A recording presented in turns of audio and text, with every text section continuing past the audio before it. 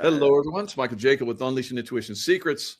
We have a great panel here today. As you guys can see, Carrie Cassie, Brad Olson, Laura Eisenhower, and Donna Ferrara.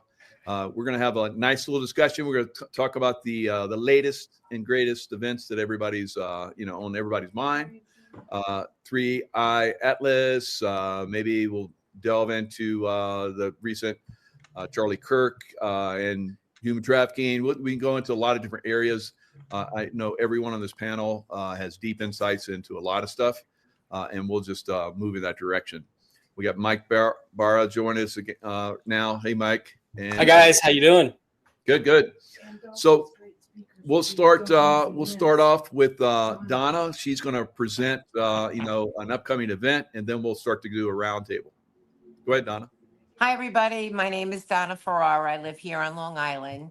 And I wanted to gift Long Island New Yorkers and those near Long Island to this wonderful panel that I'm bringing to New York, Long Island, to share with us some of their insights and perceptions of what's going on, bring a little bit more awareness to our financial institution, how that's been designed, some of our misleading information, how we learned in school, maybe some of the history could be unraveled by Mr. Brad.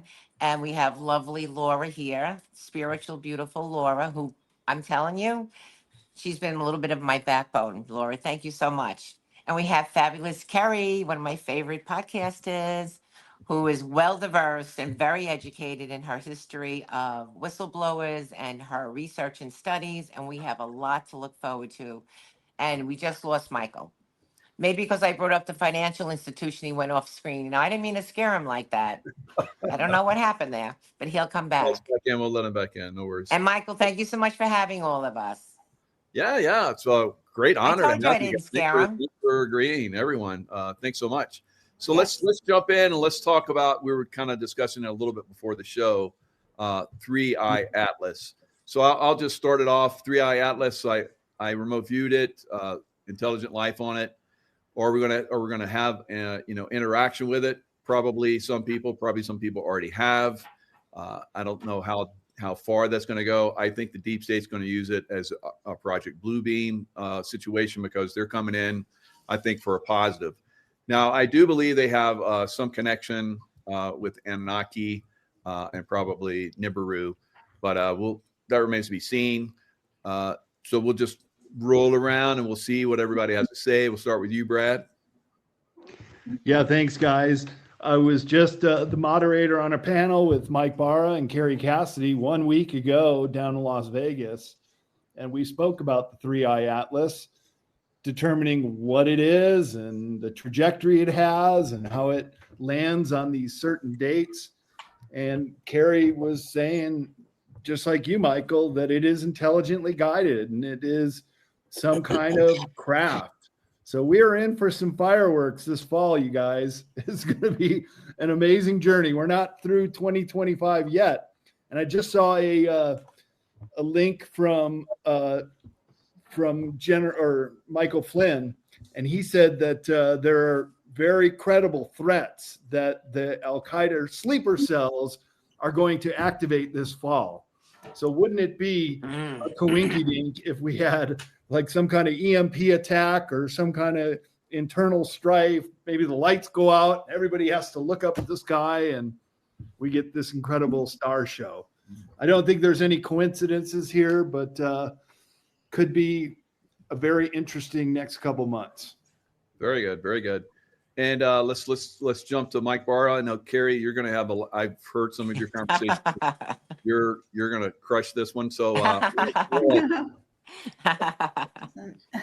by the way, Carrie, I want to sincerely apologize for biting your head off on the panel there. There was a lot of other things going on, and I know sometimes when you get going, it's hard to stop you. So I'm very sorry, and I won't do that again. To me, it's very bizarre because I want to say, oh, it's a chunk of something. You know, there is this theory that it's, at least the theory that I have, that it could be a chunk of a planet that used to be in the orbit where Mars is right now. Mars used to be a moon of that planet. And we can pretty much prove there was a planet there. It was massive and it exploded God knows when, how long ago.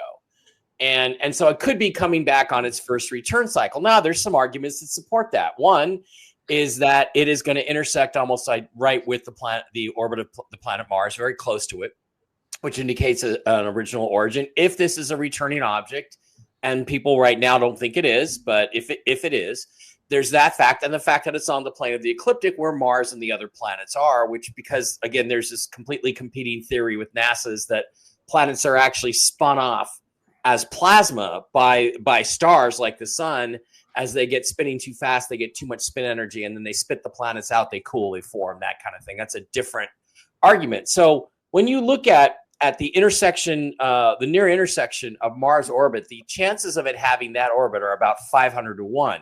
Now, Michael, I live in Vegas. You give me 500 to 1 odds, I'm going to the roulette table all night. I'm taking everything out of the bank. I'm spending every dime I have, and I'm going to walk away a millionaire.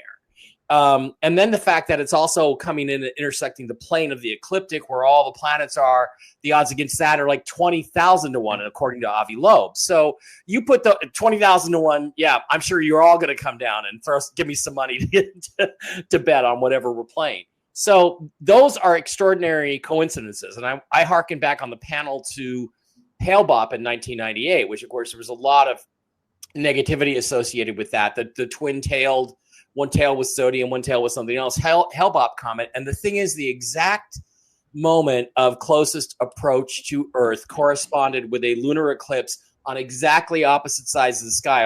I'll never forget being in Portland, Oregon. I was helping my sister move, and that celestial display is taking place. And the chance of that happening is literally millions to 1. And that, to me, indicated that what they were doing, that somebody arranged that. Somebody pushed Hale-Bopp into that orbit, which, again, if it's a comet or an asteroid out in the asteroid belt, you just take your little flying saucer up there and you nudge it in the right calculated direction, and you create that celestial coincidence. So do we have that technology? Yes. Could this thing be some aspect of that technology? Yes. But if it's a genuine visitor from outer space, if it's genuinely from somewhere else, they are going out of their way to get our attention because of the coincidences of the orbit. So I'm just saying, previously celestial events have had apparently arranged circumstances. This one appears to have those same earmarks, and whether its origin is more natural or completely artificial is unknown to us at this time. But we're going to find out on October 29th. And Michael, what creeps me out, I told Brad and everybody on the panel back then, what creeps me out is that date has had a major significance in my life. I started at Boeing on that date. I've had other major life events happen on that date. And when I saw that, I'm like, oh, please, no, let's not have it. Let's not have, because that's when it's going to emerge from behind the sun. And we're going to know if it's changed course, if it's accelerated, any of those things, we don't know. But it's going to be an ultra exciting day for me because of all those numeric coincidences. Fascinating. Thanks, Mike. And Carrie, what are your thoughts on 3I Atlas? Okay, so I just was going to find a quote from Richard Hoagland, but so I'm on a news group. I want to, that, and maybe, I don't know yet. I haven't heard if Hoagland's going to get online tonight. So they have been blocking him completely. They also blocking his phone. He's now suing the city. He basically is not being allowed online. He's not being allowed to really communicate much with people. And we are getting messages from him occasionally. I guess they're coming by way of David Sereda and others that are somehow helping him, but he hasn't been able to communicate. This is very important because Richard C. Hoagland, who I interviewed many years ago, and some people that know my work might realize that, this is something that's kind of right in his wheelhouse, and he's being completely blocked from communicating with the public. So he does a weekly show, or he used to, when they stopped blocking. They've been blocking him for like a month now. And so tonight at 9:00, I think it's 9:00 Pacific time.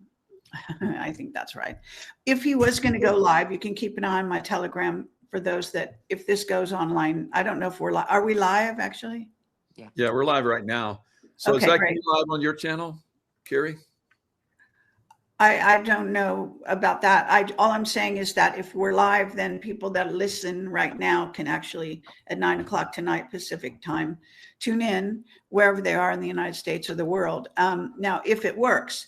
But the thing is, this should tell you a lot, that NASA, he's a former NASA scientist. He was famous for making people aware of the face on Mars and all kinds of, actually even the hyperdimensional physics that David Sereda has also taken on board and created a whole sort of map of what he calls the hyperdimensional universe. And that includes all the hyperdimensional planets. Those are hidden. They're in another dimension, but they can actually become visible from time to time when you're in hyperdimensional anything. And for the purposes of this discussion, we are hyperdimensional. We are multidimensional is really more accurate, I think. But this is so what David Sereda did, just in a nutshell, is that he has a way of using mathematics, and Richard Hoagland is totally on board with his mathematics. And we did shows where he basically tracked what is the anticipated trajectory of 3I Atlas, and it is literally going along like on a railroad track in the sky, if you want to visualize it, in this weird trajectory through our solar system. And it's making stops or flybys, if you will, of important planets like Mars, Venus, Jupiter, and near Earth. Okay. And it's also going behind the sun. I can't remember. So if you watch my videos, I have like 5 of them or something at this point. Richard was supposed to join the last 3 and he was banned. He was unable to do so. So, but he is sending messages, and that's why I wanted to, maybe when we come back around, I can find the quotes that he made. But the bottom line here is also that I've been tracking the Anunnaki for many, many years. And so the weird thing is that I had no idea like about the mathematics. That's the last area I have expertise in. But as it happened, it matched my intuition and my download saying this looks like an Anunnaki craft. So indeed, he tracked it back to not coming from deep space, which is where they said originally it was coming from. And there's a scientist, his name is Avi Loeb, and I can get his background description if you need it, and we can in a minute or two and bring that forward if you'd like.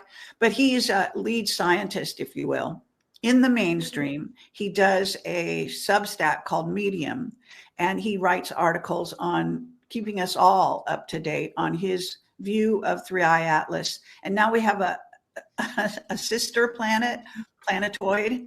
And there's no doubt whatsoever that this is it's an alien craft. It's a artificial craft. Okay. So it's not a comet. It's not a rock. It's actually surrounded by they don't say this, but I have a whistleblower called Mark Richards who talked about basically the Dyson sphere, and that a lot of Dyson spheres are constructed out in space, and that aliens often put things into it. I know it sounds kind of bizarre. And well, Earth could be in our solar system, could be even in a Dyson sphere, and we wouldn't necessarily know it. Now, so that sort of deepens the mystery. So they say it's 28 miles across. Well, 28 miles is approximately the size of New York City. So if you want to understand how big it is, it's not, a lot of people like to say it's, on one panel I was on, somebody was saying, oh, it's very similar to Umumu. Well, it's not similar. Okay, Umumu, unless they were lying about, which it's perfectly possible. But Umumu is, you've seen the picture. It's like a big rock in space, in essence, kind of a little bit flattened. And this is not that. Okay, it's so far from that, I can't even tell you. And I don't want to dominate, so I think I've talked enough. I have lots to say about it. I've been, deeply into this story. And now we have this thing called SWAN. They called it SWAN 2025 or SWAN 25. It's shown up. It looks more like it's hidden behind a comet or it's not a comment at all, but it seems to be somehow at the same time and space as 3i Atlas. So we have two things now, not just one. And that opens the dialogue to the possibility that we've got, that could be, depends who you want to talk to. Some people think Galactic Federation is involved here, and we can talk about all that. There's a lot of conjecture, a lot of people who are sort of woo-woo into their, cosmic thing. One person was talking about, it's going to help us ascend. No, I'm sorry. But if you don't know the history of our relationship with the Anunnaki, then you don't understand that they consider themselves gods, our rulers, that Anu is the head Anunnaki, that he is the father of Enki and Enlil. It's all in the Sumerian tablets, open to interpretation. Zachariah Sitchin wrote something like 12 books about it. So I'm just trying to give a whole litany. So anyone watching this who doesn't know Zipal might be able to get up to speed quickly. So I'll just shut up for now. Yeah, and I was going to add, Carrie, Richard Hoagland. I wrote my first book with him, Dark Mission. He's a genius. I mean, he's brilliant. He's beyond brilliant. He has insights that nobody else has before anybody else has them. He's great. Excellent, guys. Great discussion. Great insights, Carrie. Love your work. Thanks a lot. Laura, what are your thoughts on 3i Atlas? Yeah, well, it's great to hear what everybody has to say. I've been kind of trying to keep up with just a lot of you guys' interpretation, and obviously remote viewing and just deeper understanding and talking to the folks that you talk to. I have to really wrap my head around it. I mean, I'm hearing everything from 7 comets coming, and when you hear the astronomers and the way that they describe it as a comet, that is not necessarily what is happening here. And I think with what you guys just shared, it reveals a lot that science is not going to cover. I mean, we see what science allows us to see, so-called science, versus a much more multidimensional landscape. And I really feel that there's nothing that's here to help us ascend except for what we're unlocking within ourselves anyway. So comets tend to be more like messengers. If there's any kind of ship or craft involved, we've been dealing with galactic federations and Anunnaki for a really long time. Sure, this orbit of Nibiru. Some have said that it pretty much has imploded a long time ago, and there's only small parts of it that even still exist. And any Anunnaki return, I don't feel like they ever left, and I feel like they've been our foster parents that have acted like the gods that have kept us from true source, and that we need to awaken to that to collapse the control grid that is putting things in reversal. And there's always going to be a story behind a story. There's a story behind a story, like, and this is why it's important, these kind of panels, because obviously everybody here, including myself, have dug deep into the topics that we are familiar with, or we speak upon, or that some might consider us experts of. I wouldn't say that this has been something I've been able to gain clarity about, but I do have a strong feeling that they always leverage an event in order to create a psyop to distract us away from the truth. And this is no different. So I just love these conversations, because as long as we can put it all out on the table and talk about it, I mean, I find it very interesting that Richard Hoagland, out of all people, and well, it doesn't surprise me that much, but I was on panels with him back, and I think the panel you put on, Carrie, at one of the Camelot events, and we had an interesting dynamic because of the recruitment to go to Mars. But anybody who's being silenced, any information that's hard to get out there, is definitely, I would, and I think the people that are listening know, put more attention on that and really begin to dissect it. But it's not objects that are going to do it. It's us that are going to ascend. And it's going to take us breaking down the control matrix and the Anunnaki overlays and manipulation that have caused this dependency bond with a false authority structure that has this good cop, bad cop with Enki and Enlil. So I think if we can break that down, we'll also nullify any impact they can have on us, including dark weapons and even sleeper agents that are being activated. If we can understand the weaponized humans and any aspect of information that's been weaponized, we can override it and begin to collapse its impact on us. And I think that's just important for us to remember as far as ascension. Wow. I love that. Stunning insights. Thanks, Laura. And wow, what an amazing panel. This is the way we should all be talking all the time. But Carrie's talking about we're heavily suppressed, like Richard Hoagland, unfortunately. Donna, what are your insights on 3i Atlas? Well, I'm listening to the panel and I'm learning as they're speaking. I'm not that well diverse in this. I'm sort of a newbie in a sense. I've been hearing a lot of talk about what's going on, and that's why I love having the panel together, because they educate me and they're going to further educate all of Long Island and New York and hopefully the rest of the world. So I like people to know that I'm not well diverse in these subjects. My heart is very curious to know what's going on, and I have a great panel that's going to help educate us and open our minds to what's really going on in our world. And I love these guys. I'm being honest. And so much is going to change from now until the much. conference too. That's Just true. like it has in the week since we had our panel in Las Vegas, because one thing you said, Carrie, there are no clear pictures of it. They are definitely holding up any kind of astronomical pictures. I just Brad, there are clear pictures. They're just not going to let us see them. There are definitely clear pictures. We just aren't seeing them. But what if, when it makes that closest connection, if all the amateur astronomers are able to see it and they can't hold that back, what if this is what really triggers a real disclosure in Earth? That's what I'm hoping, more than Project Bluebeam, which could be also part of the cabal's way of ushering in this new world order. That's what they always said it would be.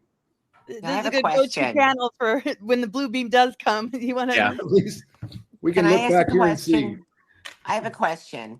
When that energy, that change of energy comes that close to the earth, are you going to feel the electric? Would you feel that jolt inside yourself? I mean, are we all connected to all this movement, right? So that kind of movement around that's happening with the planets, aren't we all affected by that? Am I off the charts here, or I missed it? Laura, I feel that everything moving and something like that coming that close to our hemisphere, our moon, and our sun, I think we're going to feel it within our own energy within our bodies. I'm hoping it's going to be a huge awakening, whether they display it one way or not. Right. Remember, sorry, go ahead, Laura. Oh, no, you go first. Okay. Well, I was just going to say, one of the things Richard and I wrote about in Dark Mission, our book, and I've subsequently expanded on it in some other books I've written, The Choice, pick it up at Amazon. But the solar system is a system, and everything is connected. Primarily, the main functioning force that creates kind of everything is this spin energy, or what they call angular momentum, right? So it depends on if this object is massive enough, if it's got enough spin energy, and if it hits the right angles and configurations as it passes through the solar system, then yes, it can have a measurable physical effect. I mean, Richard's done experiments where he actually measured what's called the transit of Venus, where it's basically an eclipse where little tiny Venus comes across the disk of the sun, and he's recorded it on sensitive instruments, that there is something happening in terms of a physical effect that can be recorded. So you will feel something probably if this thing is really as significant as we expect it to be. You will get a vibe, basically. Yeah, Donna, I think that something weird is going on, and we already do, because of the fact, they're not ramping us up on this so much as we're responding to what I think we energetically already feel, which is that, something weird's going on. And there's so much weirdness in the air right now, gosh, let's name all the things, right? I just wanted to mention real quick, the eclipse energy is, it's really powerful. The great thing is that all three outer planets are in harmony with each other. So Pluto, Uranus, Neptune are all in harmony with each other. And the North Node Pisces, Neptune, Aries, Saturn retrograding into Pisces, moving back into Aries, is really the embodiment of the divine human. But there's going to be different levels that people experience planetary energies, comets. I mean, doesn't matter. Ships, federations, beings. It depends on your consciousness. So a frequency coming from Mars can have its shadow and its higher octave. Same with Saturn. You have the inverted Saturn, black cube Saturn, inversion that we've been, dealing with, but it's self-mastery. It's being our own internal authority. And when we graduate to these higher octaves, we have a different relationship with what we're all kind of feeling. We're not feeling it the same way. Like the shadow of Neptune is self-undoing, even suicide, even addiction, right? Its higher octave is being able to see the multidimensional, being able to see the unseen and bring life to the unconscious. You're going to have a completely different experience. So the question is, do we run away or do we face these things as we confront the energetic shifts?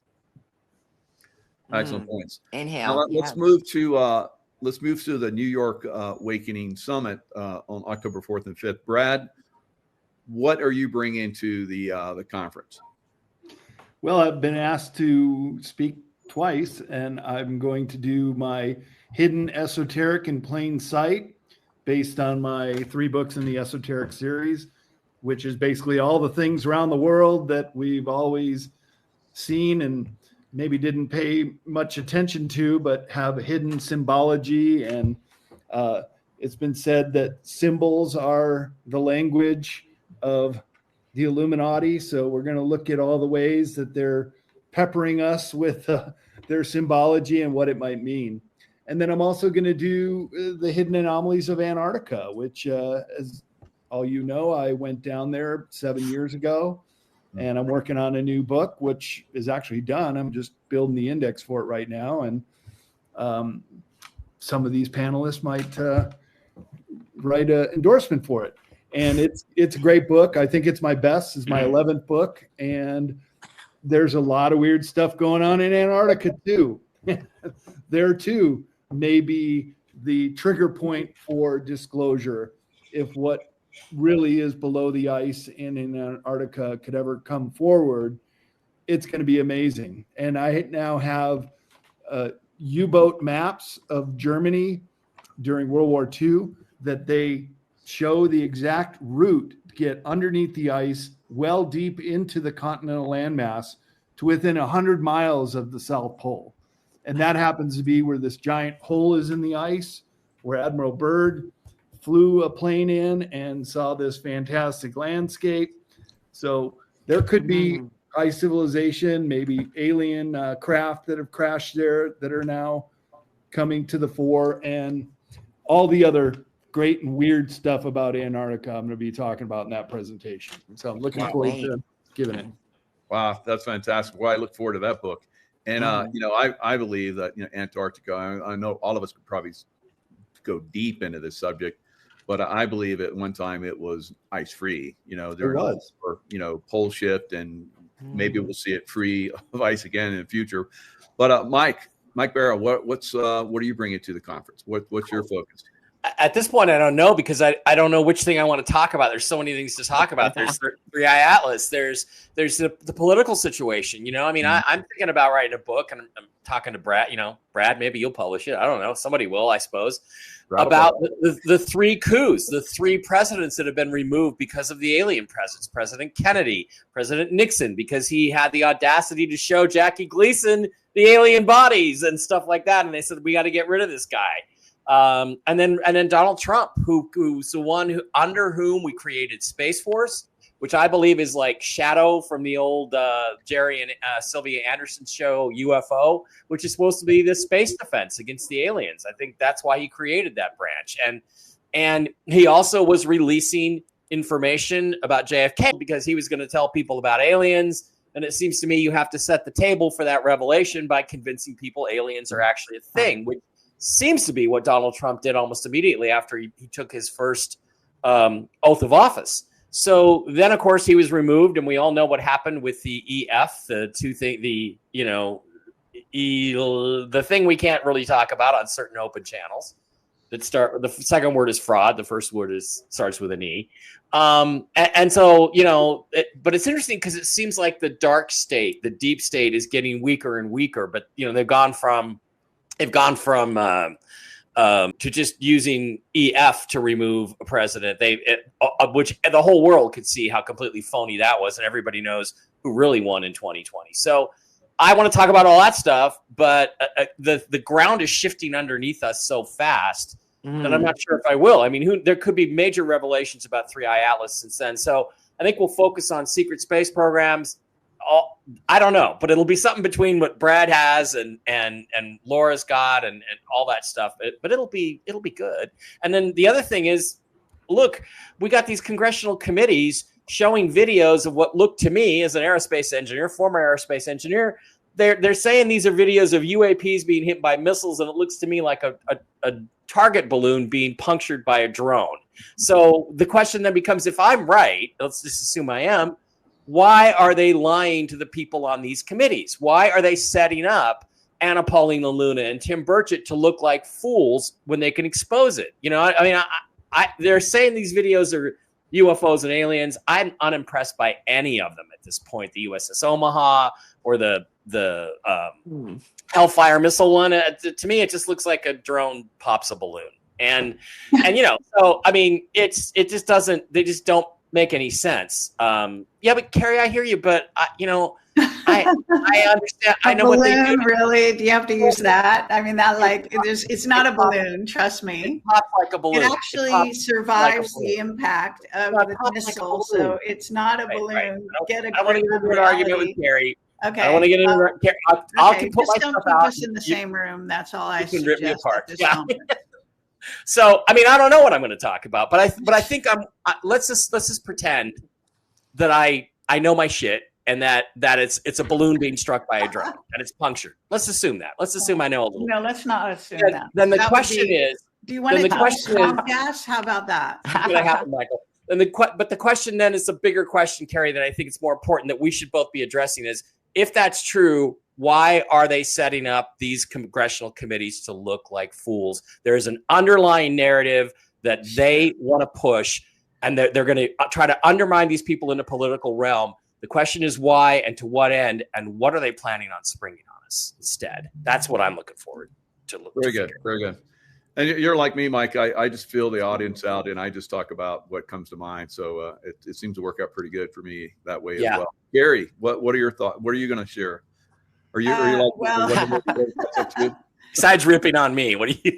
Yeah, right. No, you know, I do want to talk about the Anunnaki through iAtlas. The Charlie Kirk, I just made a major video about the Charlie Kirk situation, the White Hats, how they're conducting themselves, how they created that basically false flag, and how he's in witness protection. So I think my information is absolutely unequivocal. And there are a couple other people out there that are, you know, sort of on my side of the spectrum. But I found the quote from Richard that he wrote to this small group that I'm part of, and it says, "It's time for every human on Earth to face the truth. They're here. In fact, 2 ET groups seem to have arrived simultaneously, each in very different planet-sized spaceships." So we have this thing, he says, and this is, I'm continuing a little bit here. He says, the latest Swan 25 now image is taken by another amateur astronomer. So we're not, yes, they actually have made AI videos where they've talked about this Event Horizon hacker group that supposedly hacked NASA.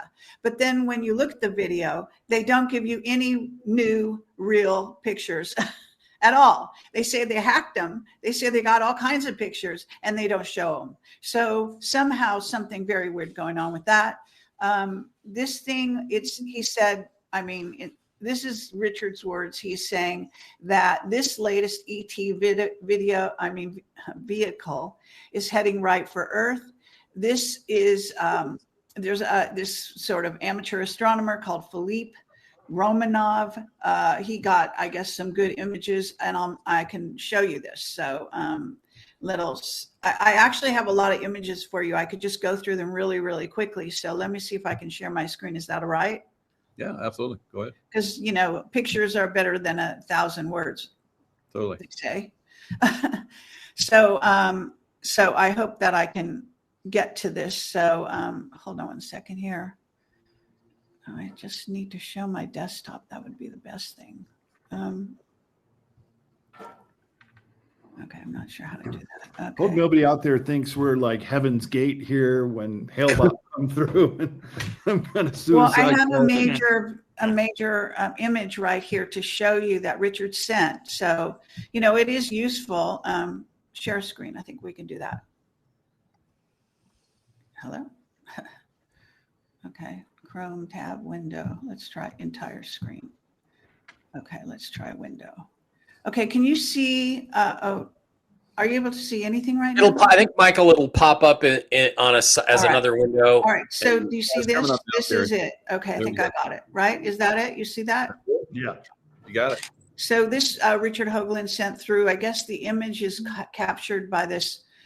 And he also is saying, you know, why is Trump saying nothing? Which of course they aren't saying anything, which is really annoying to everyone. And by the way, the UAP hearings, you know, they are disclosing some very important stuff there, but they're still sort of examining their navels and basically wondering if there are crash retrievals, something we solved, I don't know, a good 20, I've been doing this 20 years with whistleblowers, and impeccable evidence, and all of them working in above top secret most of their lives. So, you know, what is taking so long? It's just a dog and pony show that's just being dragged out.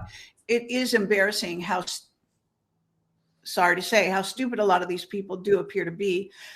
The obvious is the obvious. Okay, so this is how this new thing called Swan 25 looks, at least at this moment, in an enhanced picture. Okay, now if I can, I don't know how to get rid of it. That it doesn't want to let me do that. So I have a whole shitload of pictures here that I can show you. So can you guys see this? Is this on the screen now? It looks like a wheel, kind of. No, Yes. you haven't shifted. Still the same. Oh, all right, hold on. Okay, so if you go like, Maybe just exit out of that and then click on the new one. okay, stop screen, and There you then go. present, share screen. I mean, Zoom is so much better than this. This is just like really it's great. bad news. Okay, okay, so there is an astronomer. Can you see that this is a drawing? Yeah, we got it. Yeah. Okay. So this is a drawing by John Walson. He's someone I know, I've met. He's actually very famous for photographing craft right near the sun. He has been on the Rents show years ago, many times. He is an astronomer. He lives in England. I've seen his telescopes. We've been on the top of a rooftop in Malta watching UFOs go by with his telescope. So he's the real thing. Now he is afraid for his life. He's not allowed to say, he can look through his telescope, but he can't tell us what he's seeing. But he did make a drawing. This is what he saw of 3I Atlas. So he seems to see some kind of craft. And by the way, it's surrounded by rings of some kind of atmosphere, something like a Dyson sphere or something, and then some black space. So it's kind of floating in the middle of these protective rings, if you will. So just showing you that. I think I can go right down the road here. Now, these are his. Okay, so what he did was he went online, he searched, and he's completely obsessed. So he searched for the best images of 3I Atlas. And so I'm just going to run through these really quickly and show you what he got, because no one has seen them except the people who have watched my shows and so on and so forth. So these are much more interesting, I think you must admit, than anything you've been seeing or anyone else has been seeing. And they're getting a level of detail which is quite extraordinary. Carrie, these are John's photos. Is that correct? John Leonard Walsh? Okay, so let me repeat. If he actually shows you what he can see through his telescope, he can see through his telescope is like the surface of Saturn.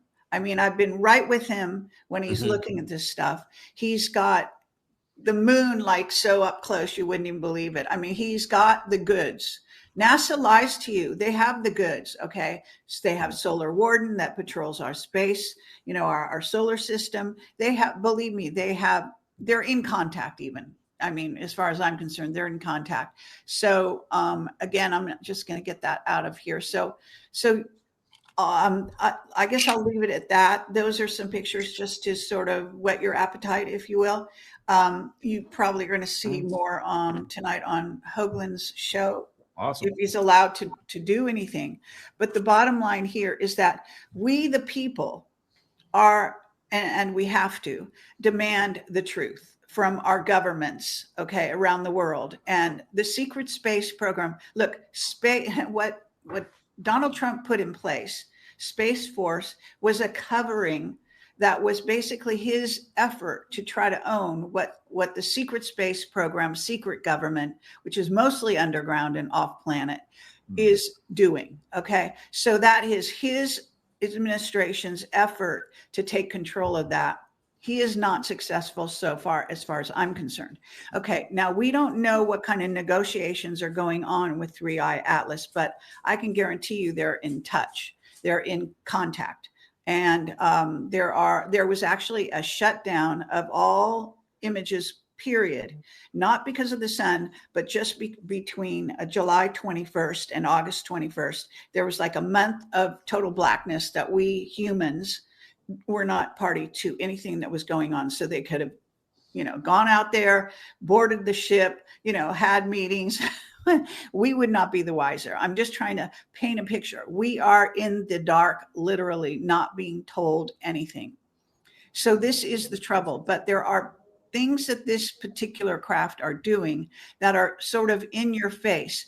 When it is going on a trajectory, what David Sereda talked about is that every point that it's crossing relates to a historical event, especially religious historical event back in our history, which means they know us intimately. They know how humans think. They know, what you believe, and that, Methuselah lived for 100 years. I mean, all these different correspondences are mathematical.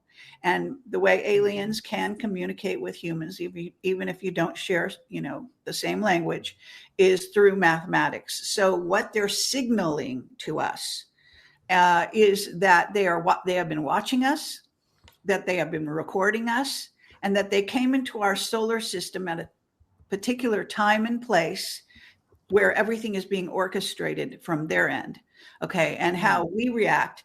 Well, we react secretly because we've got a secret government, a secret space program, and it goes from there. And the evidence, if you don't believe me, is also that Richard Hoagland is being blocked, because I think they're afraid this is a moment for him as a scientist who goes out beyond, where I think is saying of his website or something, where no man dares to go or whatever. So that's why they're afraid he's going to, he's kind of a drama queen. And so he's going to take this moment and make a big deal of it. In a sense, he's been waiting for this all his life. Okay. So now you want me to, this is kind of, I will talk about this.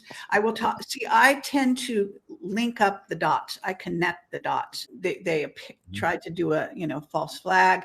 Let's save that, because that's the next part of my discussion. And okay, you said what subjects? These are subjects. I'm not going to talk about it. Subjects. Okay. Very good. Yeah. So I just wanted to say that's the kind of thing that I will talk about, is everything under the sun and link them all together. Wow, that sounds absolutely incredible. Laura, what are your plans? What do you plan on discussing? I always enjoy your discussions, your insights. So what are you planning on? Well, I'm really excited to hear everybody. My gosh. Well, I there's a lot of different layers, different kind of subjects that connect. I share a bit about my great grandfather Eisenhower, not because I want to make that my focus, but there's a lot that they're trying to keep from us about what took place during his administration, and it's not just about him; it's the voice that he had for many of us back then, for sovereignty, for freedoms, for liberation from the deep state. There were things he set in motion to dismantle that, but of course, it's us dismantling it. But touching upon a little bit of that, the millions of dollars that are spent every year to silence people like us, Richard Hoagland, all of us that have dealt with censorship, how hard it is to, bounce back. I mean, we do, and that's maybe 2 slides, right? The rest of it, maybe a few, just on, just some of the deeper layers of all this that some really extraordinary people have helped me to understand, including a lot of folks here, just about that particular era, that particular time in our history. So I'll share what I've learned there and how that lines up with a lot about just our connection. And that's very brief. A lot of it's going to be about the weaponization of the zodiac, how that relates to the 12-strand DNA, 12 houses, 12 strands, 12 stargates. I mean, just the connection with all of this, the multidimensional cosmos, and our reconnection to the Christ Sophia, the divine blueprint. Not in a woo-woo kind of new agey way, but in the way of how does this relate to the planetary grid network, and what were the reversal grids? What happened that made it so we're born into a system that literally from the beginning of our life begins to throw us into inversion through all the pillars of society that are all swamps that need to be drained. How does this show up in the zodiac with all the different astrological alignments that are going on? What is the psyops that we're being thrown to hijack that growth period and initiation that we all experience in our own unique ways? Is to bring us, into the 0 point unified field and not be so ruled, by alignments too, because a lot of what rules us are that Anunnaki that, Carrie talks about so much, and others that have been in the field. And I know all of you have touched upon the subject. Where is that overlay? How does it show up there? How can we begin to move into the 12 tones, the flames, the true representation of what this meant, where it was much more embodied than, something we experience on like a prediction level, which is important for awareness. It's like we'd want to know the weather forecast before going out. If want to make sure we wear a rain jacket and a coat if it's going to be that kind of weather. But how can we drop that being played, being controlled and manipulated, and how to clear or acknowledge the clearing that needs to take place in our creative channels, to move beyond the archonic sort of lower astral, lower shadow Neptune, to move into that multidimensional awareness as a scriptwriter, as a empowered person that reclaims that creative imagination and writes a better script for our future. So it just goes into where does that show up in places we don't expect? And that can be incredibly revealing, just like iridology or looking at, hidden things about our bodies that might reveal more than we thought. So I'm kind of shedding light on some of those sort of things. And that, the future is in our hands. So a lot about galactic history and the remedial tone that the system was designed to keep out, so the mother energy would never return and reclaim her body.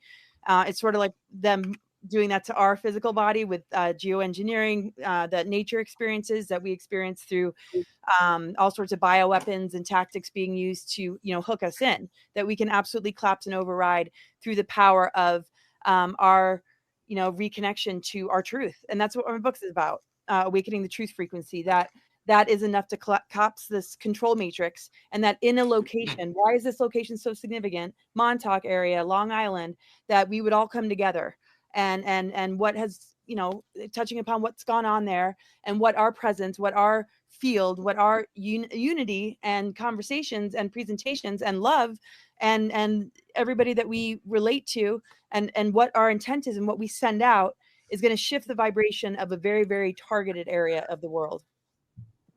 Wow, fantastic. Always love your going down the rabbit hole of the consciousness. You always make it comfortable. So it's like, oh, good. Michael, can I say something?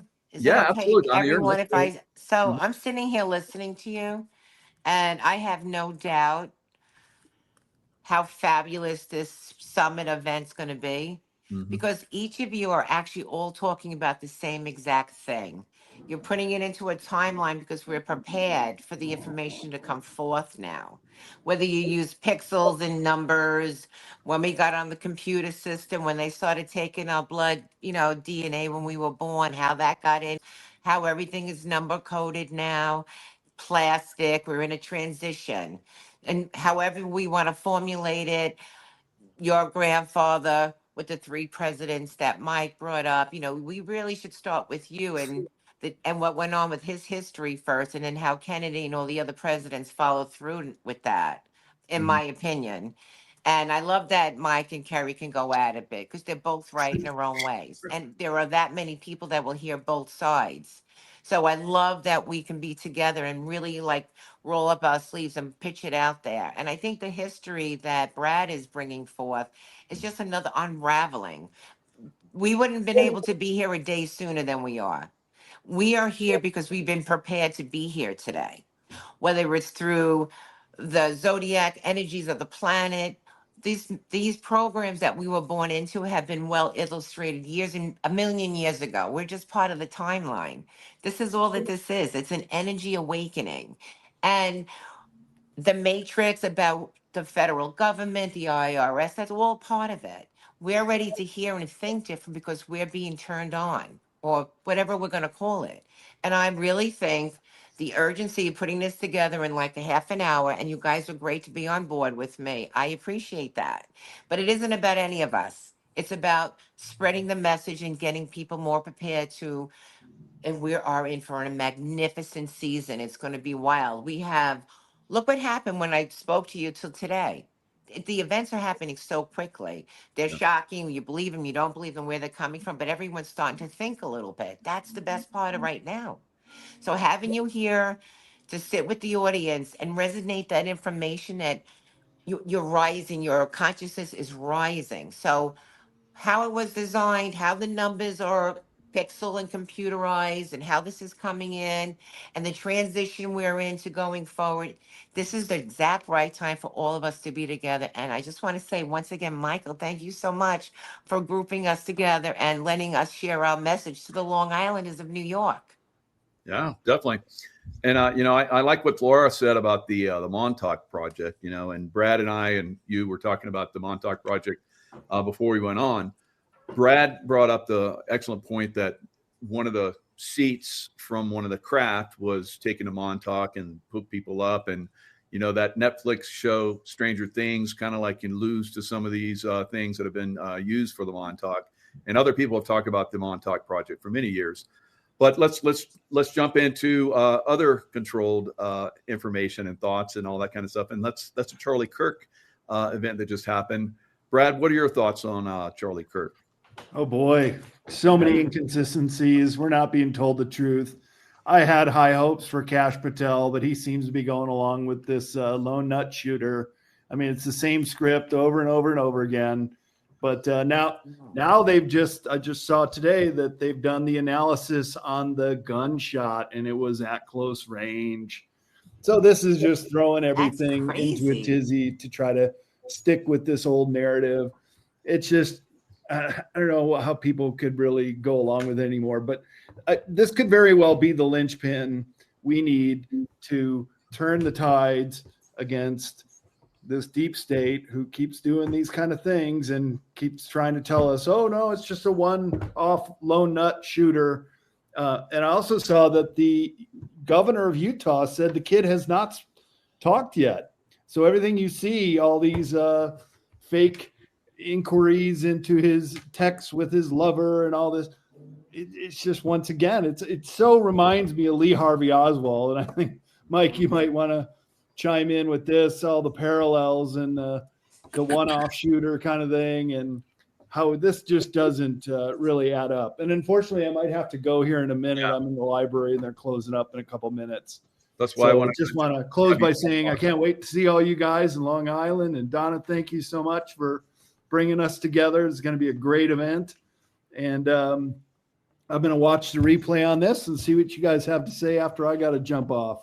All right, and I will try to get you your little book blurb by Monday. I promise. Okay, I'll get on it. But tomorrow's football day, so forget that. Yeah, give me that. Appreciate it. Thank you. And so, from I think within an hour, maybe 2 hours after the Charlie Kirk incident, I come on and basically destroy the narrative right away. I've seen these things. I've studied these things over time. And then was basically they hijacked a deep state event that they knew was coming. That's my thoughts on it. But the narrative continues. But this is something we see in a lot of these events where they'll continue all these different narratives. Oh, the shot came from here, and you get all these experts to come on and talk about it. And we just see so many anomalies. Every day there's more. It's 21 days to create a habit. They want to just keep force feeding us and controlling our consciousness until at some point we just accept it. So I think we're going to see a lot of this stuff in the future because this is a play against the deep state, and the White Hats are basically taking the script and turning it against the deep state. So I don't see it as a huge negative, although Carrie and I and all of us here will agree that, yeah, we would like to say the truth, and that's our business to put out the truth. We're not attached to anyone. No one's controlling us or puppeting us, although I see some people out there that are. We're out there sharing the information that's true. And you're going to get it from us. We're going to constantly give you the true information. You can decide for yourself what you want to believe. And, that's just the way it's going to be going forward until everybody wakes up. So that's going to take a little bit longer. Carrie, what are your thoughts? Well, I can play a clip that's like less than probably a minute long, where Okay. 107 is describing how they put people into witness protection. Right. And he was the reason that matters. It's all in my video that I made. But Kash Patel was talking to for the FBI. He was on a podium, and he basically made a statement to Charlie saying, you know, so long, brother, you know, we've got this. I'll see you in Valhalla. And those words are actually echoed by 107 in a previous broadcast. And he is ostensibly the spokesperson, the lead spokesperson for what is in essence the Trump White Hats or the Trump MAGA movement or whatever you want to call the name of what they do. Okay. But they are the ones that are the military arm of the Trump MAGA movement. And Juan is the ostensible leader. I've been told he has a rank higher than general. He is JFK Jr., and I have backed that up with lots of evidence over the years and done many interviews about that. So this, what I'm saying here, is not going to be per se about that, but it is what he said in this statement that is so striking. So I could basically share my screen again if that works and play this 1 minute video if it works. Is that okay with you? Yeah, let's play that. That's a good. That's Okay, a good it just takes 1 second for this thing to play. Long and short of this is that you're on his stage. You know, when you hide, you go into witness protection. There's different ways you can create an identity. It's much easier to have a shared identity. And do you allow them free somewhere, or do they go to what we call Valhalla, some holding place that's not able to be in communication with the rest of the world, but as a community? And then you can bring them out later on. Rest now, brother. We have the watch, and I'll see you in Valhalla. So this is, as far as I'm concerned, a tell, you know, if you want to call it that. So this is kind of what we're talking about is getting these tells from one, Kash Patel, and two, somebody unearthed this piece of video footage where Juan was explaining. So Juan himself, being JFK Jr., is also part of the package. So he knows, he orchestrates this. I believe he's behind a lot of the orchestration of, and the reason they brought Charlie Kirk into witness protection and staged a whole assassination scenario for the world is to stop, to hide him, to take him off the world stage at a time when he was being threatened by Israel. That much is evident in, you know, a lot of the press information, a lot of his speeches towards the end of his so-called life, and so on. So they had to put him into hiding because otherwise they were going to lose him. And JFK Jr. knows this better than anyone because right when he was going to run for president, and Charlie Kirk was the selection, or at least one of them, of the White Hat group under Trump for who would come and follow in Trump's footsteps. So he was their choice. Somehow that got leaked. Somehow that put him in great danger. And then Netanyahu was offering him huge sums of money to support Israel. This is recent news and this is substantiated. So put two and two together. What would you do with a guy that you needed to protect to keep him alive for the future if you saw the best possible future scenario for our, you know, planet, or at least the United States, is this young man who is quite brilliant and a wonderful speaker. So this is what we're talking about. Yeah, very good. Yeah, I almost completely agree with you on all your points. So, Mike, what are your thoughts on it? Well, I don't know if it's a false flag. I do know, you know, I'm watching these guys doing this with their baseball caps and signaling right before he's shot, and they're clearly signaling to a shooter. The close range thing doesn't seem likely to me. It clearly looks as though that he gets hit and the bullet goes through that way, which means a guy who's higher up and shooting down. Logically, I have a friend, Mike. He's like you. He's got a special forces background. I'm going to do my show on Monday. I'm going to ask Steve Doran about it, the trail boss, and see what he thinks about all. There's definitely something fishy going on. But I think it's the thing I want to discuss is not so much the incident itself, but let's assume he did pass away. I did see a video from a guy who was with him the entire time after the shooting. One of his mentors, a pastor, and he gave a pretty convincing testimony. And so I'm just I don't know which is the truth, and I'm not going to argue that. But let's talk about the impact of the incident as if he were shot. And what you can see is that this is a turning point event, to use a pun. This is something that's changed America almost the way 9/11 changed it. You've got people who lean Democrat who are now like F the Democrats. There is a major shift going on because of this. And you see the deep state trying to respond as if Jimmy Kimmel losing his crappy rated show is the same thing. Even Elon Musk said, he went full retard. You never go full retard to Ben Stiller. He told him that and said, just STFU, get out of here.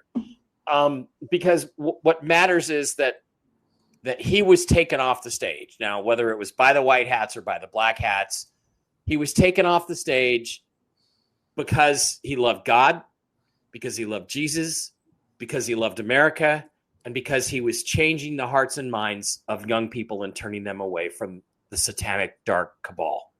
That's why he's not with us anymore.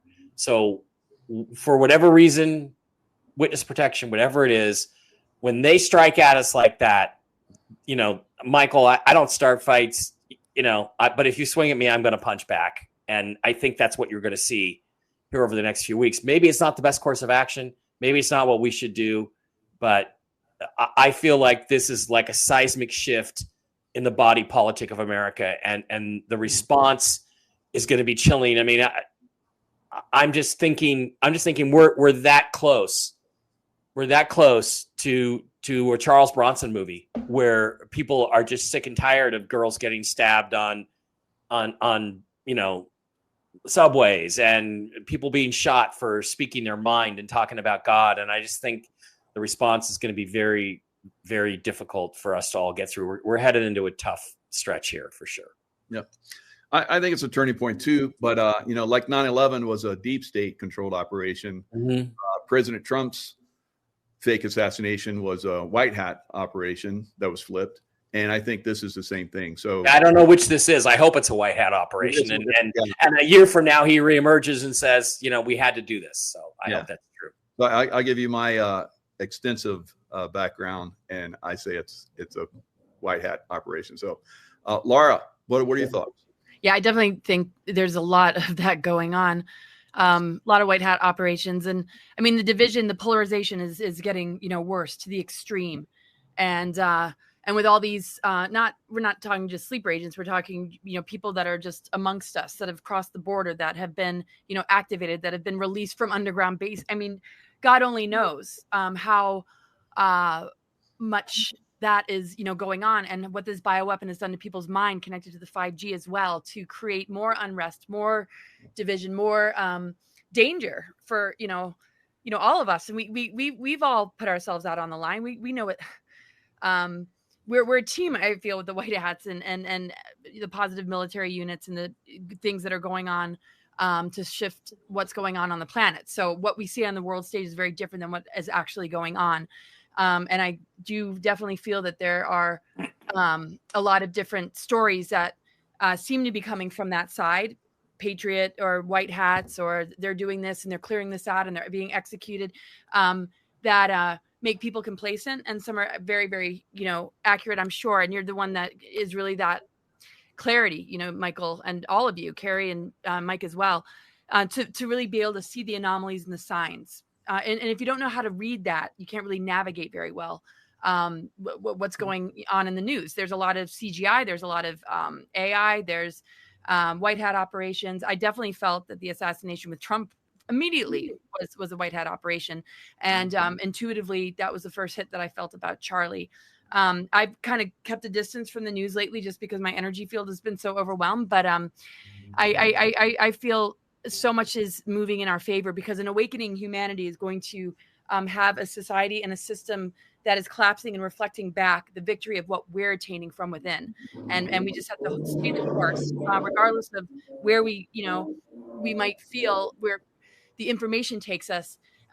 Even you guys arguing, you could tell it's playful. You don't mean anything vicious. The thing is, these conversations without the division and holding that line and being that example for others, that we can all see different perspectives and have different backgrounds or opinions about this, and have a wonderful conversation about it and learn from each other.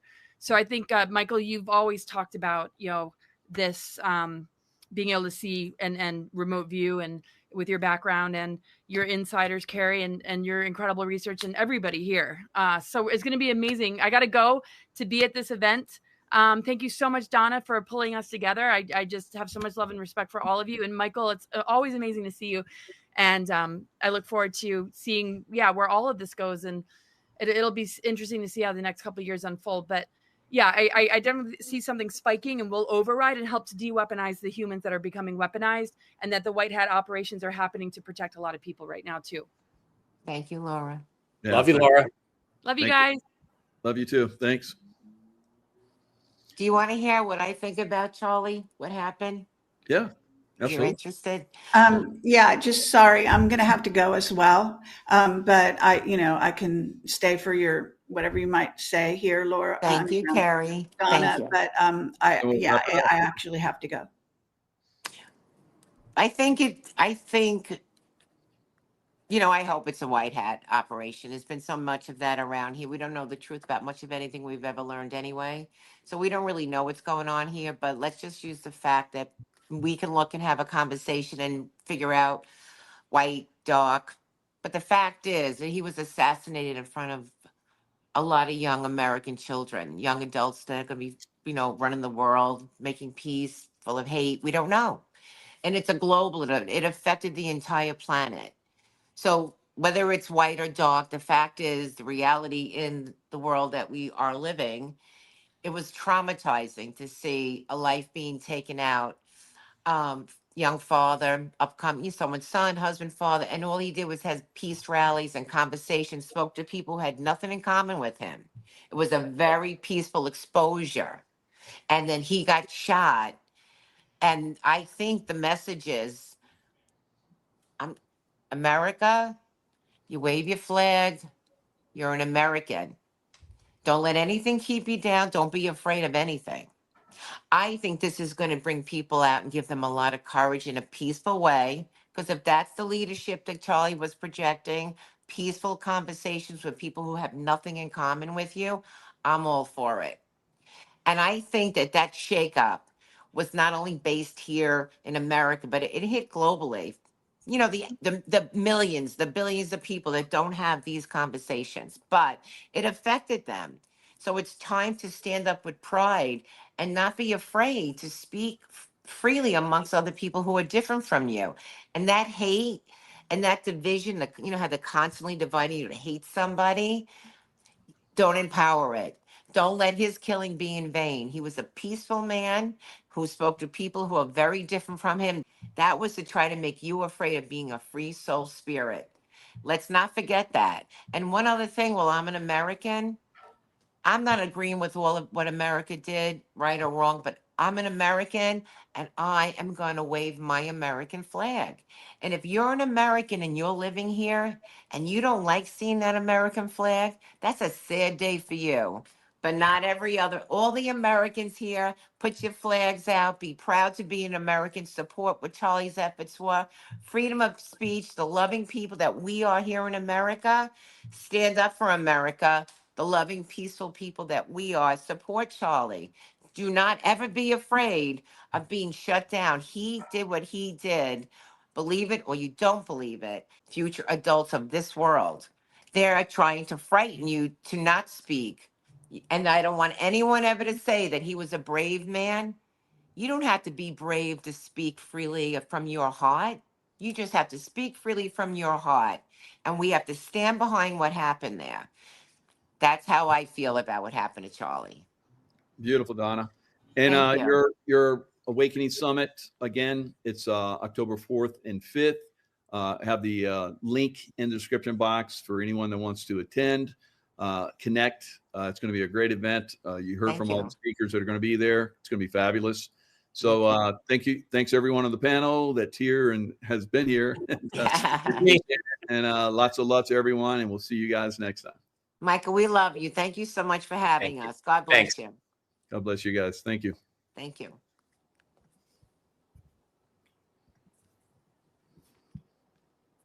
That was really good. We're still on. Goodbye, guys. Thanks Goodbye. everyone for Hi, showing Donna. up. See you in a few weeks. Don't You got let it, us Mike. talk Thank you. again. Thank you. Yeah, anytime, Tracy. Hello, everyone. It's Michael Jacob with Unleashing Intuition Secrets here in Anaheim, where we're having the LifeWave Convention starting tomorrow. I believe very strongly that every time a LifeWave patch connects with someone's body, that person is much better served going forward. So I think that, more and more people are finding that out. And we hope to get more people to get involved with LifeWave. Of course, being an event like this really gets you motivated because all the new technology that they normally reveal. Now, as far as like the weather, strong storms, earthquakes, and so forth, will be increasing. I've been talking about this for a little bit now, and they have been increasing, of course. I think they're going to really start to kick up going forward. Those of you that are intuitive will benefit. Those of you that are not, you're not watching me anyway. So you're going to, unfortunately, those people are going to find themselves in a good position. All right, because these storms and earthquakes and so forth, tsunamis are going to devastate a very wide, broad range of people all over the world. So that's going to be very tragic. Now, I want you guys to understand that once these tragedies hit, they're beginning, all right? The beginning of much more coming. And so you can't get too involved. I know a lot of us will probably when these tragedies happen, and we're going to see millions of people, unfortunately, get taken out. But I mean, will people care about the coming earthquakes and tsunamis and so forth? Yeah, initially, but it'll wear off real quick because there'll be more coming. All right, so let's look at some other things that are going on in the world. Looks like we may see a pretty significant hurricane down in the Caribbean over the coming days into the weekend. Probably going to be a Cat 5. Melissa. So Melissa, I would say probably maybe tonight or tomorrow she may turn into a hurricane and then upgrade very quickly, because where she is situated right now, just below Jamaica, or will be just below Jamaica here the next day or so. The water is extremely warm. We've not really seen any hurricanes this year in that area. So the deep, warm water, and of course the water at the surface is extremely warm, and that's what feeds a hurricane. So this hurricane is going to somewhat, stall out, and then once it stalls out, it'll probably increase in speed because it's right there in the warm water. Jamaica could unfortunately get really, really hammered. There's some scenarios where this hurricane gets sucked out into the Atlantic, but looks like it's going to continue west next to Jamaica. And like I've said in the past, that there was going to be a hurricane that was going to go right up Florida. This is kind of looking like that's a possibility. It's just kind of a stretch at this point, but if it continues on the route that is going, if it continues to pull west and stall a little bit, then eventually when it gets pulled to the north, it could be in a position where it's going to go over Cuba and into Florida. So we'll have to keep an eye on this. I'll share the screen. We give a little bit of info here, but these things, really haven't materialized this year. Something has been keeping them from prayer or, direct your energy weapons, HARP, I don't know, on the good guy side, maybe pushing these things out, or maybe it's just Mother Nature, right? Could be. There's always that possibility. But this is Mr. Weatherman. He does a really good job. Watch him. Let's listen to what he's got to say. It could be a powerful hurricane very close to Jamaica. Now, Jamaica, there's a couple chances of this thing hitting Jamaica, right? I want to show you that in this video. But again, still that slight chance that this were to just zoom up toward Haiti. If that happens, that would increase, of course, the impacts for Haiti and the Dominican Republic, but that track a little bit more to the west is more likely. Here are the two big models. Now, there's... All right, so here's the models like he's talking about. They were saying in the beginning it was definitely going to do this. It was going to go in between the islands, mainly hit Haiti. Now it's looking like it's going to move west, like we're talking about. And, still it's a possibility it could just like go out to sea. But still it's going to, whatever it does, however it moves, it's going to cause some pretty significant impacts. Now, if it goes along the Jamaica right here, they're going to get some serious Cat, 2 all over the island, maybe upwards of Cat 3. Of course, on the side where the hurricane is, they could get up to Cat 5. And they could get flooding of over a foot and waves of up to 20 feet. Wow. So that's kind of the prediction right now, but we'll see. This thing's still a couple of days away. And as we've seen this year, these things have had the tendency of getting sucked out and not really causing that much of a problem. But just to be heads up, this is one of those ones that could possibly be my prediction, where I see it just go straight up Florida and wreck Florida big time. All right. So that's what's going on right now for that. We'll keep an eye on it over the next several days. Hopefully it's not going to cause the damage that it could potentially. No one at this point is saying it's going to strike Florida, though. So it may not. All right. So no one thought that it would get this big either. So these things have a tendency of being very squirrely. All right. U.S. strikes 8th alleged drug boat, this time in the Pacific. All right. So the first Pacific drug boat to get hit from Colombia, I guess, or from Venezuela. So it must be coming from Colombia.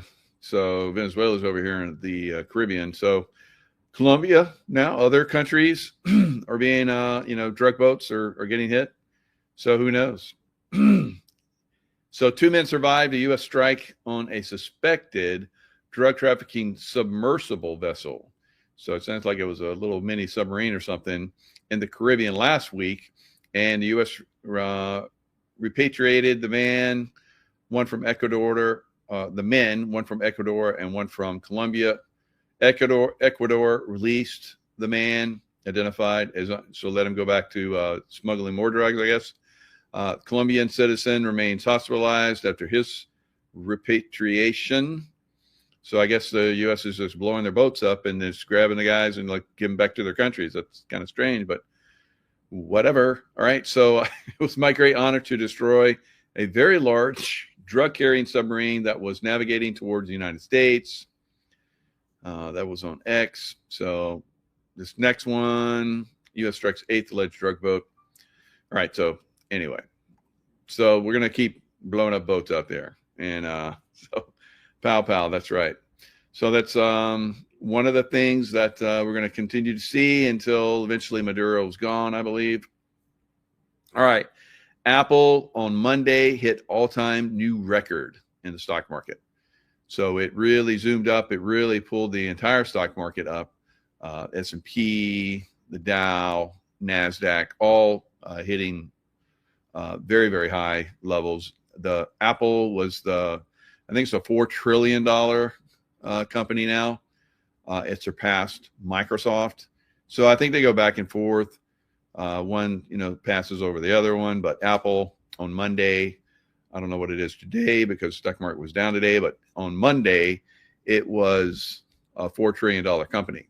And that's because I guess this new Apple 17 phone has done really well. Now, Apple doesn't report for a little bit. I think it's on the 30th of next week. There's several companies that report on Wednesday, the 29th, and then Apple on the 30th. Now, I think these companies are going to continue to see profits. They're cutting costs by cutting their employees. This is normally, in the last stages of a bubble. You're going to start to see unemployment rise because the companies are basically getting rid of their employees because it costs a lot of money. But eventually, it crushes the companies. They're going to end up not being profitable. But to stay profitable in the last several quarters before they go under, they're going to cut employees. The unemployment rate goes up like it's been going up. It's going to continue to go up because this is a sign of a collapsing economy. And then the stock market bubble pops eventually, probably, I would say, into next year, early part of next year is when it pops. But it could pop the end of the year. Now, we know that Warren Buffett, Berkshire Hathaway, sold a massive amount of its Apple shares. And, he's basically retiring at the end of this year. So I guess he wants to go out on a good note. And so he's basically gone to cash more than any time in history of Berkshire Hathaway. But like I said, of course, he's leaving the company, and who knows, maybe he just wants to go out on a good note, or he's going to leave the company with a lot of cash. So when the stock market does crash, which it will, then Berkshire, whoever takes over, is going to look really good because they're going to buy everything cheap. And then, I don't know, 30 years from now, it'll be worth a lot of money because 30 years ago, if you'd invested $10,000 in Apple, today you'd be worth $6.9 million. Now, how many of us would hold a stock that long? Not me. Not me, baby. So, but maybe there's some people out there that did. Maybe, I don't know. I was going to say Steve Jobs, but he's passed away a long time ago. And well, who else? I don't know. So anyway, anybody out there I invested in Apple quite a few times over the years and made some nice profits, but my income has been up and it's been like way down. So I would have had to have sold it several times over my life to make ends meet. But those people that can, do that, great for them. But there you go. If you'd, I don't even know inflation wise what that would turn out to be. Maybe it's not really 6.9 million. Maybe it's more, maybe it's less. I don't know. So there's ways to make money. And one of the greatest ways to make money is silver. Now, we know that silver is down quite a bit from its recent highs, but this is normal for a big run. Eventually, silver will continue to go back up. But let's look at what happened with Apple stock on Monday. Let's see what these gentlemen have to say over on CNBC. Is the big winner today. Of course, Apple is playing a big role in that. A new record high. It is nearing $4 trillion in market cap. Take a look at that. $11 to the upside, almost 5%. It needs to finish the day above 259.02 for a record closing high. I don't know if this has been a stealth move or whatever you want to call it, but this stock seems to be back, as word is that the iPhone 17 is driving the strongest smartphone sales. Yeah, it's called a bubble, but these guys aren't going to admit that or talk about that. All they're out there for is to basically pump people into buying more stocks. All right, come on, be a little bit more excited about it. You and I have been talking about this since the summer. And I think one of the things that's important to understand, in particular with the Mag 7, is where are people in terms of positioning, sentiment, and expectations? Yeah. All right. So there you go. So, rah, go buy Apple stock while Berkshire Hathaway sells their shares. That sounds like, So one of the reasons why, the biggies sell early is so that people can't go, well, you knew it was going to go bad. You sold a year and a half ago. Yeah, so it doesn't fit, right? So he made a massive profit. If he'd kept his shares, he'd be up another $50 billion. Can you believe that? Another 50 billion. Billion. So yeah, I mean, what's a 50 billion to a guy that has like, I don't know, close to $1 trillion worth? I don't know. It probably is not so much. So for me, you know, $100, $50, that's a lot. But for these guys, 50 billions, like whatever. You know, so whatever. So silver. Silver's getting knocked down. Gold's getting knocked down. Platinum's getting knocked down. The precious metals getting knocked down. But they did go on a crazy run, and it's not unusual for them to get a little rest, right? So I guess I'd like to see them go up forever, but if they do that, they've done that in the past, and they go skyrocketing up and they come skyrocketing back down. Now, a lot of people are really scared. They think that, oh no, this is like the last two times where there was, it went to $50. Now, remember that this time it's gone to an all-time high, way past $50. I think almost $54. So, and gold is just like staggering how far up it's gone, just over the last couple of months for both of them. So they needed a pullback. They've gotten a pullback. It remains to be seen if it's more than that. I doubt it, but who knows? I mean, I predicted a lot of stuff, and I predicted stuff that didn't come true, but this one has done exceptionally well. Of course, you know, anything can happen. You got to trust your own intuition. Like I said, those that trust their intuition will survive and thrive in the future. Those that have no clue what even intuition is, not so much. Right? We'll see. None of them. All right. So this is what we're seeing with a lot of things going forward, guys. You're going to get a lot of like counter signals, and if you're not intuitive, you're going to like bail when you should be holding, or you're going to be holding when you should be bailing, or you're going to be staying when you should be fleeing. Right? So all these things are coming into play. You'll see a lot of things that are going to blow your mind, right? And I'm very open-minded, but you know, it's crazy. Yeah, it would be nice to hit 1 million, 100,000. I'd probably have like millions at this point if YouTube hadn't taken me down. Now YouTube is starting to F with me again, so enjoy me while you can. You never know. All right. So of course I still have a Rumble channel, and I keep Rumble supplied with videos and so forth. So there's my Rumble numbers still are growing at a snail's pace like they have been for years. But yeah, here on YouTube, especially once you hit 100,000, usually you start to move pretty quick. So we'll see. But yeah, they're definitely playing some games with me again. So anyway, Magnificent 7 earnings cheat sheet. Tesla reported today. They had good numbers, but their stock is down. It's just a down day. I think it's just going to be a little bit of a downer, up and down, until we get the Fed. That's going to meet starting Tuesday, and then they're going to make their probably a quarter point drop in the Fed funds rate is my prediction. Some people have said a half. I doubt they will do a half, because I think there's still a little bit of inflation that's out there, and probably having a little bit of impact. Now we'll get inflation numbers on Friday. Now, a lot of other stuff, because of the government shutdown, we have been getting a lot of reports that the market needs to make decisions of whether it goes up or down, whatever. All right, it's going to go up. It's going to go down, but it's definitely going to go up. So we'll see. But you know, you never know.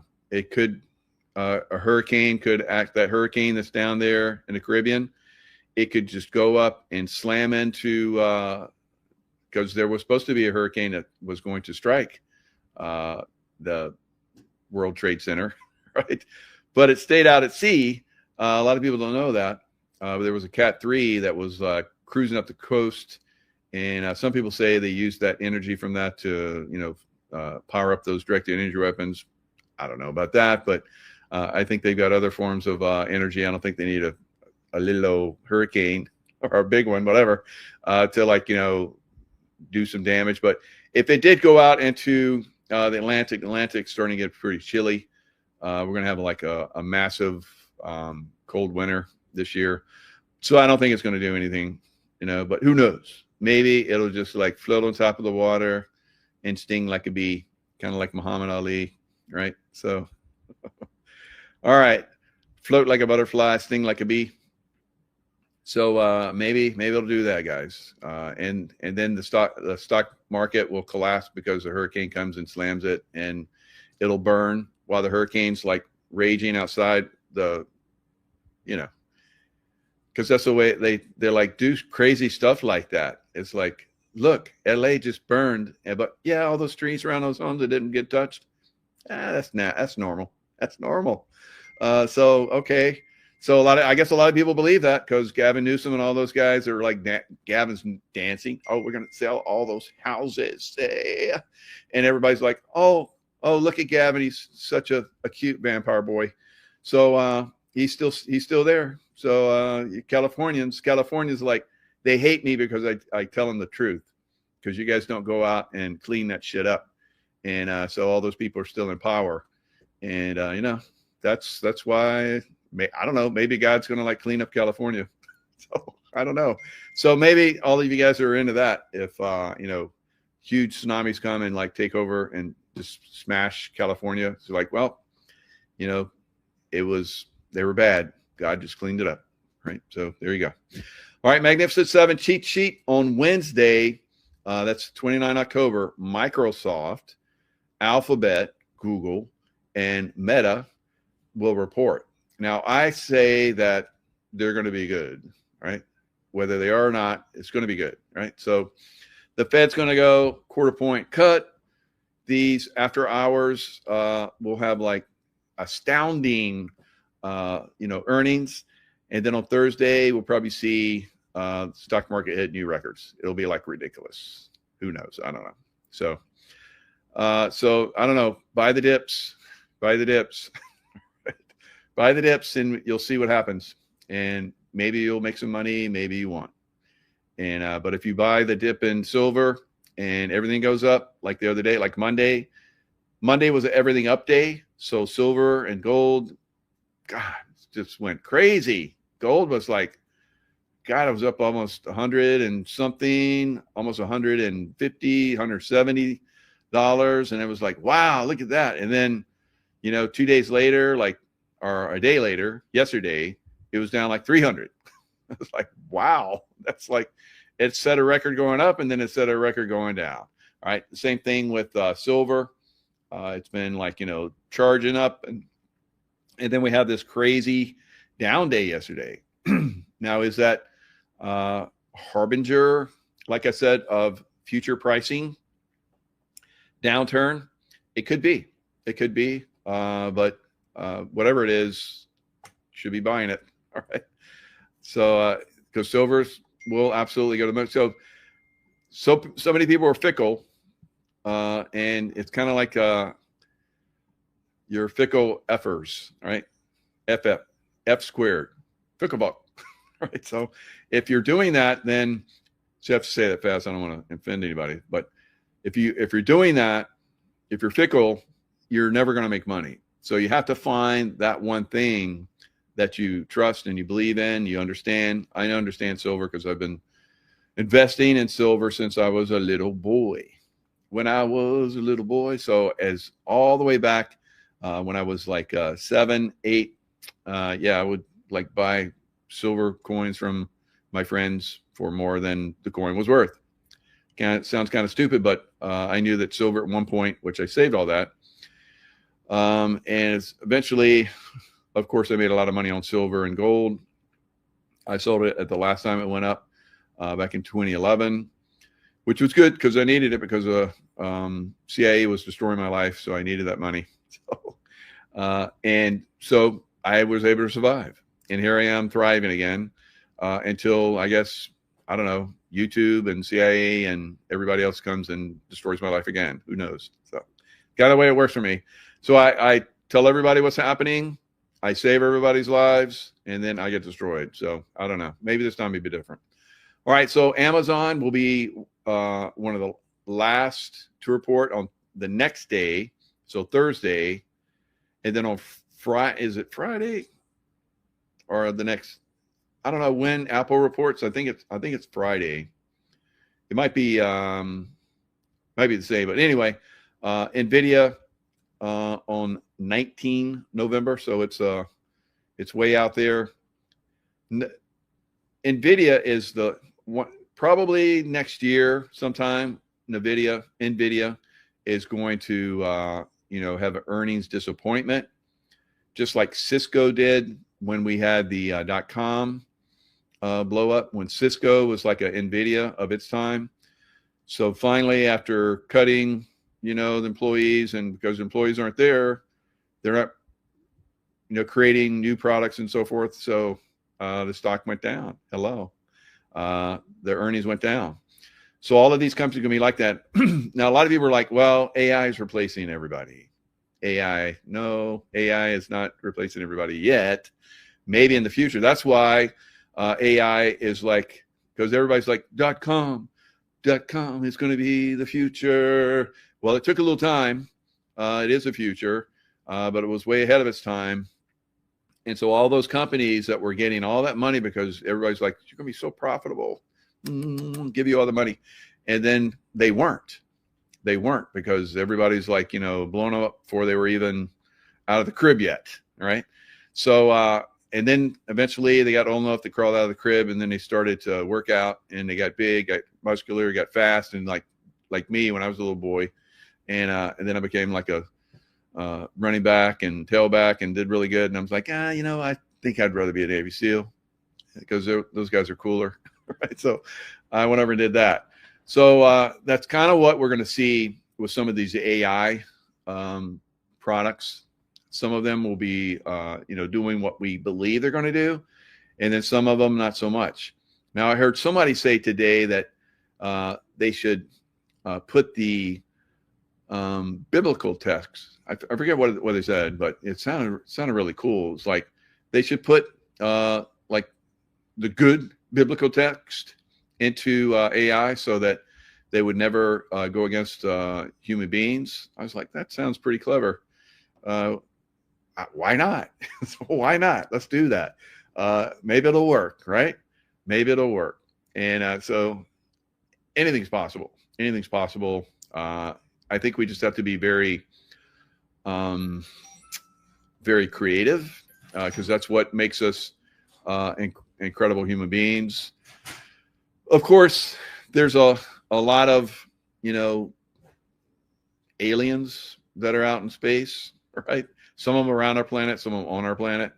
They don't see us as quite incredible. Now, if you look at all of the deep state, basically, that is running our planet, all of that stuff, when you really, really look at, that, you're like, human race is kind of effed up. Why would an advanced species come in and help us? Well, I think because there's been many times here on Earth that we have accelerated to such a high extent. We have lots of text about that, Mahabharata and so forth, where there was alien beings that were coming down and atomic bombs being used all the way back then. I think that we have advanced our race several times here on Earth, and some of those advanced races that spawned off of us are out there trying to come back and help us. And if we do reach a certain critical level of consciousness, we could get some help from them. A lot of people call them gods. A lot of people call them angels, but what are they? So could there be a little combination of all that? Very possible. So in the future, in the near future, when we have the 3i Atlas, which is coming around, maybe that's collecting information.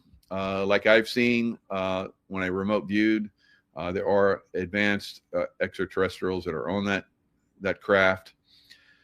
They're basically seeing and they're monitoring us to see how we advance. I think there's going to be more of these big rocks that come through that we think are big rocks, comets, whatever, and they're going to be monitoring us. It depends on, we, the people of the world, whether we advance our consciousness, start to take down all of the demons that are running the show, like Newsom and Starmer and, all those people. So we just go around the world and go, you're bad. We're going to you got to go. All right. And if we were to do that, I think there is a chance for humanity, even with all of the advanced earthquakes that are coming. Advanced, when I say advanced, I mean they're going to be enough to shake the world, right?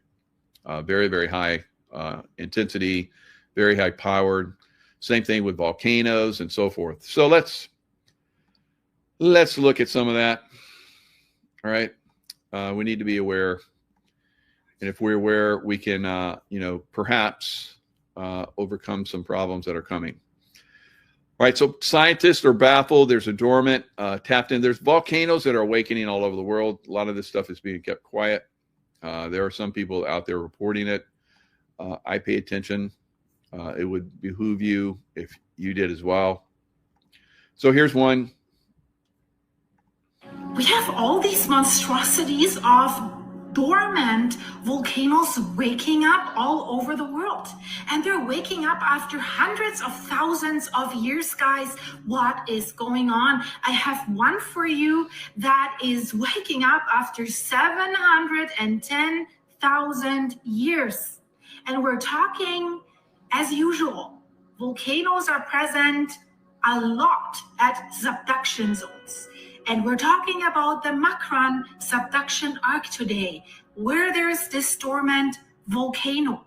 So on these subduction zones, and especially on that one here, dormant volcanoes can awaken without a warning and reveal unmonitored hazards. Hazard doesn't sound good. No warning doesn't sound good. And unmonitored sounds even worse. So which volcano am I talking about?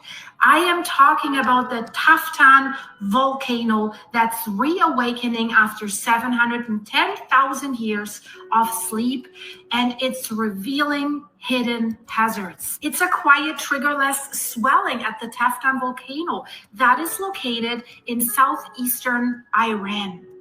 That is close to the border with Pakistan. So due to this long stint of inactivity, it was really thought to be extinct, crossed off the list. No biggie, don't worry about it, don't surveil it. But already last year, there were some signs that something is stirring at that volcano. We have seen increased levels from the volcano's vents, the fumaroles. And these fumaroles seem to be sprouting more sulfuric gases than usual. And smoke and ash. All right. I know. Some of you are like, that's so far away. I don't care. And look, there's no one around that area. But, there are other volcanoes, especially along the sleeping, as they call it, volcanoes along the Pacific coast of Oregon, Washington, and California. So there was not too long ago when we had the massive earthquake on that Russian peninsula. It basically rung a bell. And that's kind of how they described it. Of all those volcanoes, they all were like a bell had been rung. They all lit up. They all it's like they're all communicating, and it's like, get ready, get ready. It's about go time. All right. So this is coming. Here's a little bit of information on that. Is about the Cascade Range that surprised many geologists, but the story looked nothing like the dramatic imagery often associated with imminent eruptions. A team led by Cornell University used a network of seismometers to image 6 Cascade volcanoes, including Lassen Peak, and found that persistent magma bodies remain beneath them even when the volcanoes are dormant. Rather than using satellites to watch for a sudden bulge, the scientists relied on scattered seismic waves from distant earthquakes, which allowed them to map subsurface structures. What those images showed was not an expanding dome, but a stable, long-lived melt zone. When news outlets referenced interferometric synthetic aperture radar (NSAR), it was to note that earlier radar surveys from 1996-2010 detected subsidence. The ground around Lassen was slowly sinking at roughly 10 millimeters per year. That subtle downward motion, confirmed by ground-based GPS measurements, has continued for decades and is thought to be tied to tectonic processes rather than magma pushing upward. There was no confirmation from European Space Agency satellites or sudden acceleration. Scientists back then had no satellites, no sensors, no warnings. People simply woke up one morning and watched the mountain explode. For generations, geologists treated Lassen as history. They said it was cooling, dormant, quiet. But 2025 research has refined that belief. A seismic study by Cornell University and the U.S. Geological Survey showed that persistent magma bodies lie beneath several Cascade volcanoes. Lately, that quiet voice at Lassen has become much louder. Gas sensors placed around the volcano have detected a sharp rise in sulfur dioxide, carbon dioxide, and hydrogen sulfide levels. All right, so I walked around Lassen, the volcanic magma that it came out of that. That they're like made trails around that. I walked on it, Pacific Crest Trail. Unbelievable, right? Unbelievable. And when that thing erupts again, which is coming, it's going to be quite significant. Now, it didn't show all of the because there was another video that I saw, but there was another video where they literally had the seismographs, basically each one of the volcanoes all the way up and down the Pacific coast, all of them wrong, right? All of them were like they're like, get the phone call. Yep, it's about time to go. All right, wakey, get ready. All right, so it's coming. All right, so a lot of the volcanoes around the world are getting ready to blow. And I think the one that we're going to see first, and I've said this a couple times, is the one that's in Italy. All right, so when that one goes, it's going to be pretty horrific over there. It'll affect the world's climate, and that's why one of the reasons why I think we're going to have a really cold winter. I think we're going to have a significant volcanic activity. When we have significant volcanic activity, we have a massive cooling because of all of that ash that goes into the air. Right. So coming attractions, volcanic activity, earthquake activity, and so forth. So let's look at the earthquake activity over the last from USGS. Now, USGS, I believe, basically down, pushes the earthquake numbers down for whatever reason. They've been doing that for quite some time. A lot of people have been pointing that out, Dutch Sense and some other people. But it's not good when you're trying to track this stuff. When you're trying to figure out, where the next big one might be. If they're downsizing these earthquakes, then look, Hawaii had some. Looks like they must have had some new ones. 4.2. Wow. So the last time I looked at this, there was none in Hawaii. So it's kicking off, or was that old? Might be old. Yeah, 1019. So I went back 30 days. So anyway, there are a lot of earthquakes that are happening over the last. This is 2.5 and above. Of course, if you go even lower, you wouldn't be able to see anything because there's so many earthquakes that are going off. Here in the United States, you guys can see earthquake activity starting to pick up quite significantly. Same thing up in Alaska. And, of course, over here in Russia, this thing just keeps going, just keeps activating. So let's go in here and let's try and see how these these earthquakes are going off. Of course, there's been volcanoes that have been dormant in this area for hundreds of thousands of years that are going off again. So this is earthquakes will activate volcanic activity. So as you saw from that video I showed you, they're just now realizing a lot of this magma is actually below the surface and hanging out. They thought it was just all empty, gone, but now a new capabilities that they have, they're actually seeing this magma under there. So yeah, there's lots of earthquake activity still happening. Another place is the Philippines. The Philippines is starting to get a lot of activity, as you guys can see right here. It's really starting to heat up. Very possibly a major, as you see here, could be a major earthquake in this area. 6.1, 6.0. I think there's a 7, 7.2 in there somewhere, but it's definitely increasing quite a bit in a lot of these areas. All right. So as this increases, now here's another thing I want to point out. All right, you see down in here the Drake Passage. There's been earthquakes down here. So this is the antipode, or the exact opposite of these earthquakes over here on the Kamchatka Peninsula, right? So lots of earthquakes over here, and now we're starting to see on the antipode the exact opposite. If we're looking at a globe, right? So I know there's a lot of people out there who have been talking about flat Earth. I don't know.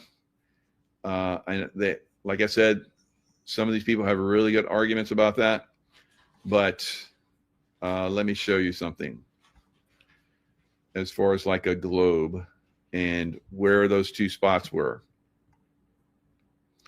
Let me pull this globe up. So on this globe, which is of course round, there, as you guys can see, there is the, pull this down.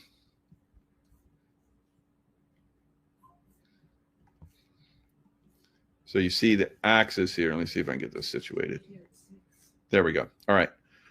So right here is the Drake Passage that I just showed you. Tip of South America and the tip of Antarctica. So let me go back to that other spot that I was showing you so you guys can see.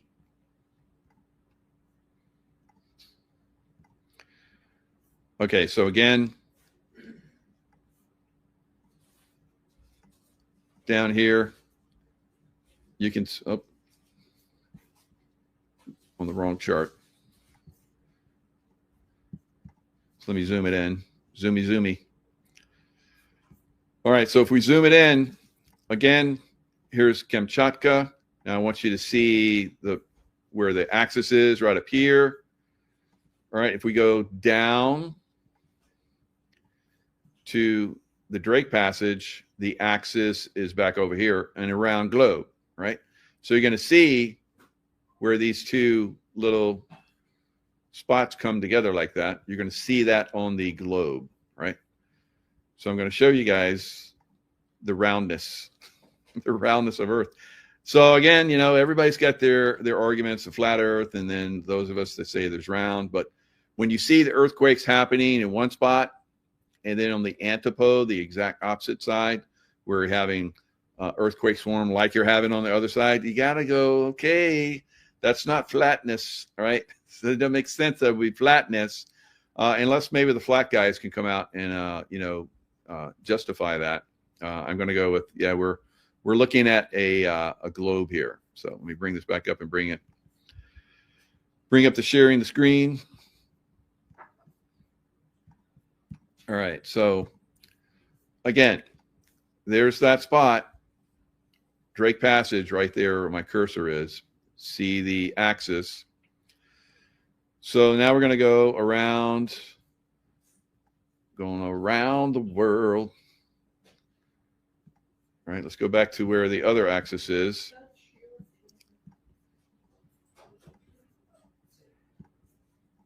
All right, so here's the other side of the world where their axis is. And remember where that one area is? Right there. Hope it's not confusing, but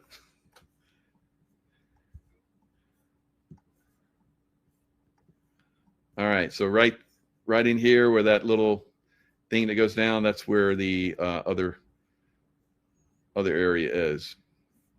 Right in here. The Kamchatka. Right. So same distance, and that's where we had our little boom on the other side. All right. So anyway, go play with it yourself if you want to, and then you can figure it out. Or if you have a globe, you can get your globe and rotate it and see those two sides. Or you can go to the library if they still have them there. I don't know. I used to go to the library and swirl those around when I was a kid. That was fun, right? I used to have my own, but that was so long ago. Who has globes? Right? No one has globes anymore. Maybe there are a few of you out there. Just because of that, I've thought about doing that. All right, so getting another one. Now, yesterday I talked about when some Earl, what's her last name? God, I can't think of her last name now. So anyway, some of you guys said you're saying Winston, and I was like, was I saying Winston? I'm looking at it. I'm, when some Earl. So I'm like, what the heck was I thinking about? The only thing I can think of is that, in my mind, because the way the mind works, my parents used to smoke packs of Winston cigarettes every day. So it's probably, clouded my mind with all that smoke I used to have to breathe as a little kid. That's why I don't smoke. So maybe, I don't know, maybe I'm looking at the word and my brain's like thinking it's saying winsome, but it's saying Winston, which I went back and I was saying Winston. I'm like, I'm sorry about that. So you guys in Virginia, I hope you get win some. I hope she wins a lot going forward as your governor. And, a lot of people came in the chat and said they're going to go back and support, and they're already voted for her. So hoorah, good for you guys. And same thing with in New Jersey, Republican race. I say Republican race, but today I saw that the Republican that's running for governor, Chittarelli, something like that. He is he's doing really well. And early voting and early polling and so forth sees him ahead. So good luck out there, New Jerseyans. You deserve a good person, regardless. And I think the Republican is going to be the best person for you.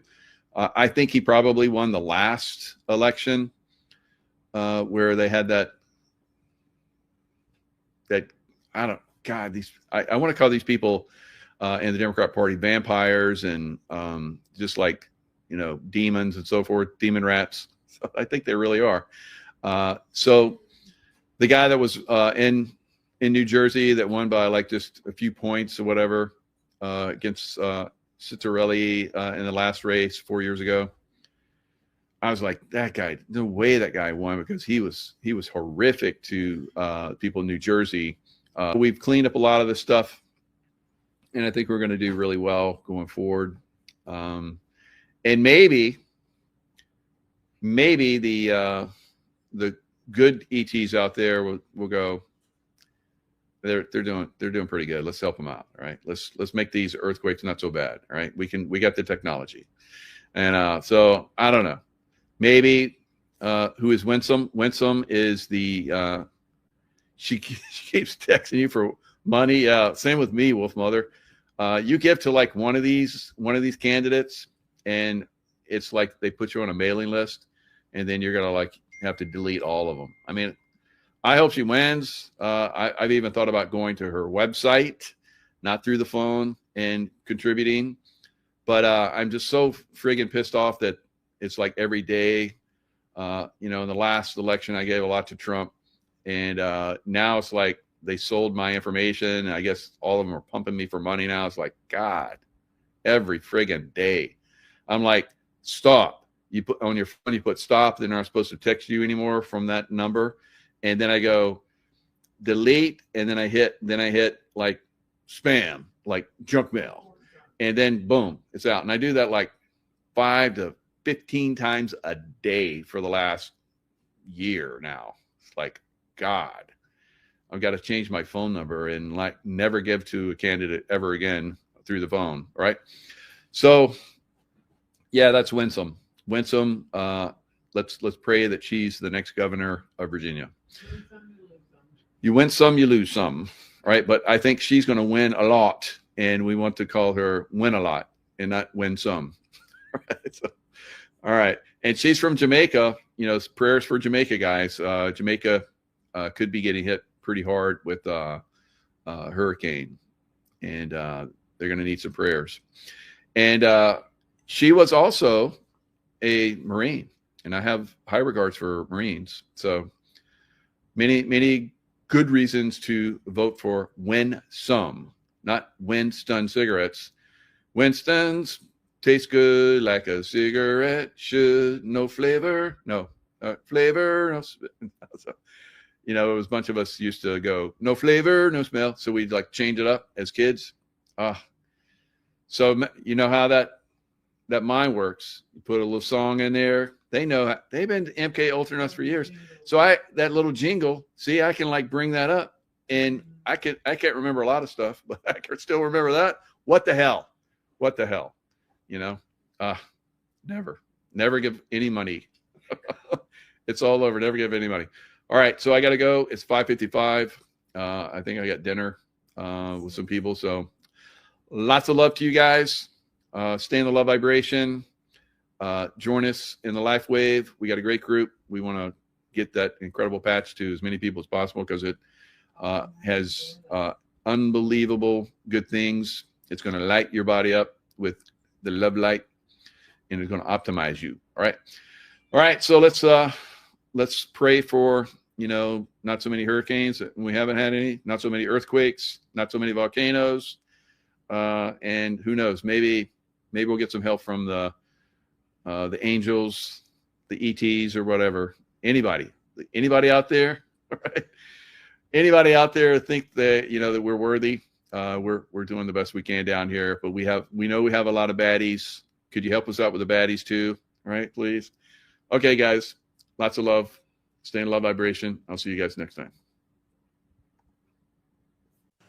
Hello, this is Benjamin Fulford. As my readers know, the U.S. government defaulted on September 30th, and that's the real reason why the government has been shut down.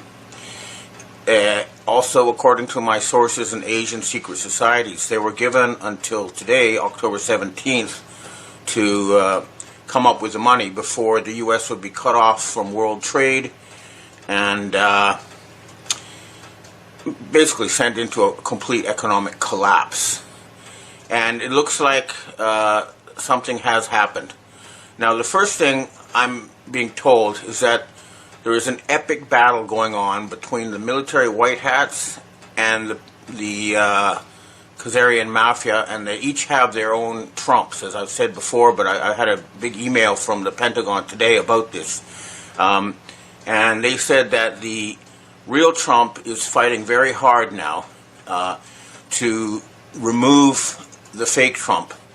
And take a look at this clip to see the fake Trump at work. Are you planning to meet Prime Minister Modi in Malaysia? Are you open to talks in terms of Yeah, trade? sure. He's a friend of mine. We have a great relationship. He just said that 2 days ago, as you know. We have a great relationship. No, we were not happy with him buying oil from Russia because that lets Russia continue on with this ridiculous war where they've lost 1.5 million people, by the way. Russia's lost 1.5 million people, soldiers mostly.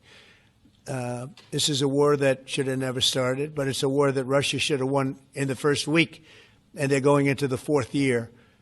And I want to see it stop. So I was not happy that India was buying oil. And he assured me today that they will not be buying oil from Russia. That's a big stop. Now I got to get China to do the same thing. You know, that is relatively easy compared to what we just did over the last week in the Middle East. Middle East was 3,000 years, and we got it done. This is 3 years. Now, he's telling one lie after another. He says that Russia lost 1.5 million troops, but the reality is, according to independent experts like Colonel Douglas Macgregor, they lost about 100,000, whereas Ukraine lost 1.5 million. So that's a lie. And then he tells another lie. He says India's going to stop buying oil from Russia. That's not true. The Indian government said so. And so they're contradicting him. And this is the same Trump who Benjamin Netanyahu be pardoned. So this man has to go. But what I've been told is that the White Hats have a Trump, and they have one avatar for dangerous public occasions.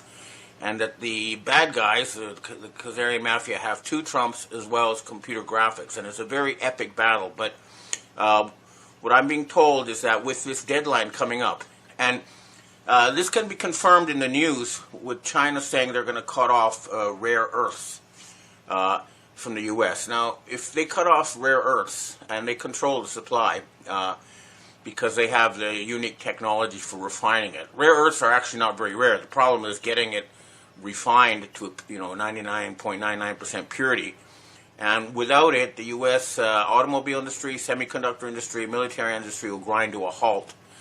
This is why I've been told that the real Trump will be meeting with Russian President Vladimir Putin and with Chinese President Xi Jinping before the end of this month, because the November deadline is coming, and everybody agrees that this crazy Trump, the fake one, who's said he's going to send tomahawks to the Ukraine, has to go. If the government sent, the U.S. government sent tomahawks to Ukraine, they have to be managed by the U.S. military, and there's no way to differentiate between a nuclear-armed tomahawk and one that's not. So the whole idea of doing that is threatening to start World War III, but now the new Trump, who's supposedly back, is publicly saying, no, I'll never send tomahawks to the Ukraine. We need them ourselves. So there's something very, very serious happening here, but I've been told that special forces will go into Mar-a-Lago and they will arrest the fake Trump and his handlers, but believe it when you see it, because until that time, it's just not going to be possible. Now, the other thing, of course, is that the U.S. financial system is dysfunctional. Right now, farmers cannot grow food using the current system because they all lose money. They have, the loan costs are too high, and the BlackRock and Vanguard and the usual suspects sort of control their distribution as well as their inputs.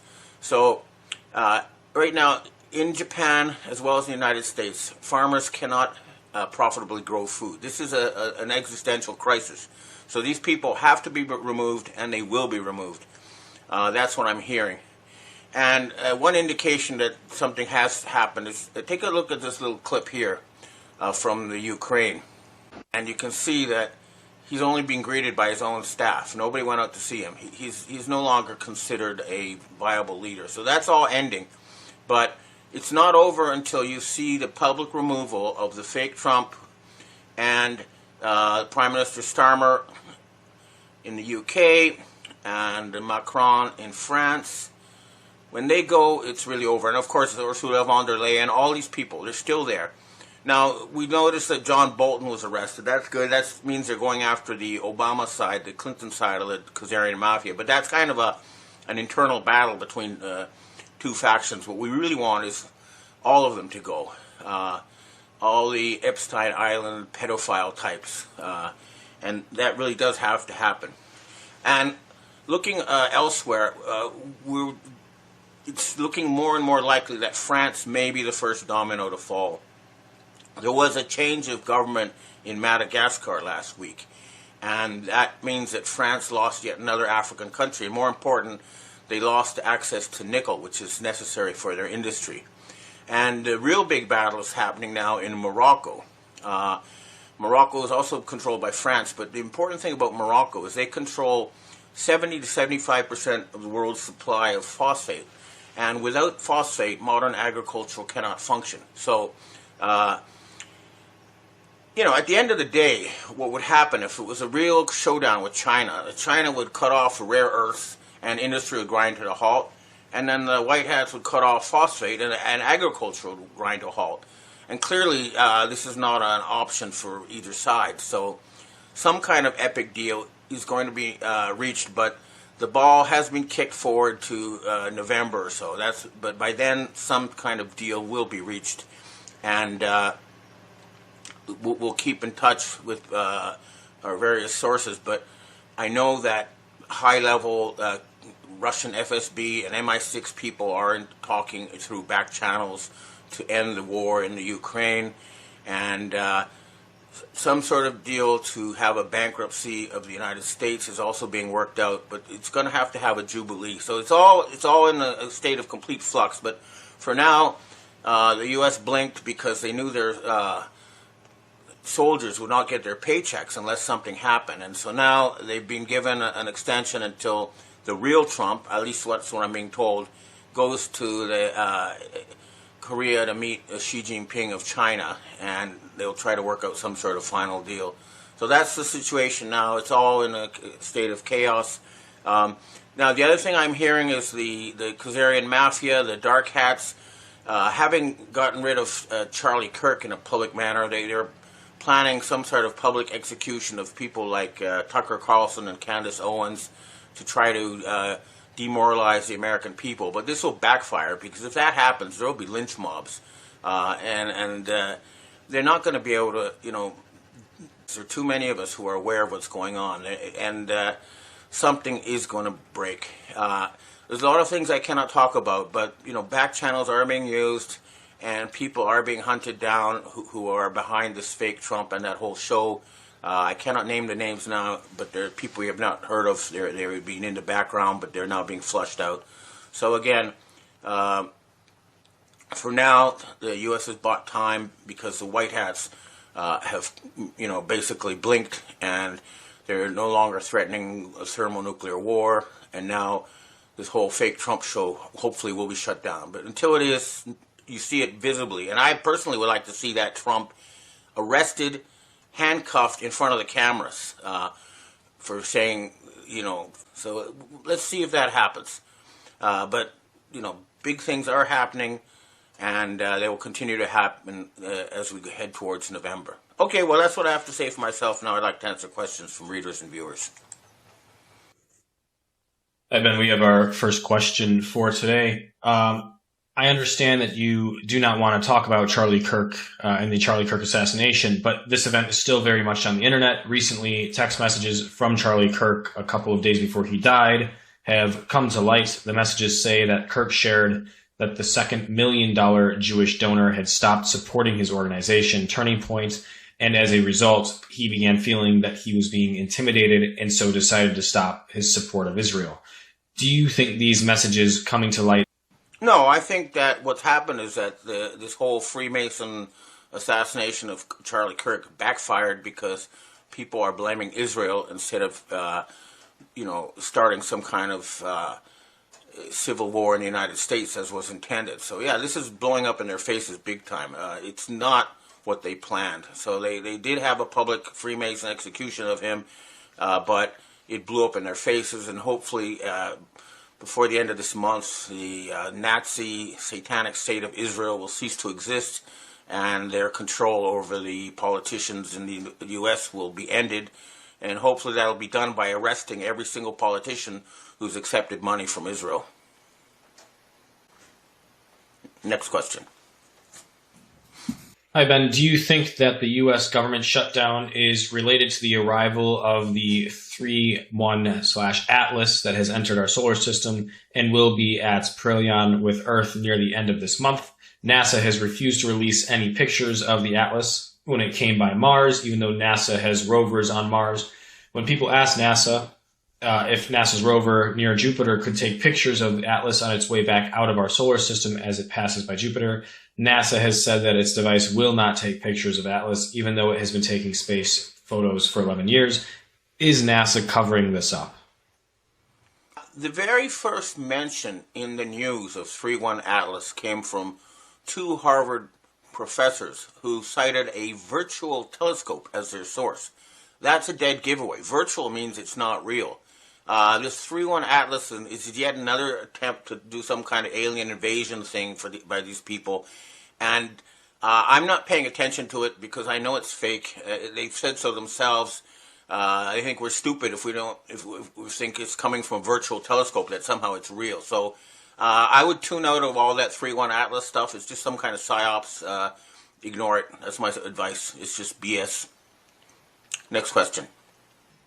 Hi, Ben. My biggest concern about Japan is that the new Japanese Prime Minister Takaichi Senai opting to bring political corruption of the 1930s and early 1940s Japan into real life by normalizing slush funds, mostly for illegal personal purposes and political operations. She was the darling of the Abe faction of the LDP, after all. What are your thoughts on her? Well, before getting into her, I know from direct experience that the Japanese elections have been until very recently completely fraudulent, and that 2/3 of the politicians are just actors who are intimidated and bribed into reading scripts that were until recently given to them by people like Richard Armitage and Joseph Nye. So something fundamental has changed in Japan. There's always been slush funds. There's always been corruption. I've personally observed politicians receiving, $20,000 cash bribes right in front of my eyes. So this is a completely corrupt political system. And when I hear about Sanaya Takaichi, and I've met her a few times. We used to be on TV shows together when I was before I was blacklisted. She's a smart woman, but the Abe faction is the Unification Church, and that Unification Church is connected to North Korea. And in case you don't know it, North Korea is basically the part of the Japanese military government that never surrendered after World War II. So they're fighting to take over control of Japan, and the Komeito, or Clean Government Party, just withdrew from their alliance with the ruling party. And the Komeito is right now under the control of China. So there's a China-North Korea proxy war over Japan. So that right now it's sort of there's no real government in Japan. It's in a state of flux. I'm probably going to go back there soon and try to help set up a new system and a jubilee there, just as we need for North America and the West. But right now, I'd say there is no real government in Japan. It's in a holding pattern. Next question. Hi, Ben. We have our last question for today. Several years ago, Charlie Ward recovered a huge amount of gold from the tunnels between the Vatican and Jerusalem. He supervised over 600 plane loads to Fort Knox. This is the money that had been stolen from the U.S., so in my opinion, it is far from bankrupt. What are your thoughts on this? Well, what I've been told by my own direct military sources is that the gold in Fort Knox is tungsten, gold-plated tungsten. It's worthless. The United States does not have gold. I do remember being sent a lot of pictures at the time when they did raid the Vatican, and there was all these popes were buried covered in jewels and gold and precious metals, and I know this was taken, but what has to be acknowledged is that the West no longer has gold, and when we do a reset of the financial system, it cannot be just gold-backed, or else that would mean a complete surrender to China. Instead, we need a basket of commodities. I mean, for example, the U.S. has corn, which is, at the end of the day, more valuable than gold because you can't eat gold. So a system is being worked out so that a basket of commodities, including gold, but also grains and other things, will be used. So even though the West does not have gold, it doesn't matter. Some deal will be reached. Okay, well, I hope to see you again next week, and we'll continue to see dramatic changes, but keep your eyes on that fake Trump, see if he vanishes or not. That's the key. Okay, well, hope to see you again next week. Hello, everyone. It's Michael Jacob with Unleashing Intuition Secrets, doing the LifeWave convention here in Anaheim. So several days here in Anaheim. Love this place. Beautiful, as you guys can see. So yeah, having a great time. Going to have, meet a lot of people in my business, a lot of people in the larger LifeWave business of one big family. It's fantastic being here with the LifeWave team. So are we going to see some new Republican governors coming up? especially in very blue New Jersey. All right, so it's moving. I think it's going to happen in New Jersey. I think we're going to see a Republican governor. Now in Virginia, I'm very excited. One woman, so the Republican, and I'm going to talk about her. She is fantastic. All right, former Marine, currently the Lieutenant Governor of Virginia. Fantastic woman. She would be the first woman governor in Virginia and the first Black woman for the entire United States for governor. Wow. I really, really hope she gets it, because I don't like the Virginia Democrat at all running for governor. Very, very bad. But we know a lot of these Democrats will just vote Democrat no matter how bad the person is. All right. So I really, she seems to be moving in the right direction. She's gaining. She's got the momentum behind her. She's got a really good, everything she's standing for is fantastic. These are the things that basically got the Republican Party back into Virginia. So let's listen to her. We rejected career politicians and sent a message: move Virginia forward. But Abigail Spanberger is a Washington insider who voted with Pelosi and Biden every single time. That kind of beltway nonsense will only take us backwards. I'm Winsome Earl Sears. Governor Youngkin put us on the right path. Now I'm asking for your vote to keep it that way. I'm Winston. All right, so Winston Earl Sears, fantastic. Like I said, she's a former Marine. Her educational background is wow. I mean, you look at it and you're like, I'll find it here in a second and read it out. But she's definitely, I think, the woman for Virginia of the two women. So, like I said, she would be the first Black woman governor, and I think that's fantastic. You would think that there would be so many people behind her just for that alone, guys. But yet they're coming out with racism against her. It's unbelievable. I'm very sad for Virginia, because I was in Virginia for a long time as a Navy SEAL. And I love Virginia. Virginia is for lovers, right? So, and you know how I am. I'm that guy that, is always telling him to stay in the love vibration. So Washington Examiner, Virginia Democrats suffer because they put ideology over education. Now, this is one of the things that's really tearing up the Democrat Party, and they're sticking to it, right? And that is putting people that identify as, like the one boy that was going into women's bathrooms and so forth, exposing himself to women and girls. So now this is unfortunate, because it's starting to get very racist, because we know who the real racists are. So here's, hey, Winsome, if trans can't share your bathroom, then Blacks can't share my water fountain. Read the sign held aloft by a white Democrat protesting Earl Sears in Arlington. So we're seeing who the real, racists are, guys. We've seen this for a long time. And you would think at this point that Virginia would be over all of this, but they're not. They're still stuck in the past.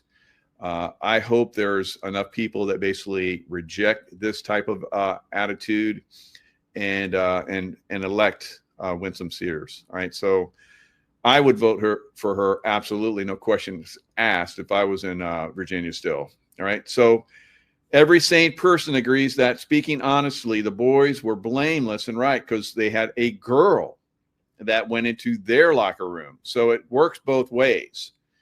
This is getting crazy. And this is something the Dems support. If you feel like you're a man and you're actually a woman, you can go into the men's locker room and expose yourself. Right. So this is same thing, opposite. We've seen a lot of this in women's sports.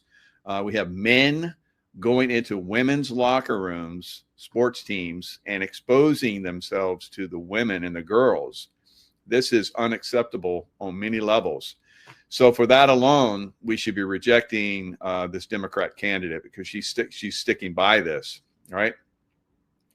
So moderate parents in costly Washington suburbs might tolerate some wokeism, but not at the expense of their children and the education they pay for so dearly. I know some of these schools, tens and tens, $100,000 a year for their kids to go to these schools, and because they're pushing the wokeism, their actual learning tests are down 5 to 10%, lower than a decade ago. So it's really getting out of control. Spanberger, who's the former CIA type that, it's her home turf. She knows she has to win here by a big margin if she has to win statewide. So hopefully we're going to get Winsome Earl as the first Black woman governor of the United States. She is fantastic. All right. So, man, get out there and vote for this incredible woman. Earl Sears responds to racist signs. So that one sign that I was telling you about where, if trans can't go in your bathroom, then you can't drink the water fountain. And there's a lot of that going on right now. And even at a I think a ball game just recently, one of the people in the stands basically spoke out. So this was JMU star's dad fired for hurling racist slur at Republican governor candidate Winsome Earl Sears during the game. The father of a James Madison University football player has been fired from his job and suspended from attending athletics events at the school after being captured racially abusing Republican governor candidate Winsome Sears. All right. So like I said, guys, we know who the racists are, and it's not going to stop until we basically get some people in positions of leadership to stop this. Now, Winsome Earl Sears, former Marine, like I talked about, she's from Jamaica, right? And she came to the United States, very similar, to the presidential candidate Kamala, right? And Kamala did not win, but I think we're going to see Winsome Earl Sears win. I hope so, guys. Please, let's get this woman into office, all right? Let's start to push back on all this craziness. All right. So here she was targeted by the dad during the JMU game. All right. So here he is right here. So he said, go back to Haiti. This is how smart this guy is. Not only is he racist, but he doesn't know that she's from Jamaica initially, not Haiti. All right. The face of racism right there, Democrat. He's also a Democrat supporter and contributes to Democrats. James Madison University Athletics holds high expectations of fan behavior as outlined in our fan code of conduct, and to which fans agree. When they attend a JMU athletics event, this includes an expectation that all fans act with respect for one another and display civility. All right. So obviously, these Democrats can't hold back, guys. We have to get out. The people with common sense, and that's from Democrats with common sense. That's independents with common sense, and it should be for every single Republican that's going to get out and vote for Earl Sears. All right. So it is very sad. So, I mean, there's dad and there's son. How would you like to have your dad? I don't know. Maybe the whole family's racist, guys. I don't know. So maybe they all support it. That's sad if that's the case. But anyway, we're going to see this thing start to crack, I believe. All right. So expose this stuff as much as possible. And that's what we're going to continue to see. So Northern Virginians, all right, they got a lot of money. They're giving it to their candidate. We have to really get out there and we have to work really hard to overcome them. So Spanberger still leads Earl Sears according to the latest VCU poll, but the lead is narrowing. All right. It's down to a 9-point lead, and depending on which poll you listen to or look at, it's down to as small as a 5-point lead. So going into the election, I think this is going to continue to narrow, and hopefully it gets to the point, because Democrats have to win by a huge margin. We saw with Clinton, they were saying that Clinton had this huge margin. It was nothing like this is a small margin, but they were saying that Clinton held a huge margin lead against President Trump. And of course she lost, right? Pretty well, lost pretty well against Trump. All right. So I am hopeful that she will win. Now, in another race, Senator Ghazala Hashmi holds a 1-point lead over John Reed, while the Attorney General Jason Mireles leads former delegate Jay Jones. Now, for Attorney General's contest. Now, Jay Jones was the one that had the very nasty, again, Democrat. He said that he would like to see his I guess the former speaker shooting former House Speaker Todd Gilbert, who he was going up against. So he said that, and not only shooting him, but also his children. So Spanberger, when approached at they were doing a event where they were like debate, televised debate. Earl Sears was like, "Do you sanction Jones for saying that?" And she refused to. So, guys, Democrats have to go away, please, in Virginia. All right, please, my Virginia. All right, almost like family there in Virginia, because as a Navy SEAL, I was there for a long time. So I really hope that we're going to move in the right direction with this election.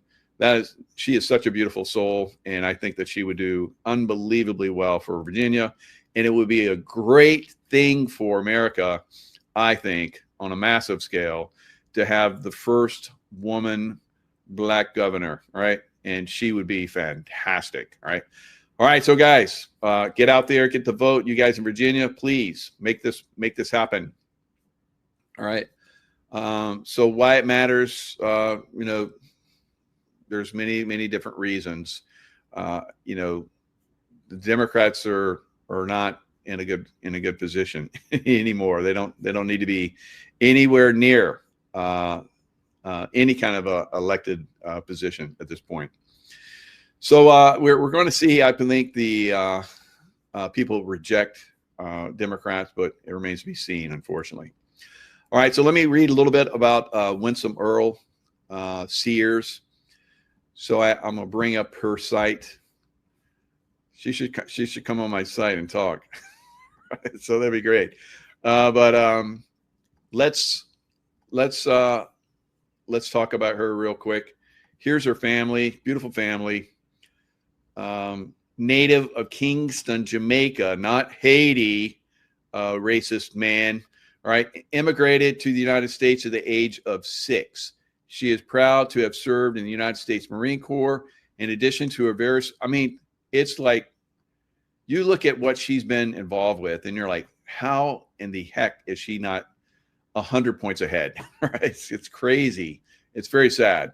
In addition to her various appointments, she has served as the vice president of the Virginia State Board of Education and as a presidential appointee to the U.S. Census Bureau, as co-chair of the African American Committee and the advisory committee on women veterans to the Secretary of Veterans Affairs.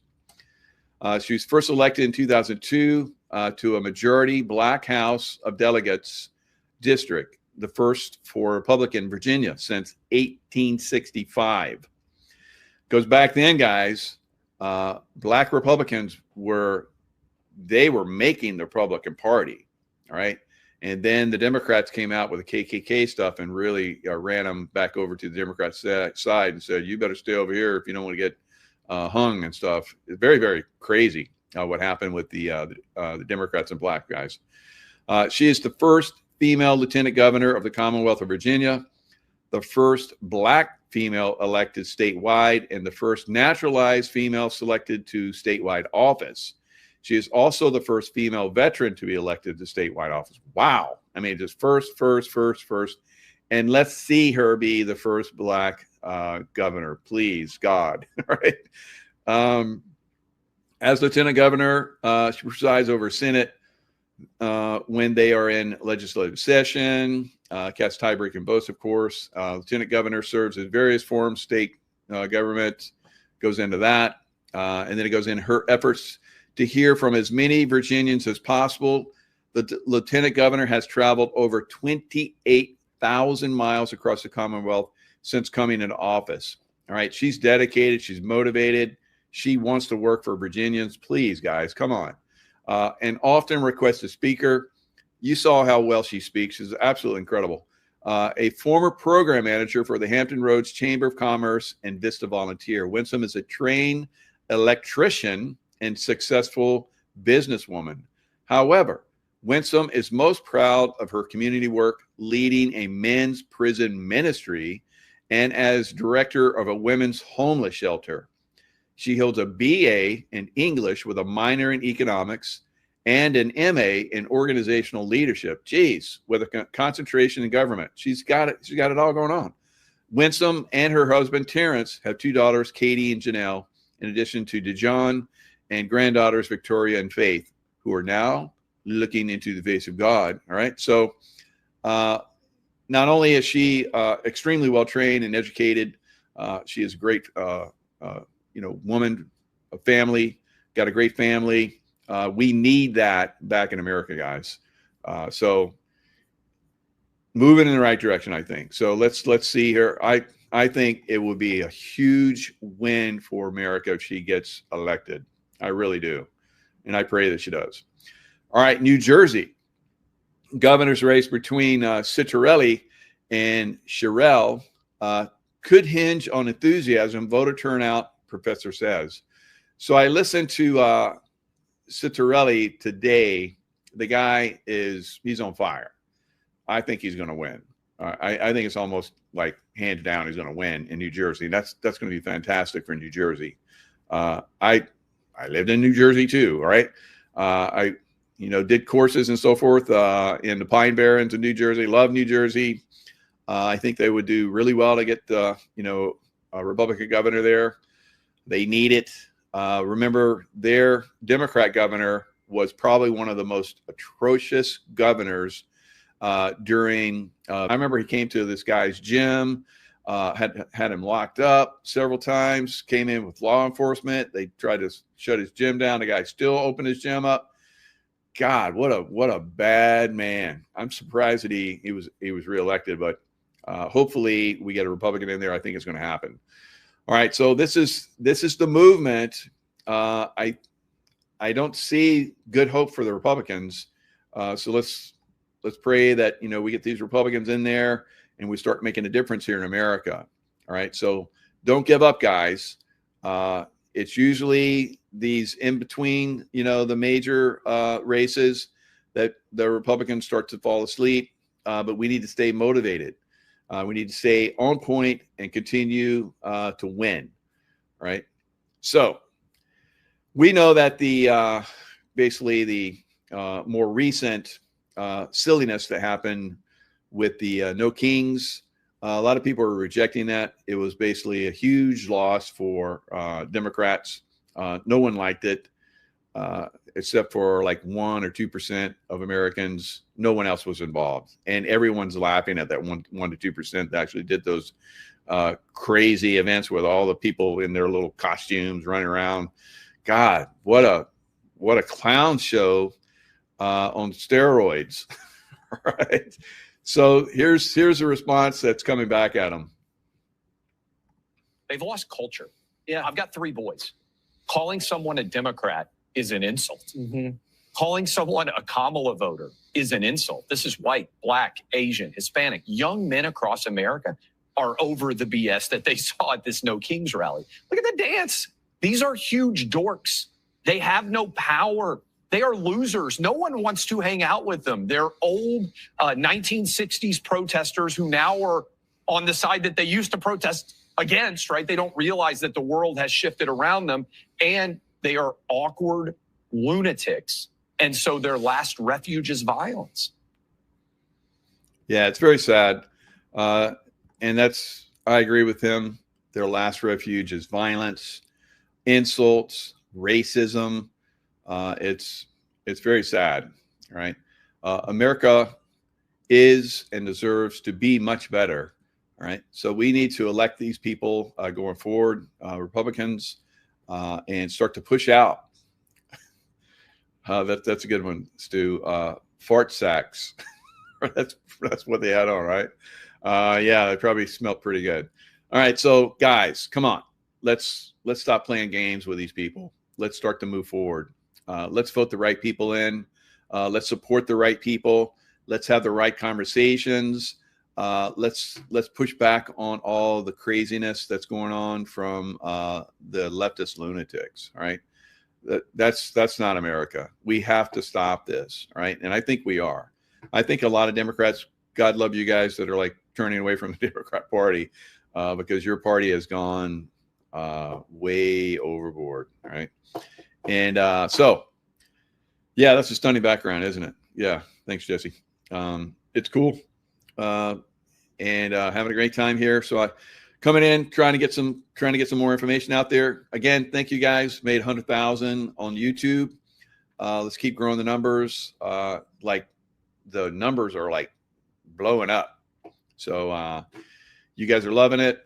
I'm giving you the good information. We're going to keep it coming. And together, we're going to make America great again. All right. America's already great. We're not going to make it great again. We're just making it greater. Right. And that's as someone that's always looking to, go much further. Perfection, always looking for perfection. And then the next level of perfection, I think America is reaching new levels of perfection. And it's because of us. All right. Let's keep it up. All right. Lots of love. Stay in the love vibration. And I'll see you guys next time.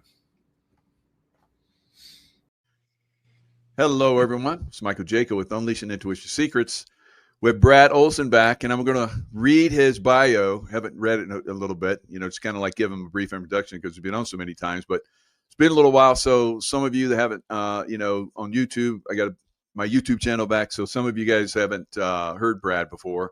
So I'm going to go into a little bit of detail about his background. He is a captivating speaker and author of 11 books, including 3 in his esoteric series, Modern Esoteric, Future Esoteric, and Beyond Esoteric, and is soon to be released, Secrets of Antarctica, which we'll be talking about today. He is an award-winning author, book publisher, and conference speaker. And I can tell you, I have been around him in conferences, and his information is over the top. And also, he's been at the Journey to Truth, Contact in the Desert, Alien Event, Conscious Life Expo, and the Mount Shasta Summer Conference, where I spoke with him one time, and he was in a couple conferences actually, where he's basically he comes in, he heads up like we have round table type situation, and he heads it up, and he is the best. Absolutely the best when we have these conferences and roundtables like that. All right, so he's also The Truth is Out There, Mysteries of the Outdoors. He has traveled to all 7 continents. He's the only person I know that has, including Antarctica by sailboat, Seeking Adventure, and the answers to the mysteries of humankind's past is what Brad does best. And Brad, such an honor to have you back on. Thanks a lot. Oh, geez, MJ, thanks for that very kind introduction. Always a pleasure to speak with you. And you forgot to say that publishing the 2 Michael Jaco books in print, Intuitive Warrior and Awakening of a Warrior, 2 fantastic books that you wrote. Yes, and I will always be thankful to you for that, because they had been with other book companies that had basically stolen a lot of my money from publishing. So you basically you breathe more life into them, and we put more pictures in them. Like we were talking about before the show, how you are an expert at putting visual aids into books. And this is also in your new book here we're going to talk about. But you did it in my, The Waking of a Warrior. That was just fantastic. They told me before that it's like, no, we can't put those pictures in there. I was like, okay. But you came in and just like flooded it with incredible information. So it's quite a great experience being with you on many different levels. And maps too, which I'm a cartographer myself, and Awakening of a Warrior, every chapter had a map, because you speak about these locations so eloquently in such detail. I thought people got to know this area you're talking about and all these sites. So yeah, I'm big on maps. Of course, they're in my new book, Secrets of Antarctica, and some never before seen in the Western world maps of the Nazi U-boat routes under the ice in Antarctica. This is really breaking some new grounds here with the smoking gun that the U-boats had made it well deep under the ice in Antarctica. Yeah, and a lot of people don't understand or realize how advanced the technology is in the U-boats, even all the way back to World War II. It was quite a war, the U-boat war, and they were exceptional. Good captains of boats. They did absolutely amazing stuff. And I was able to, when I was at the Naval Academy, talk to one of the top U-boat captains in World War II, and he gave a speech, and I talked to him personally. The technology on these boats, and I've heard this from a lot of guys over the years, is what they could share with me. And they were kind of like, don't share this. And, at this point it's all out, but I can tell you, I was stunned. So yeah, even back then they were definitely doing some crazy stuff. And the submarines are very similar to flying discs that can go into inner atmosphere. And I got this from David Hatcher Childress, that in our own secret space programs, they recruit out of the submarine corps, and they're looking for orphans or guys that don't have a family that are willing to go off planet. So this all kind of ties in. All roads lead to Antarctica, as I say on the back cover of my new book. But of course, no roads lead there. But all things disclosure related, I think, are going to come out of Antarctica. Yeah, I totally agree. And you've gone deep down the rabbit hole as usual, and always appreciate that. So where we talked about before the show that we'd like to go and focus on the Nazi aspect. There are so many different aspects that we could go down, and I love this cover. This cover is just incredible. It just really grabs your attention. And then the back cover, where you basically just go into all kinds of different crazy rabbit holes. Oh my God. All the ones that I love to be down. Of course, I've ordered the book, and I highly encourage everybody to order the book. It's on Amazon. Is it on CCC Publishing too? Not yet, just because I don't have physical copies yet, but it's going to the printer by Halloween. So we hope to get your endorsement in there on page 1. And wow, thanks. I was going to give you a physical copy next time I see you, but thanks for ordering one. That always helps. Oh yeah, absolutely. And so the Nazis down in Antarctica. Now on the Amazon page was an interesting, looks like an article from 1941, where they even talked about how the Nazis were down in Antarctica and how the British Air Force or something came in and bombed them. Yeah, that was Operation Tamerlane, and they had set up spying stations on the Palmer Peninsula.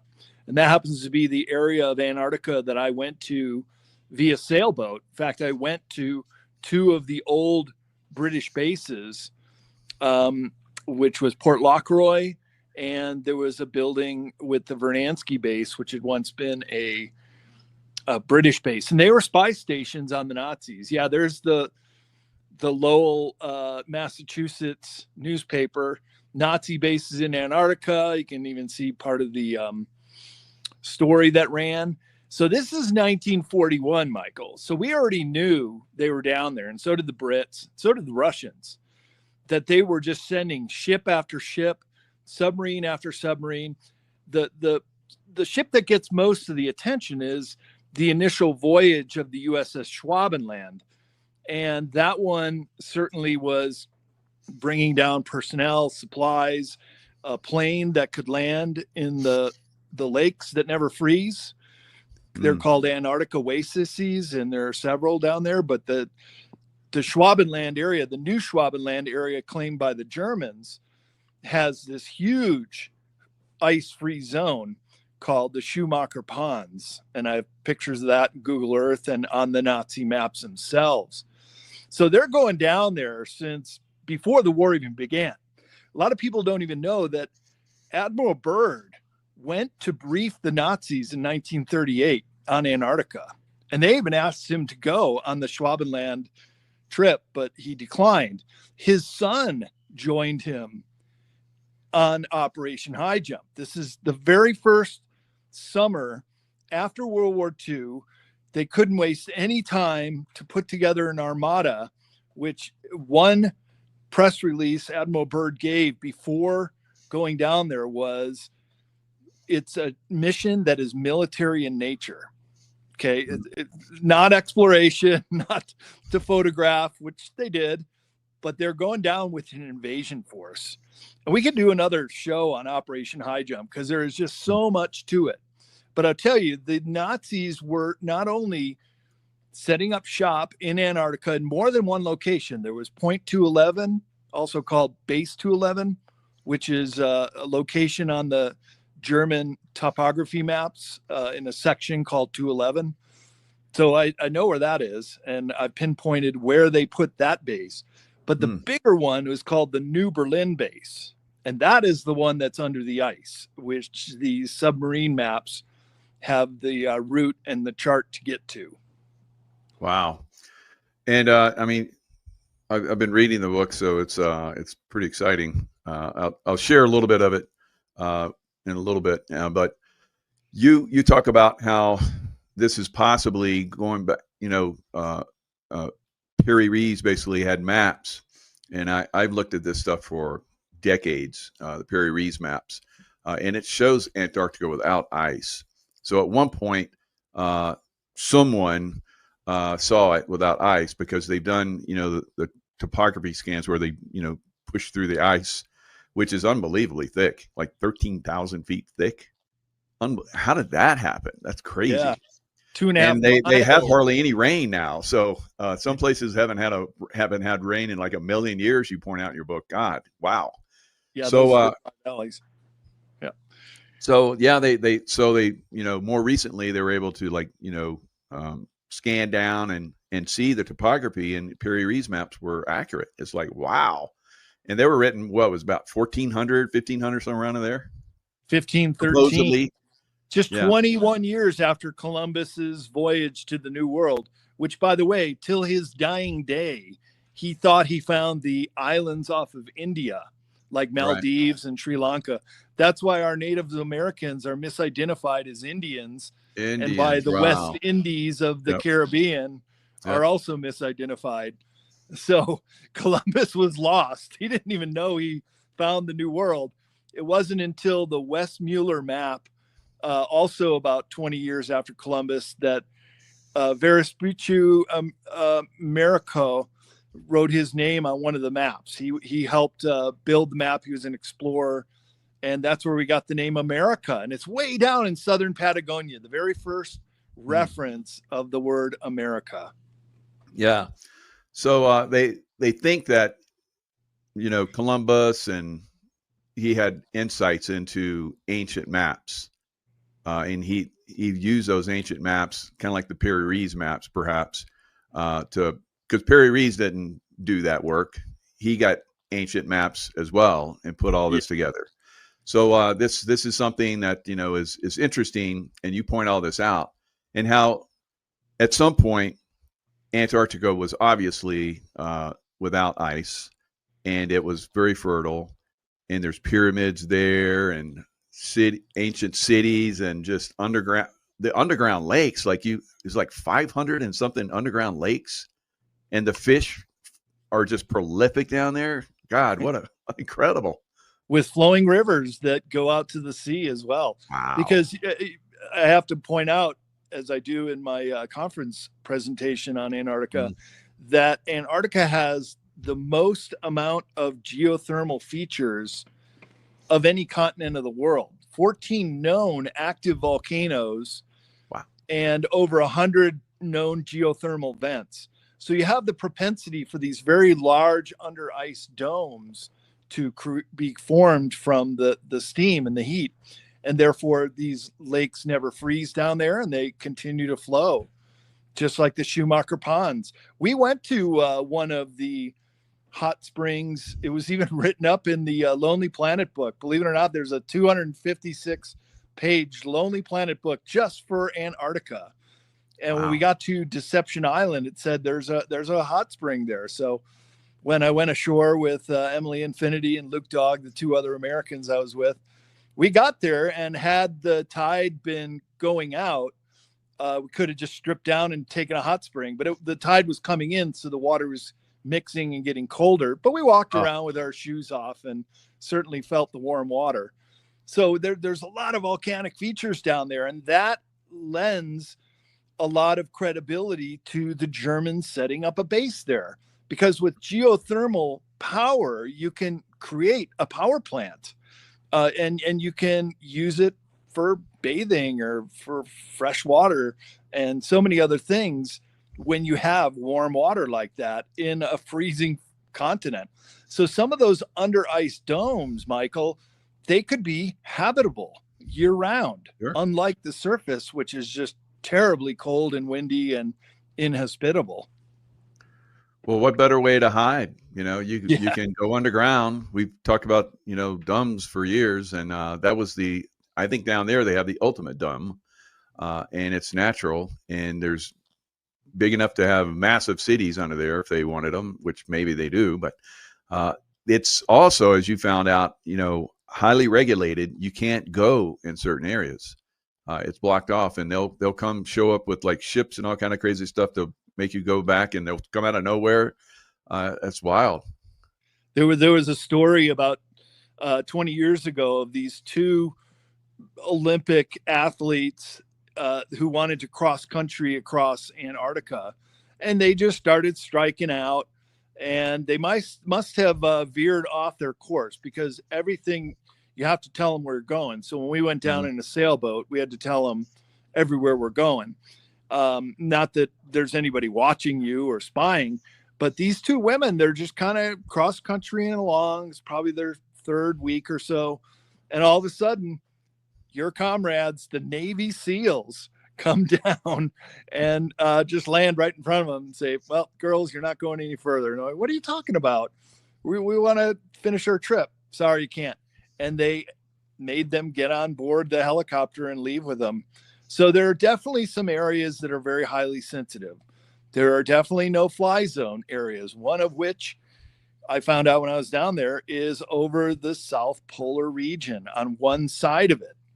And in some of the maps that I have in the book, you not only see Admiral Byrd's very first flight. He was the first aviator to fly over the South Pole in 1929. But he gets to the South Pole, and then he goes off about 50 miles in a triangular direction, right exactly where the no-fly zone is today. And so I have other maps of more recent maps of the South Pole Research Station there, where it says that you can fly at 30,000 foot elevation, but you can't fly low. Well, whoever flies over 30,000 feet, there are no intercontinental or cross-continental ocean trips from, say, South America to South Africa or to New Zealand. There's just not. But there are planes that land, even tourist planes that land at the South Pole, and you absolutely cannot fly over this area. Well, Linda Moulton Howe has a whistleblower named Brian S. And I talked to Brian S. for about an hour a couple months ago when I was working on this book. Great guy. Maybe we can get him on the show too. Oh, and my God, that'd be amazing. Heck yeah. Yeah. I'll hook you up with that. Seal brother. Absolutely. Yeah. Seal brother. So he was there for 20 some years. I mean, this guy knows the continent very well. And there was an emergency evacuation out of the South Pole Station. and they had to. Their flight plan was to go around the no-fly zone, but the guy was in a world of hurt. They had to get him out of there immediately. So they defied the no-fly zone. They flew over it, and that's when he saw the massive hole in the ice.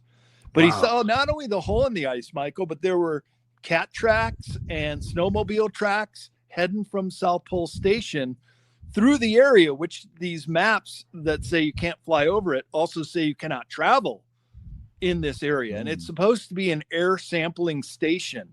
He said there was no air sampling station, but the cat tracks and the snowmobile tracks led to the hole. And get this, they corkscrewed down to the hole. So there's even a road entrance down into it. So that just blew me away. And definitely a SEAL he's brother. a great guy. Good. And he had some many other incredible stories. Seeing UFOs. Lyndon Moulton Howe had a really good show about all that and what she discovered from him. Yeah, that's fantastic. Yeah, it's really great. He's a very down to earth guy. Yeah. And he was part of that pickup crew of the missing scientists.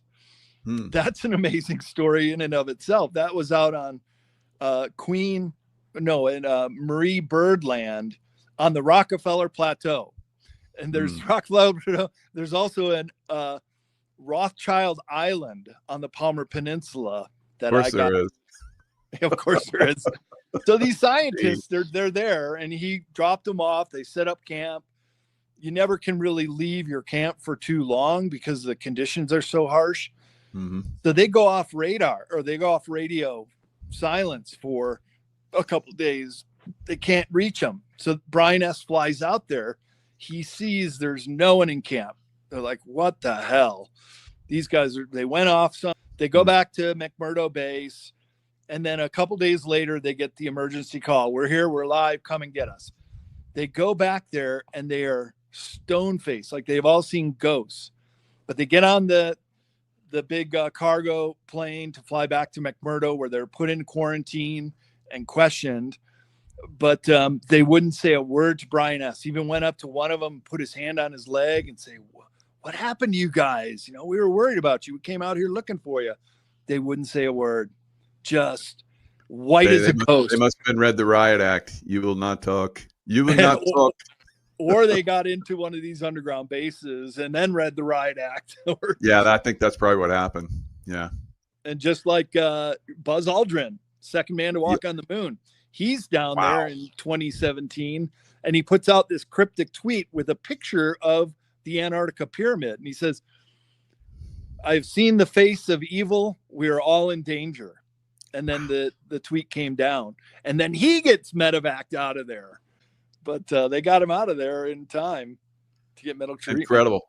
Now, on your trip, you talk about it a little bit in the book where you went to this ancient site. And tell us a little bit about that. You mean in Antarctica or in South America before we Antarctica. Was it Antarctica that you were talking about where you went out where there was abandoned site? It was old. Yeah, it wasn't ancient though. It was just one of ancient, the Operation Tamerlan spy stations of the Brits. There you go. But it was totally, it had been unused for about 50, 60 years. So you walk in there and it's like a journey back in time. There's still canned food on the shelves and all the radar and spy equipment. That was pretty wild. Like a museum. Yeah, that's cool. But they don't even lock the door because nobody goes down there. That's insane. Yeah. So under the ice, obviously, the Nazis were down there, and they were developing. Either they were given, which a lot of us believe, ET technology, or they found it and back engineered it. What are your thoughts? Well, they had recovered a UFO in the Black Forest in 1933 that the German scientists were already starting to backward engineer. And then a couple years later, in the Lombardy region of Italy, a nearly intact craft was acquired, and Mussolini lends it out to the German scientists. Not only that, but ever since the end of World War I, there were these women in the Vril Society Maria Orsic and Segrin, and they had their hair real long to help them with their telepathic abilities. And they too were finding that they were getting these telepathic messages that were so clear that they were able to just dictate the schematics to scientists. And the famous disc-shaped scientist named Victor Schauenberger, he said, this is actionable intelligence. We can work with this stuff that came out of the Vril women. So this is in the 1920s, and then the 1930s, they get these two crafts. They were already working on prototypes before World War II even started. And a couple times during World War II, there were sites of these craft, one of which in the Battle of Kursk, the largest tank battle in history outside of Moscow in 1943. It wasn't in a combat position, but it was more of an observation a little bit far off. They did not want it to get shot down and lose it. But at the time, the Russians didn't know if it was Germans. The Germans didn't know if it was Russian. Neither one of them knew that they weren't extraterrestrial, but a lot of reports of seeing this. But turns out they were German. And at the end of World War II, all of these scientists were gone. We're trying to get them for Project Paperclip to come over here and start all our programs. They're up and gone. If they weren't gone, they had a bullet in the back of their head. So when it was all going down, and ever since the Battle of Kursk, High Command, they knew the war was going to be lost. So they had about 2 years to get everything out. That is all the high technology they wanted to keep, all the treasure. There are metric tons of gold that were confiscated by the Nazis in World War II that have never been accounted for, including some priceless artifacts like the Spear of Destiny, which is a whole long story about that. But Indiana Jones type stuff. Yeah. Oh man, it was. And so this stuff just goes missing, presumably taken down to Antarctica, where in 1943, Admiral Dolence, who was the head of the U-boat fleet, he said, we have created in one of the farthest corners of the world an impregnable fortress for the Fuhrer. So they knew going under the ice, you can't be seen by satellite, nowadays drones, or flyovers by plane. It, like you said, is the ultimate dumb. And it was already there, ready to go. You mentioned, where did they get the technology to get in there? Well, they did. They were incredibly adept at creating underground bases. In fact, several of those scientists came over and got our deep underground military bases going. They were Project Paperclip Nazis as well, but they were doing it in Antarctica. But there was also, I found several data points that they were given an old defunct reptilian base, also in New Schwabenland.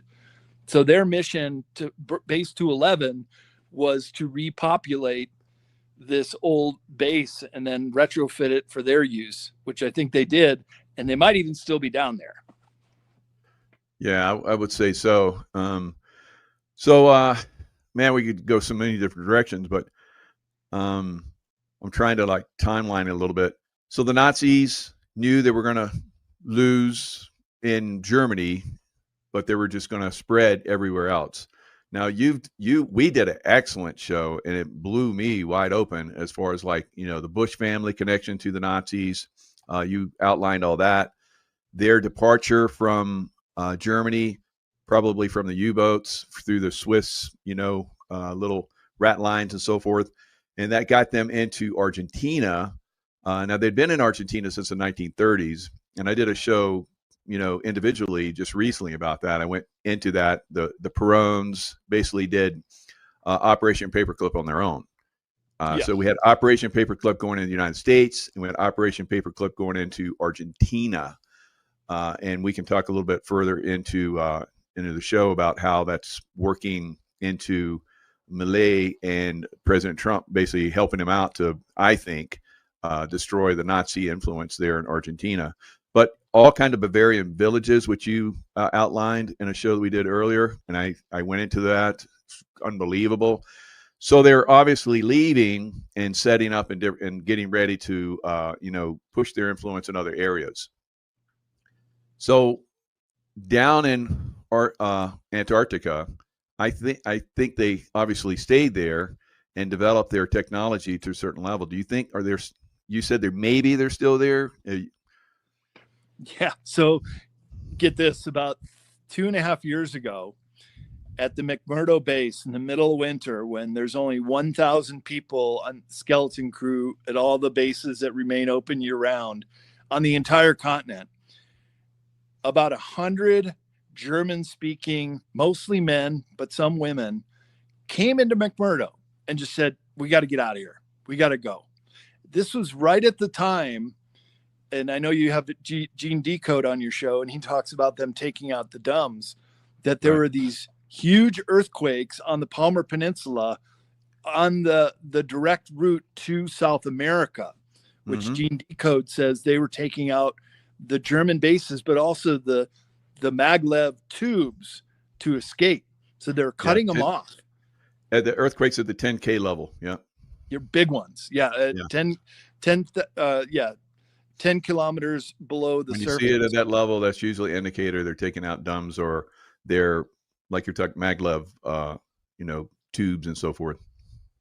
So right around that time, Linda Moulton Howe, as well as Michael Sala, were getting intel that all these Germans were showing up at McMurdo just a week or two after those big earthquakes. So they're probably feeling, hey, we're trapped. We better get out of here. Desperate, yeah. And then they flew them out. But that was pretty weird that they would just show up in the middle of winter. And they didn't tell them where they were coming from and stuff, or how they got there. I mean, they're probably just traveling on the cat tracks. That's the main way of transporting over the polar plateau. Just like you see at ski resorts, the way they plow the ski runs, they use those big cat tracks down there as well. But the other thing in South America, so 7 years ago, almost exactly to the month, I was heading down to South America before my trip to Antarctica. And one of the things I was doing down there was looking into all these reported locations where the Germans set up shop. And they call them micronations. This is what John Lear, the late John Lear, he and I had many discussions on the subject. He's since passed away. But I quote him in my book, and also in Beyond Esoteric, which I have a lot of this information too, that these micronations were set up by the Germans pre-World War II, during World War II. Perón, the president of Argentina, was incredibly corrupt. He was on the payroll. And then when he then had a successor, then they deposed Allende in Chile and put in Pinochet, who was just as bad as Perón. So they always had a fascist government in South America they could go to. So when I got down to Bariloche. So I've had on James Files, who was the, one of the assassin group, that he was one of the guys. He shot behind the picket fence and hit Kennedy.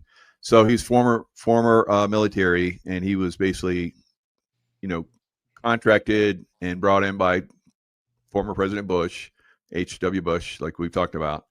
And he talked about on one of my shows how Pinochet and Peru or those guys down there were basically part of the CIA plan.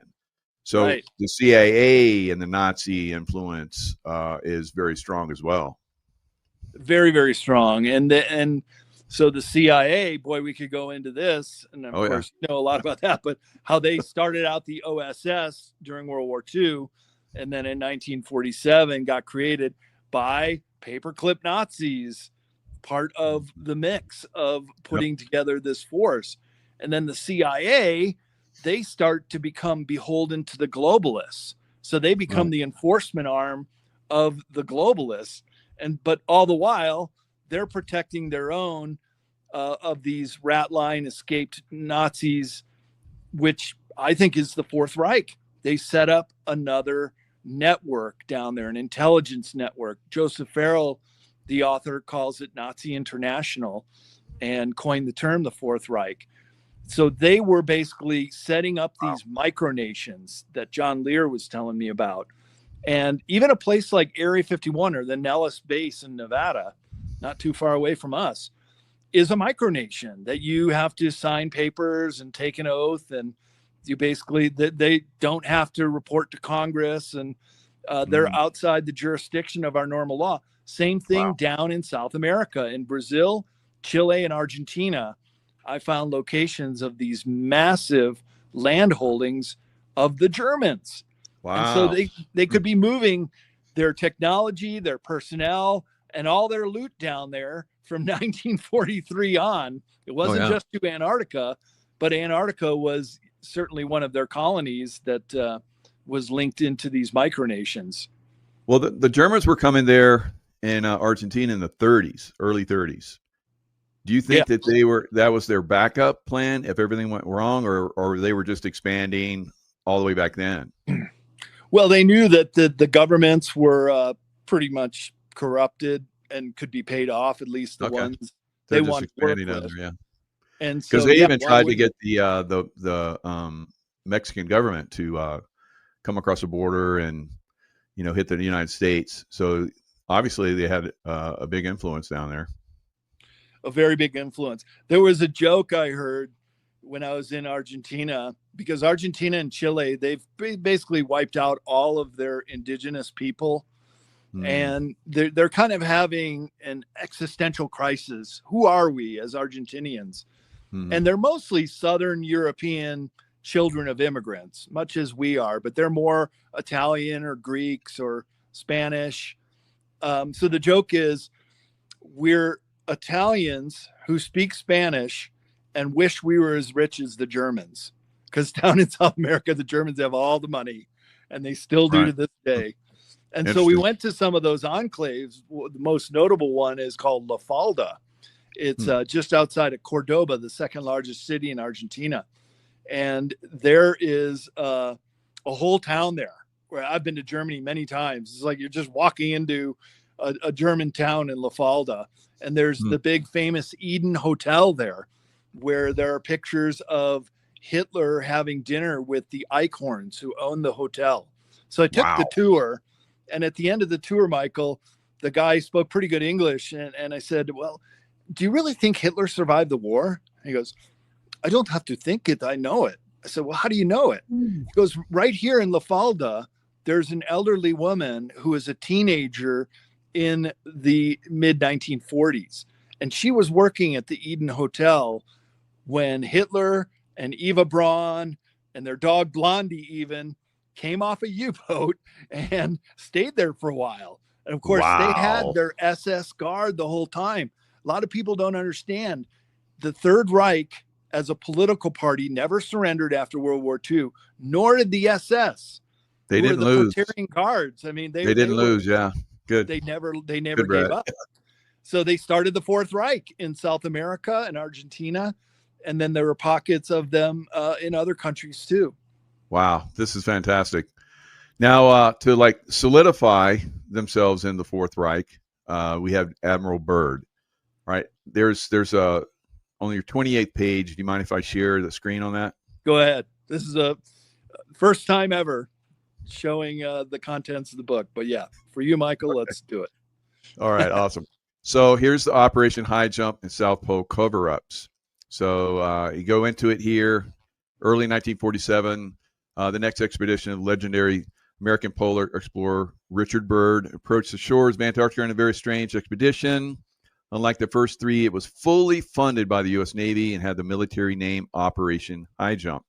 Admiral Byrd, a 33-degree Freemason, I didn't know that, led the expedition of 30 ships and 4,700 militarized soldiers. That's interesting, militarized. The mission had 3 task forces that were sent out in different directions and was to last 6 to 8 months. But the fleet started back in just 8 weeks. So that is very, having been part of many operations in the past, that's highly unusual to, in the middle of operation, for you to basically just go back. So something happened. Something major happened. Yeah. Mhm. And it was a route. Did you know that Operation High Jump is still classified to this day? You Wow, I can't didn't even know do that. a freedom of information to find out. So Wow. something went down, and when Byrd was on his way back to the U.S. after the 2-month expedition was called short, he did an interview with an American journalist, and it ran in El Mercurio newspaper. It never ran in the West. It was supposed to, but the Chileans ran the story. And in it, he said that he didn't want to scare anyone, but we have to be used to the idea that there was an enemy that could fly pole to pole at incredible speeds. This is in 1947. Wow. I don't even know there's a plane today that could fly to pole at incredible speeds, at least not that we're being told about. Yeah. Yeah. There's my tech stuff out there, but that's pushing the envelope, obviously. Yeah. So, they talk about, I guess he wrote about it in his diary. Within a year after that, Yeah. And not only that, but his son published a diary after he died. And his son was actually on high jump with his father. So he saw it all. He knew it all. And when they got back, James Forrestal was a good friend of Admiral Byrd. They're both Navy guys. And James Forrestal was the very first Secretary of Defense. He knew everything that Byrd saw. And he started stalking the hallways of the Pentagon, saying the Nazis are in Antarctica. They've got UFOs. We're all in danger. Basically what Byrd said in that El Mercurio newspaper transcripts. Yeah. But what he says was that Operation Deep Freeze, they struck a deal with the Nazis because keep in mind that there was a big UFO overfly of the Capitol in 1952. So Byrd would have known where those UFOs came from that could fly pole to pole at incredible speeds. Those were Antarctica UFOs. It happened again 4 days later in DC, and they didn't even send up planes to intercept them. So I've got those newspaper headlines in my book. And then so Byrd gets assigned to go back down there for deep freeze. And according to Captain Mark Richards in this military document, that the assignment was the Germans, they didn't want to fight a war. They didn't want to have to do high jump again. So they had decided, we'll give you one of our craft. You guys can backward engineer it. And they landed it on a secret ship, and it hightailed it back. And so Byrd eventually came back too. Then he gets on the Longines Watch show shortly after Operation Deep Freeze. And he also speaks in very coded words. He says that there is a land beyond the pole. Okay, well, there is nothing beyond the pole. It is just the polar plateau for hundreds of miles in all directions, what we're told. But he says in his diary, too, that he saw the land beyond the pole. And so it just begs the question, what is that land beyond the pole? And so shortly after the Longines interview, Admiral Byrd dies in his sleep at the age of 68. Heart attack gun, CIA, possibly. Oh, yeah. So then get this. Then his son, who's been holding on to this information and then acquires the diary, publishes it. Then he is invited to go down to Washington, D.C. from Boston. And he takes a train and he's going to give the keynote speech. They're honoring Admiral Byrd. He never shows up.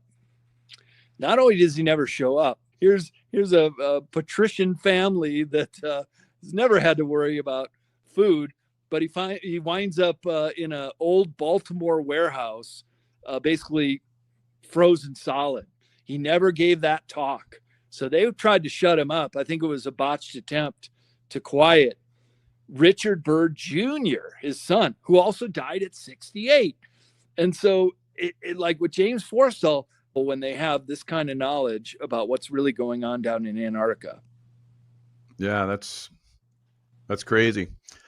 So then there's been lots of UFO sightings since then, possible ET, ancient ET cities. They're either covered up with the ice or they're underground, like we've described.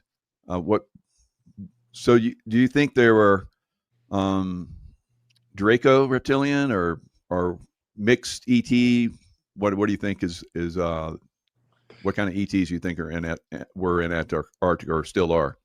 Yeah, probably the whole gamut, because it's a big continent. There's a lot of areas that could be inhabited. The Draco reptilian certainly had more than one location. And they gave one of those defunct bases to the Nazis. There are the tall white Nordic aliens who look very human-like, but taller and bigger eyes. And there is the domain of the Ariani, which is this area that Admiral Byrd describes in his diary, that when he flies down into this hole in the ice that he saw in 1929, he knew exactly where it was. He knew where to come back to it. And when he goes down into it, he's met with 2 UFOs that come wingtip to wingtip, that they were called Flugerads, but there's no such word as Flugerad in the German language.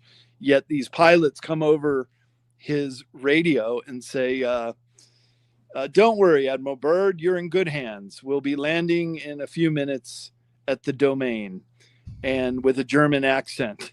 And they get out, and there are these 2 real tall blonde-haired guys, and they escort him into a city where he is met by the master. And the city is some futuristic area. Mind you, this is not necessarily under the earth or in inner earth, just under the ice, under the 2.5 miles of polar plateau ice, where this hole is near the South Pole.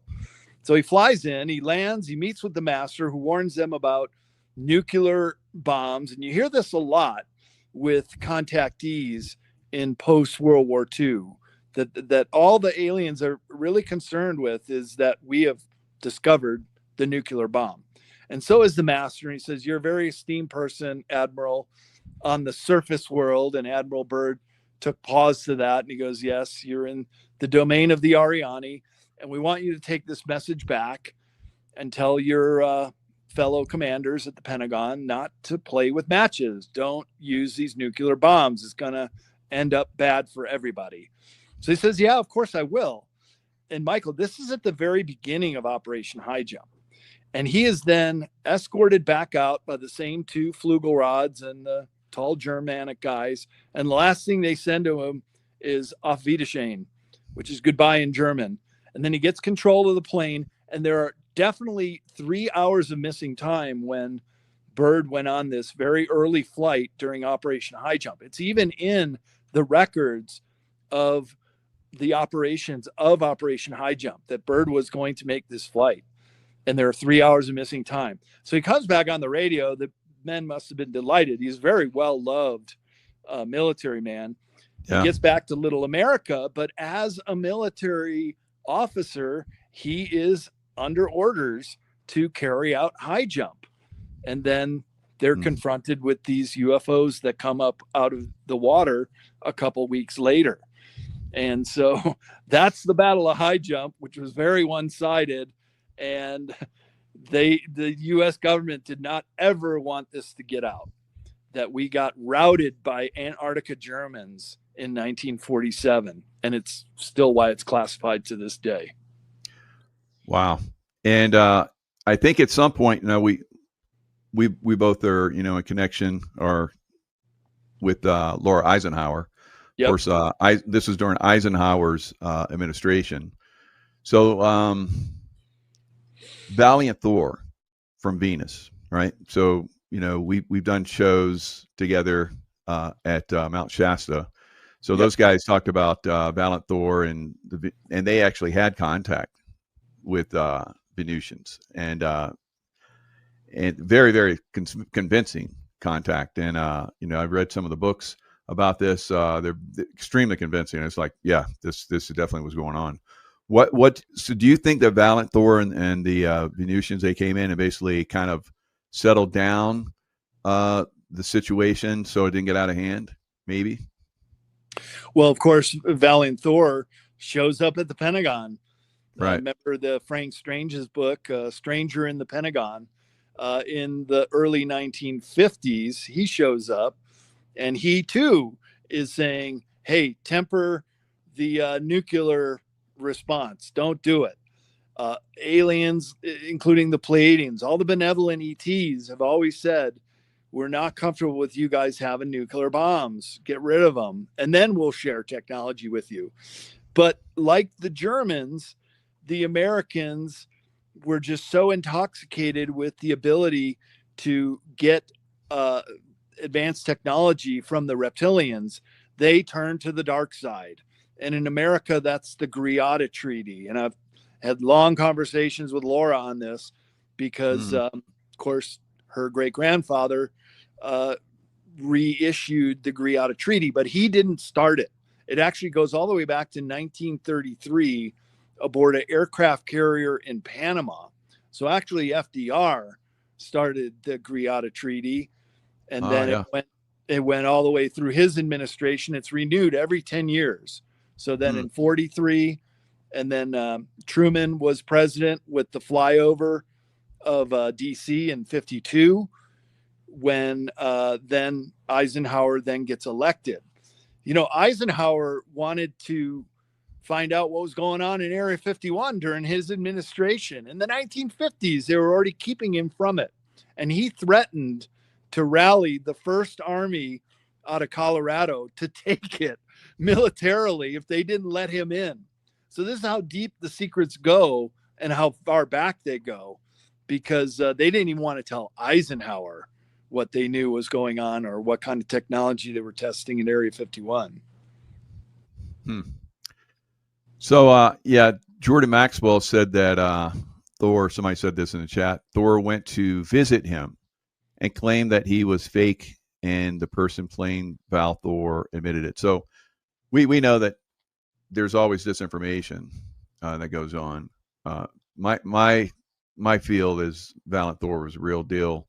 And then the bad guys don't want it to everybody to think there's somebody that's going to help them, right? So, and that's part of the things that happen. So, I like Jordan Maxwell, but maybe he was fooled. I don't know. What are your thoughts? Well, I knew Jordan Maxwell as well. Yeah, spoke at his award ceremony. I was the MC to give him his Lifetime Achievement Award, and nice. I can only speak the highest praises for the man. He's Me one too. of my mentors in many ways, as far as learning all these esoteric subjects.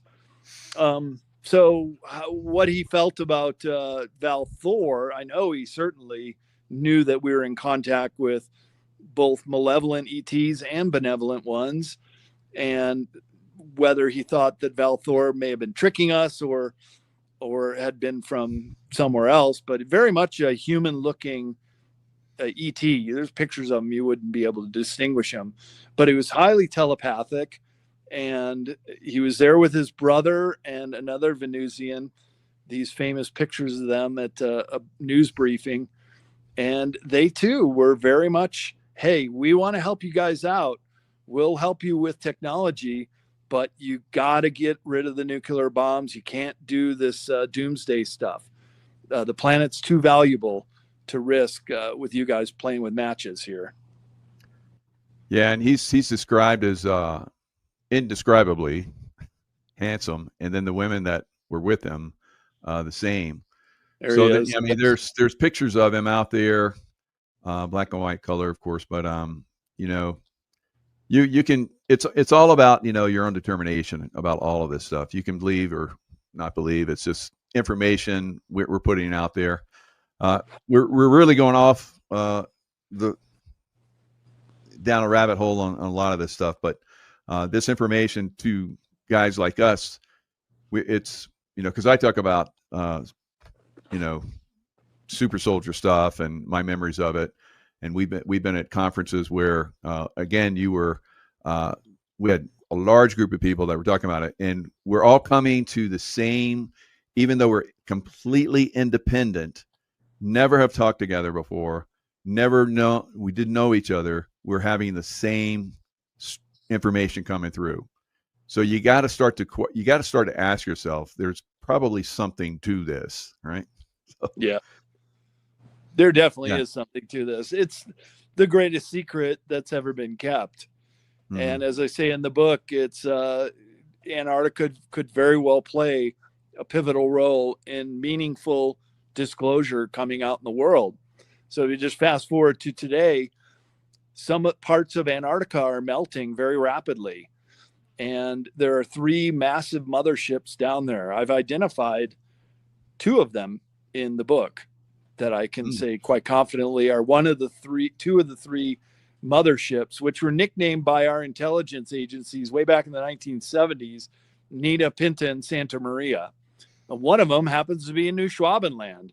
So as the ice retreats in certain areas, paradoxically, though, it is expanding and raising the level of the polar plateau in other regions. So Mother Nature in her infinite wisdom is keeping the balancing act so that the ocean levels don't rise.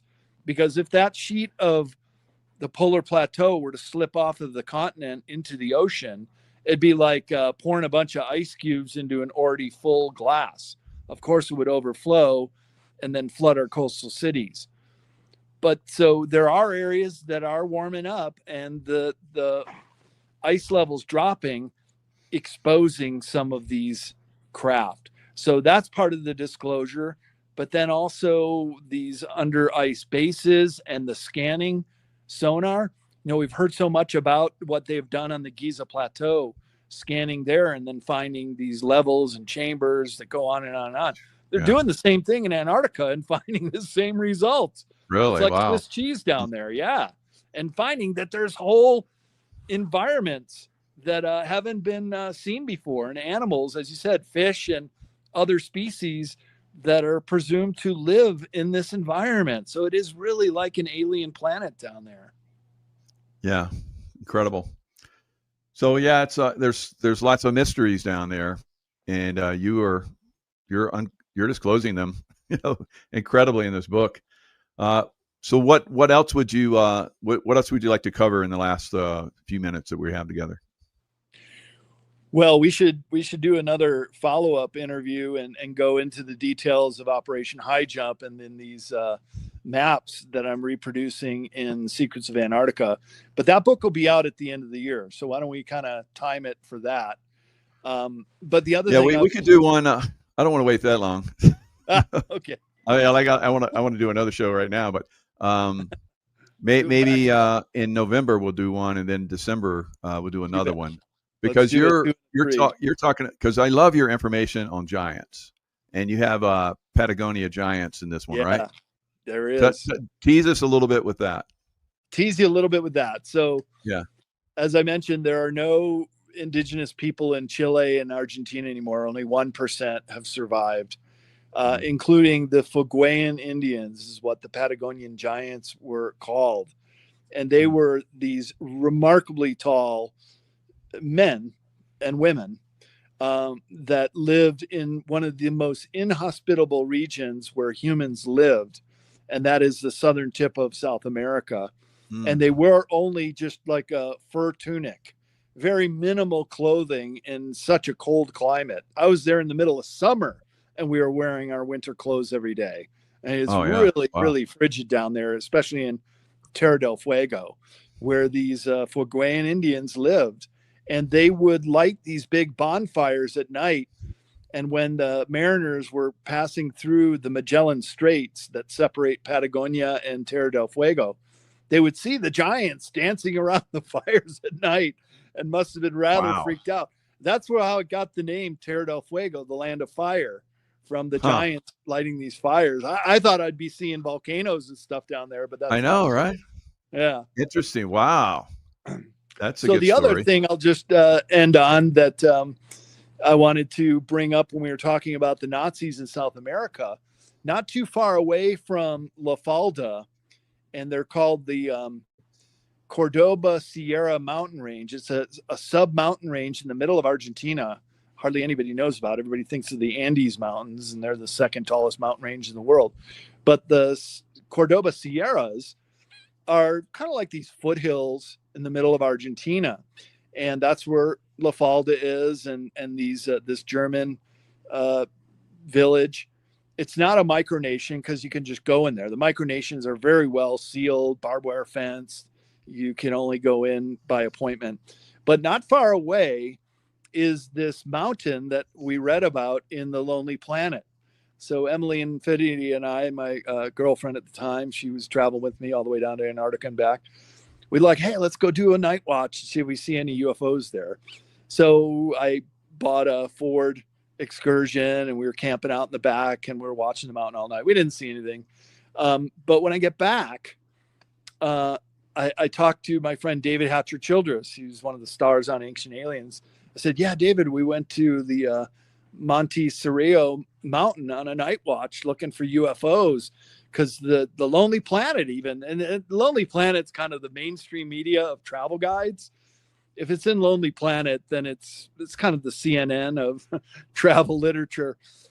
And in the Lonely Planet book, David, I'm telling him, they talked about people getting abducted from this little town that we went to, and there were burn marks in the grass where these craft landed. He goes, Brad, those weren't alien UFOs.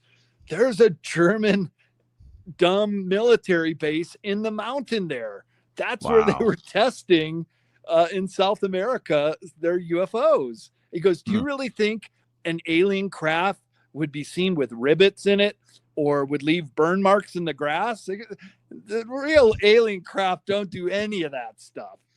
And so this is where they were testing. Yeah, part of the reason why they had it to get Perón to give him permission to set up shop in Argentina. Wow. And do you think that the this takedown of the Nazi system in Argentina is going to like have a domino effect throughout South America? Maybe. Well, I sure hope so, because they have gotten away with these dictators who have held an iron grip on many of the countries in South America for so long, and basically allowed Hitler to live out his natural life down there, and Martin Bormann and many others. In fact, we're also looking in the Lonely Planet, going through this big high elevation mining town in Bolivia called Aurora.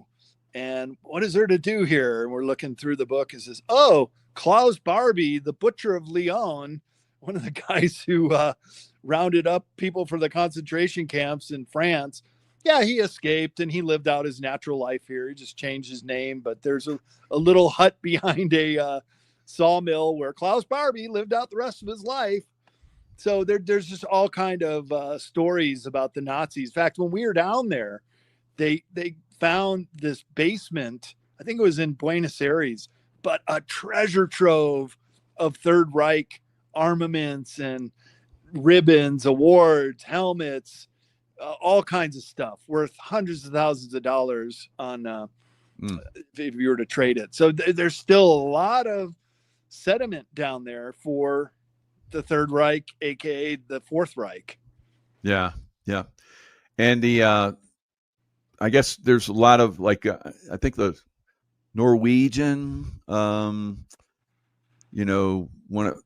of Prince or King or whatever married someone from Argentina not too long ago, and her background is basically part of the Nazi German DNA. So yeah, they're spreading it all over the world. So it's one big happy family. Yeah.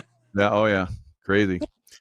So so people can find you, Brad Olsen with an E, SENOLSEN, Brad Olsen.com. That's where you have your main site. Yeah, that's about me and the projects I'm working on and my upcoming conferences, and then CCC Publishing, where you can get Michael Jaco's books, Brad Olsen's books, and a whole bunch more. And I've got a YouTube. You got your channel back, and that's encouraging, Michael, because it really is, right? I was not going to post videos on there for fear of losing it, but you and Laura got hers back, and a lot of other really people. I didn't know that. Good for her. A lot of people are good. So maybe I will start posting videos. But one of our interviews from a couple months ago, Michael, I put it on YouTube and they took it down right away. Really? So, I think we mentioned the V word. Oh, okay. And that is verboten. Still, Still. but I mention it all the time now. Oh, Now wow. for the savings pre-order price guarantee, what is it going to go up to, you think? Well, it's $24.95, so that is the cover price if you want to pre-order it now, and those will ship at the end of December. And this book is going to the printer in just a matter of weeks, so no Nice. later than Halloween. We've already got our print schedule, so it's definitely in the pipeline. It's finished. I'm just finishing up the index, and it will soon be available as well as in ebook form. Yeah, you know what I like to do someday, Brad, and hopefully it won't be too far in the future, is like, you have all these sacred places, destinations. Yeah. Maybe put together some kind of tour where we take people to those places.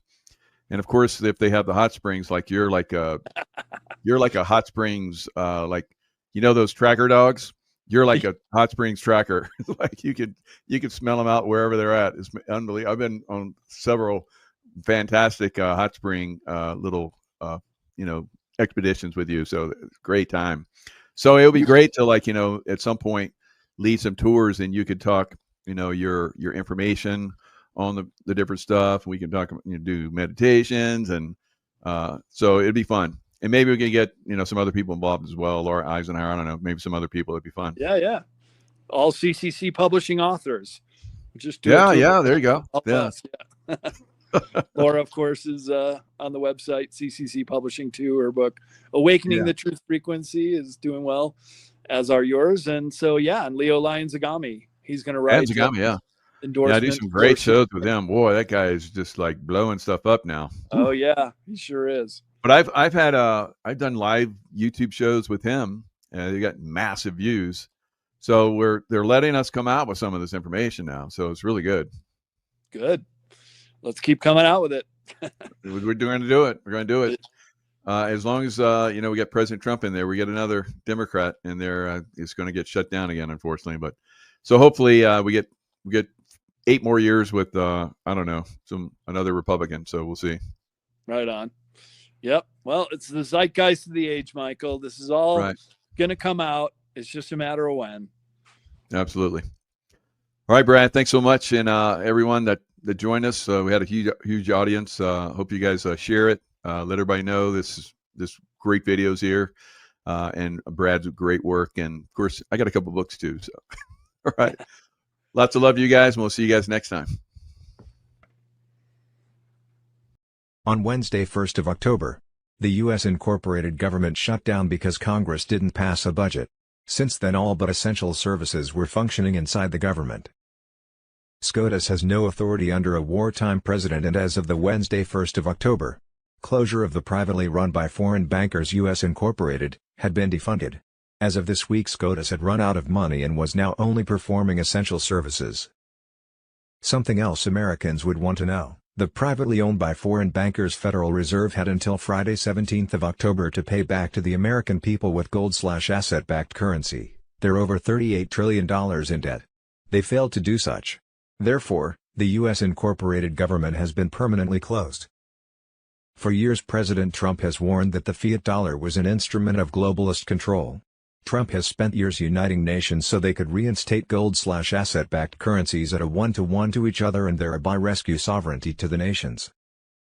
That plan has necessitated destroying the Satan-worshipping central banking cartel and ending the Illuminati's IMF, BIS and World Economic Forum's counterfeit financing. It involved resurrecting sound money around the world so as to rebuild economies founded in concepts of the original Constitution, sovereign nations that functioned under God. Quantum satellites of the new Starlink satellite system have aligned above every continent to link gold accounts inside a new quantum financial system. The plan also involved investigating, charging, arresting, holding military tribunals and carrying out sentences on untold thousands of global elites involved. On May 16, 2025, Trump signed JSR into law, marking the beginning of the greatest financial and political shift in modern history. Mass arrests are happening, the IRS is gone, Federal Reserve collapsing, and the quantum financial system is online. In a classified briefing, Trump told his closest advisors, "The people are ready. The world is ready. The financial stranglehold is over. We are taking back what is ours. The greatest wealth transfer in history is about to begin. Deep state corrupt financial system, crumbling, their Federal Reserve, collapsing. IRS shut down, IMF and World Bank, scrambling. Thousands of political and global elites were either being arrested, or in hiding, knowing their time was up. Expect full mass media blackout, Gitmo tribunal footage, global bank asset seizures, Nizer/Jazar activation including global currency reset finalization and quantum voting worldwide. According to Kash Patel on Telegram on Sunday 19th of October, 2025, the countdown has begun. Internal signals have been sent through the quantum grid. All regional command centers are synced. The EBS is not a drill. It is a controlled global reset sequence.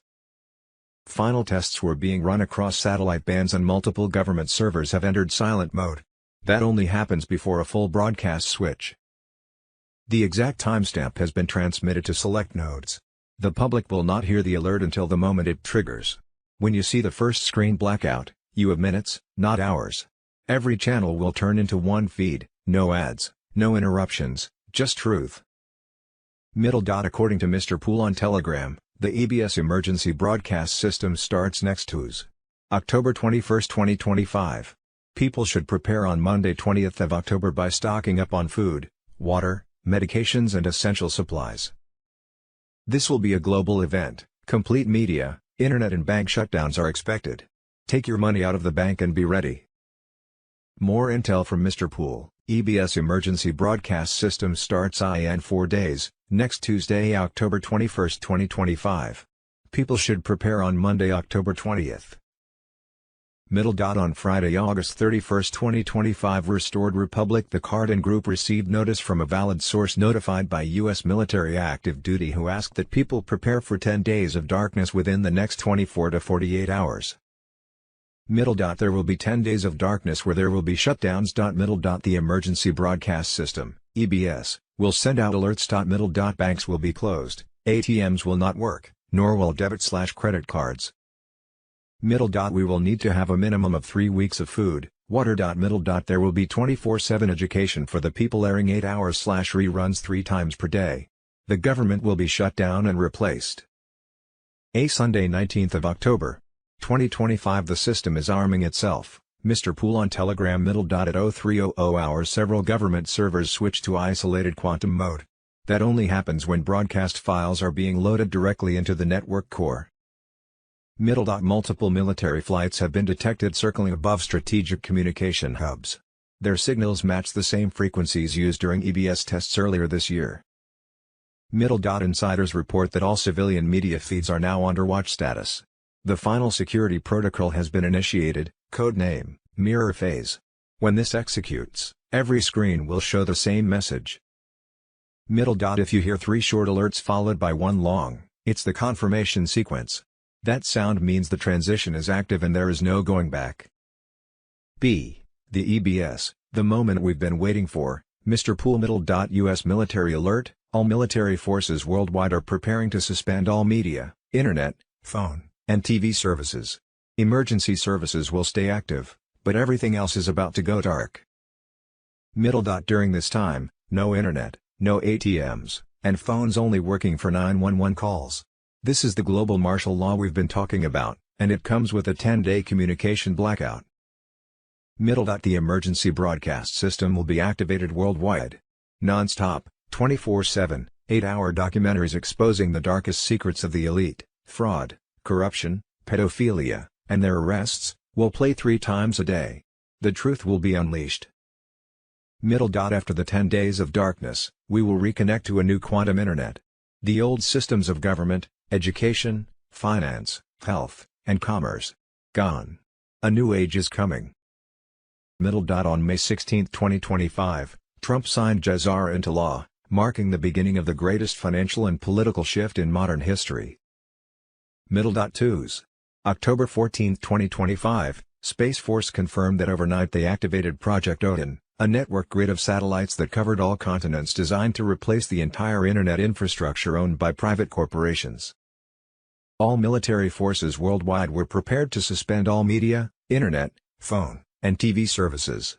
Emergency services would stay active. Middle dot Saturday 18th of October. 2025 Watch closely. The next 48 hours will live in your memory far longer than any headline ever will, Mr. Poole.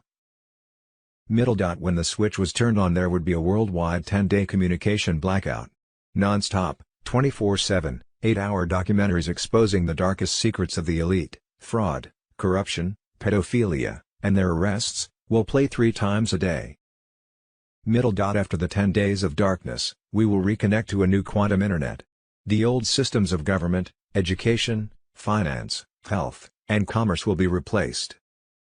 D. What we think we know as of Monday, October 20th, 2025: Middle dot Military forces to suspend in a 10-day worldwide communication blackout, all media, internet, phone, ATMs and TVs, except for emergency services and 911 calls, all for your protection during mass arrests of Satan-worshipping, treasonous global elites. Middle dot 8-hour documentaries exposing secrets of the elite, fraud, corruption, pedophilia, treason, will play over TV, radio and internet non-stop, 24/7. Middle dot After the 10 days everyone across the globe will be able to connect to a new quantum internet that also handles your secure banking and transparent voting. Middle dot Fair and honest new systems of finance, education, health, and commerce will be installed, including new sovereign governments across the world based on common law and the original concepts of the Constitution. Middle dot A Gitmo military tribunal found former Secretary of the Army Ryan McCarthy guilty of treason against the Republic. JAG investigators uncovered his coordination with Nancy Pelosi to block National Guard units from intercepting Antifa operatives and deep state agents during the chaos of January 6th. Middle dot Sunday 19th of October. 2025, LA declares state of emergency after Trump's ICE raids expose tunnels, safe houses, and foreign-backed trafficking hubs hidden inside sanctuary programs. Middle dot In this exclusive last dispensation interview, Tim Ballard speaks directly from a Syria safe house during his humanitarian mission to rescue Christian and Druze children from ISIS butchers. Tim Ballard speaks from Syria safe house, bullets flying truth about testimony in the church. For more information see #M of this update. Middle dot According to a DOJ investigation led by FBI Director Kash Patel, the January 6th insurrection was led by Nancy Pelosi. Pelosi's legislative committee reviewing the happenings destroyed evidence, deleted interviews, and withheld communications. January 6th truly was not an uprising of citizens, but an operation of deception. The same agencies that claimed to be caught off guard had prior intel from the FBI, DHS, and military command weeks before.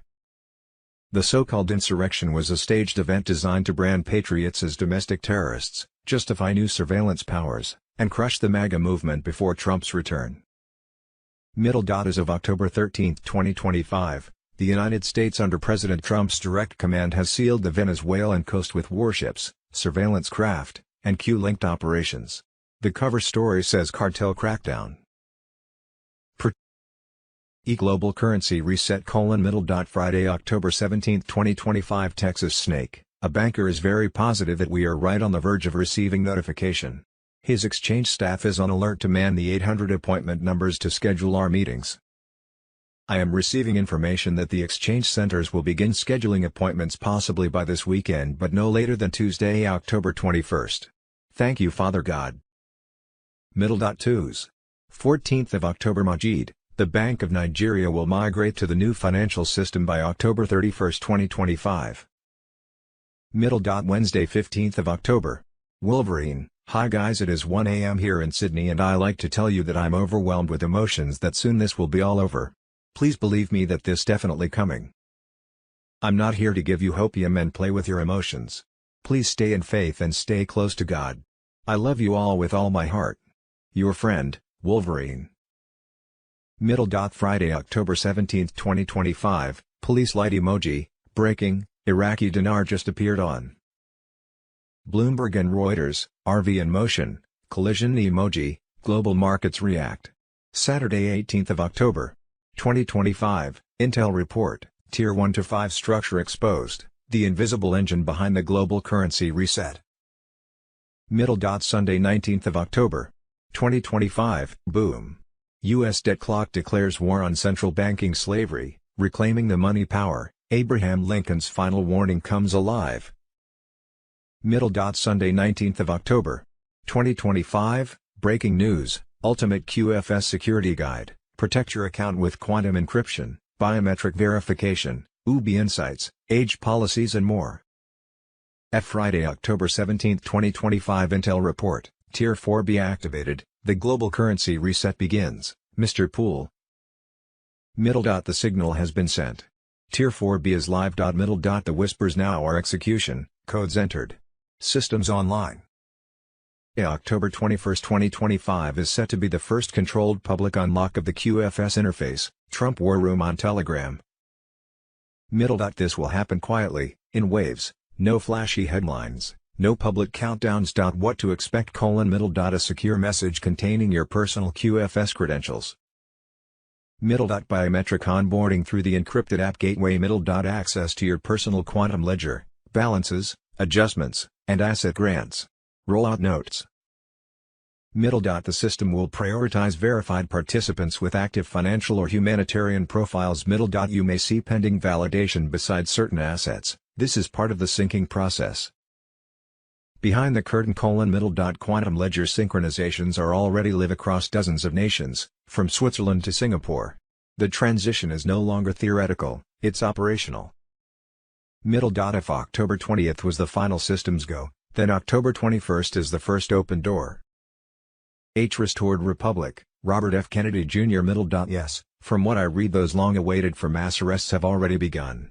High-profile bankers, CEOs and corrupt politicians were being rounded up and facing military tribunals.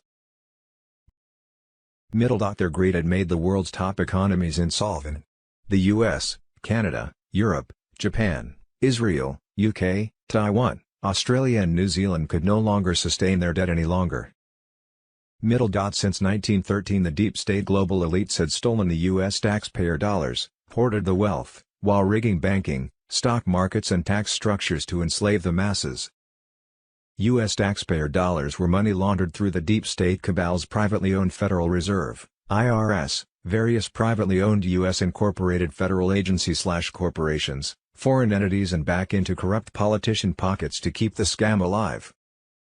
Middle dot by 2008 the deep state cabal had finalized their bankruptcy. They couldn't even pay interest to Chinese elders on gold borrowed to set up the U.S. incorporated financial system. Middle dot as a result of the fiat dollar causing disasters in international trade, a BRICS alliance, Brazil, Russia, India, China, South Africa, formed.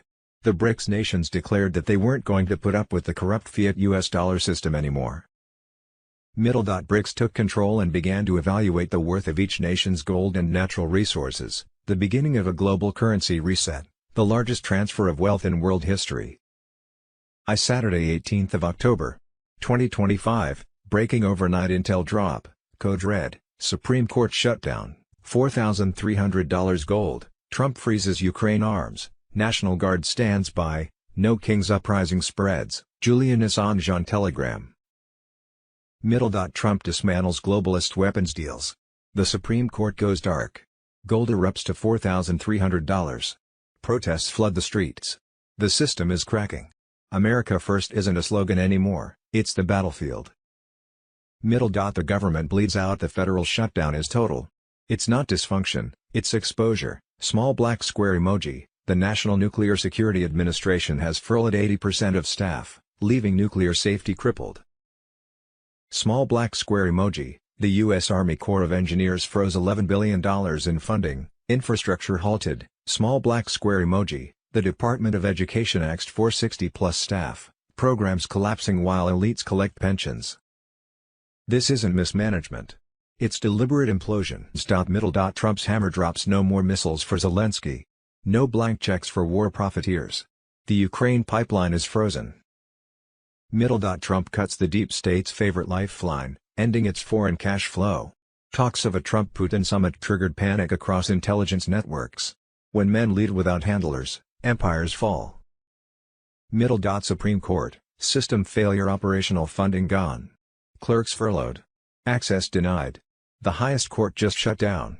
When the judiciary collapses, only one branch stands, the executive. And Trump holds that command. Middle dot the Guard awaits orders. Trump has quietly activated the National Guard in multiple states. The media screams overreach. Reality calls it preemptive control. Order must exist, even when government fails. Middle. The gold signal. Gold blasting past $4,300 isn't finance, it's flight. Tangible value returns. Exactly as Trump forecasted. The people are escaping the paper matrix.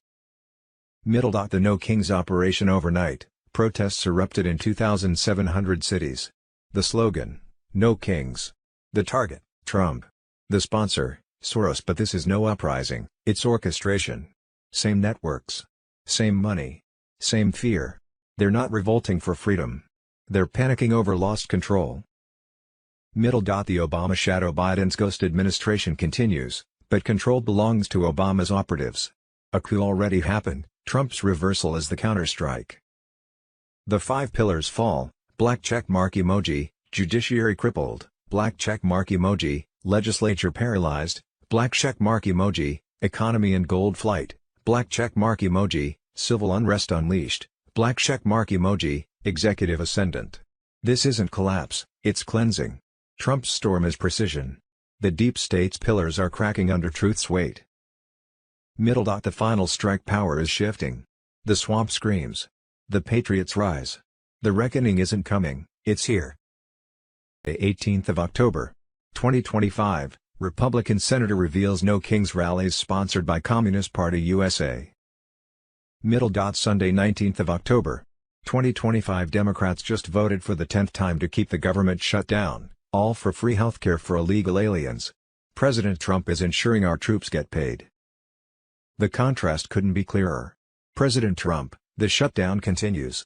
The Republican Party is not going to pay $1.5 trillion to illegal immigrants coming into our country. Middle. Saturday 18th of October, 2025, Regal decay exposed, Prince Andrew stripped of titles after new Epstein leaks, the final exile of Duke of York. Middle. Sunday 19th of October, 2025, Netanyahu is a war criminal, he knew the October 7th and wanted it to happen to exploit and commit a genocide. Candace Owen.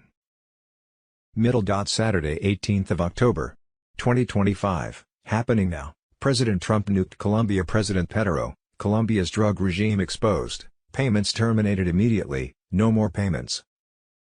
Middle. Saturday 18th of October, 2025, the Communist Party USA was an official sponsor of the No Kings Day protest October 18th, they're on the flyer. Indivisible is also sponsoring it, that's funded by George Soros. The last No Kings Day protest, James O'Keefe exposed Communist People's Republic paying people to protest and collecting names to recruit for protesting. The last No Kings Day protest was also funded by Indivisible, paid for by George Soros. Notice a pattern here. Middle. Saturday 18th of October, 2025, Trump makes late-night decision, Democrats are blindsided. Middle. Saturday 18th of October, 2025, Gavin Newsom gave his close family friends $500,000 from the Pacific Palisades Fire Aid relief money. Spencer Pratt. Let's talk about the John Paul Getty Trust. The Getty Trust received $500,000 from Fire Aid money for its LA Arts Community Fire Relief Fund under the category Musicians and Artists. I'm not sure why the Getty Trust needed any fire aid money since their most recent IRS form declared a revenue of over $370 billion in 2023 and assets totaling $12.3 billion. The trust president and CEO, one person, received a salary of $3.7 million. So what exactly did the Getty Trust need $500,000 of fire aid money for? Well, I guess it's just a little petty cash to exchange amongst friends because, as you may recall, the Newsoms and the Getty families have been socially intertwined for generations. Getty family members donated over $500,000 to Newsom's campaigns from his 1990s San Francisco supervisor run through his 2018 gubernatorial victory, for example, bundled contributions via family trusts. This does not include the public J. Paul Getty Trust.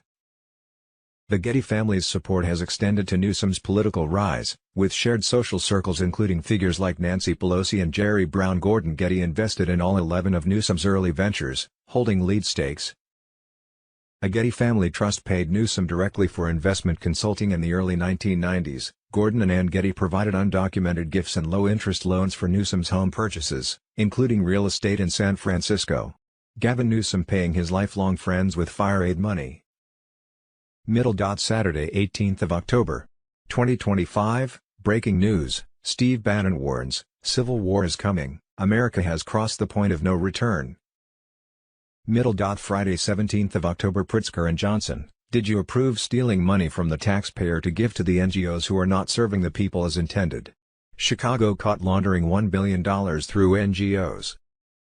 Funds that were normally set aside for seniors, people with disabilities, and single mothers is now being funneled to illegals and LGBTQ programs that serve political agendas, not necessary needs.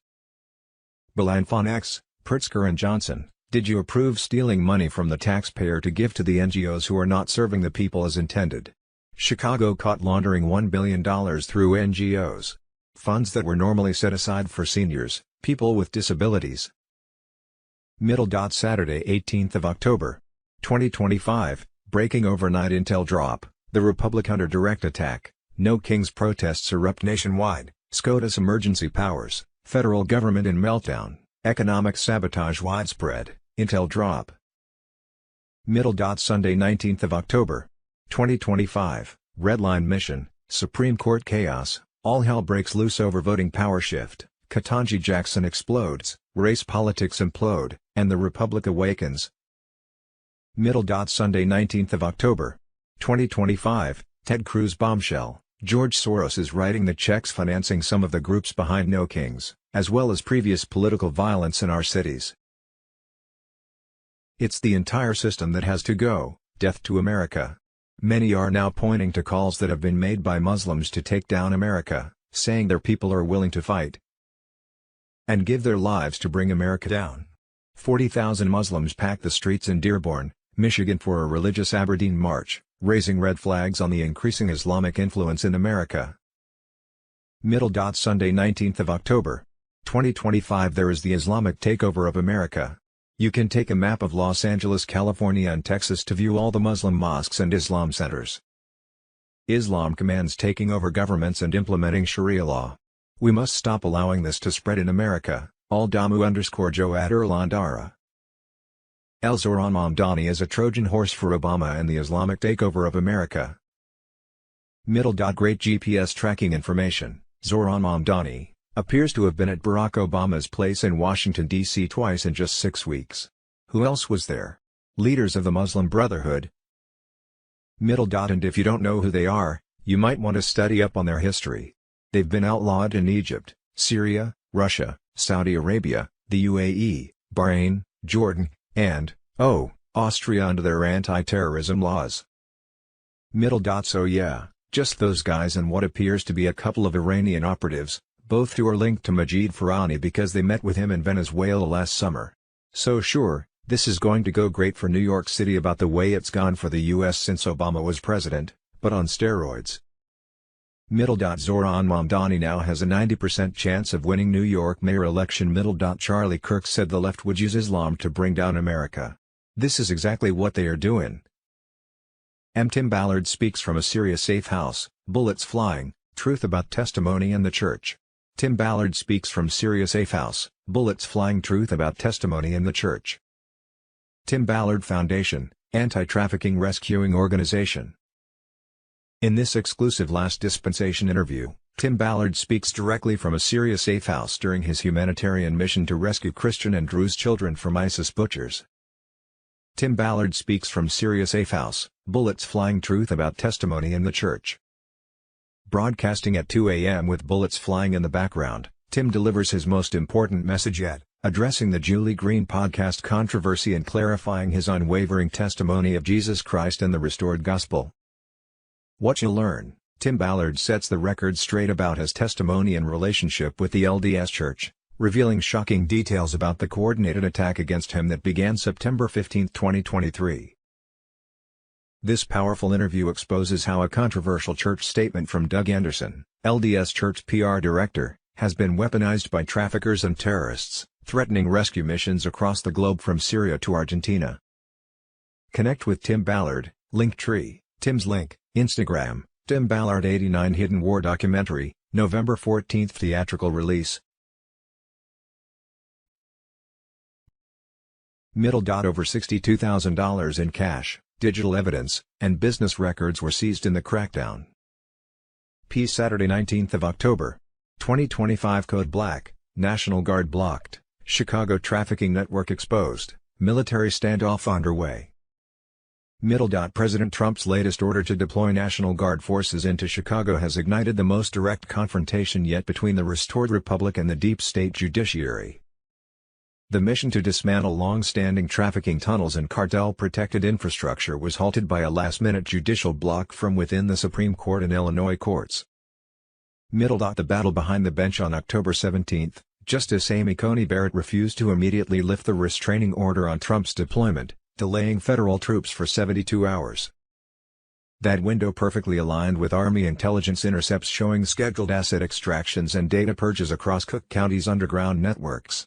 These were not coincidences, they were synchronized evacuations of personnel, files, and trafficked individuals.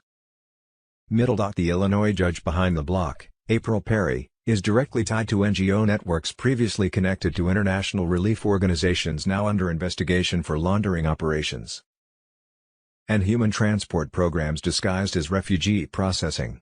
Chicago remains one of the largest trafficking nodes in North America, the one place they cannot afford to lose. The true purpose of troop deployment. Trump's National Guard mobilization was not about riot control. It was a counter-operation under federal military authority to protect ICE and federal task forces that had been repeatedly targeted by cartel militias and foreign-funded domestic agitators. For months, Antifa cells across Illinois have been receiving encrypted payments from European and Ukrainian crypto wallets routed through aid initiatives. They are no longer activists, they are paramilitary proxies. The court's refusal to acknowledge a rebellion is strategic. The moment that word is recognized legally, Trump's full military powers become active. The network inside Chicago. Since 2022, intelligence units have identified multiple subterranean hubs under the South Loop and Bronzeville areas. These illegal data centers were used to erase financial trails, alter voter databases, and reroute surveillance feeds. The National Guard's mission included seizing these underground command nodes before they could be evacuated. Once Barrett delayed the order, satellite tracking confirmed mass movement through the corridor connecting Chicago, Buffalo, and Toronto. It is an old Cold War route reactivated during the Obama era under DHS emergency powers. Judges, banks and escape corridors. Two appellate judges who upheld the block, including Ilana Rovner, have long-standing financial links to Chicago law firms that managed sealed CPS records and NGO shell accounts. Forensic tracing has connected these firms to the World Bank's Migration Advisory Group, now under scrutiny for financing mobility corridors across the U.S. for unvetted foreign nationals. Military intelligence confirms that encrypted communications between certain judicial offices and these same groups have been detected through QVS, quantum verification systems, monitoring, the classified network routing recently reactivated by Trump's command authority. Insiders gone dark. On October 16, 3 Illinois State Police agents assisting federal units vanished while tracking unlisted cargo moving through Chicago rail yards toward the Canadian border.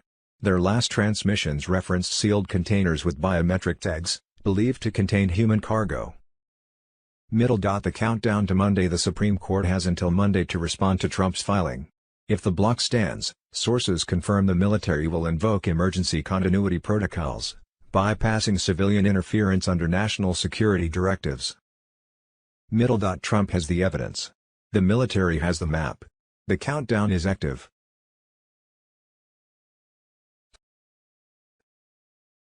Saturday 18th of October. 2025 at 12:01 a.m. on Wednesday, October 1st, the Democrats triggered a government shutdown to block Trump's final move. Their goal, restart the flow of laundered taxpayer money into their own pockets, funds Trump had already cut off, Mr. Poole. But the shutdown backfired. It wasn't America that went dark, it was the private corporation U.S. Incorporated collapsing with its worthless fiat dollar. This opened the path for Trump's declaration of sovereignty under common law. That same day, Trump and the BRICS alliance flipped the global switch, activating the quantum financial system. The QFS, fully gold asset-backed, began processing secure SHI transactions for Tier 3 humanitarian programs, military veterans, and verified patriots. Meanwhile, the emergency broadcast system was fully wired and ready. Both networks were synchronized, prepared for instant global activation. The shutdown was no accident. It was a forced reset. Behind the scenes, Trump's global military alliance executed coordinated operations to dismantle centuries-old power structures. Specialized aircraft swept major cities for unregistered CIA frequency networks tied to mass surveillance and mind control. Their targets. The same elite satanic networks preparing for Halloween, the high ritual days of October 30th to 31st, known among them as Satan's birthday. Intelligence reports indicated organized covens, offerings for power and wealth.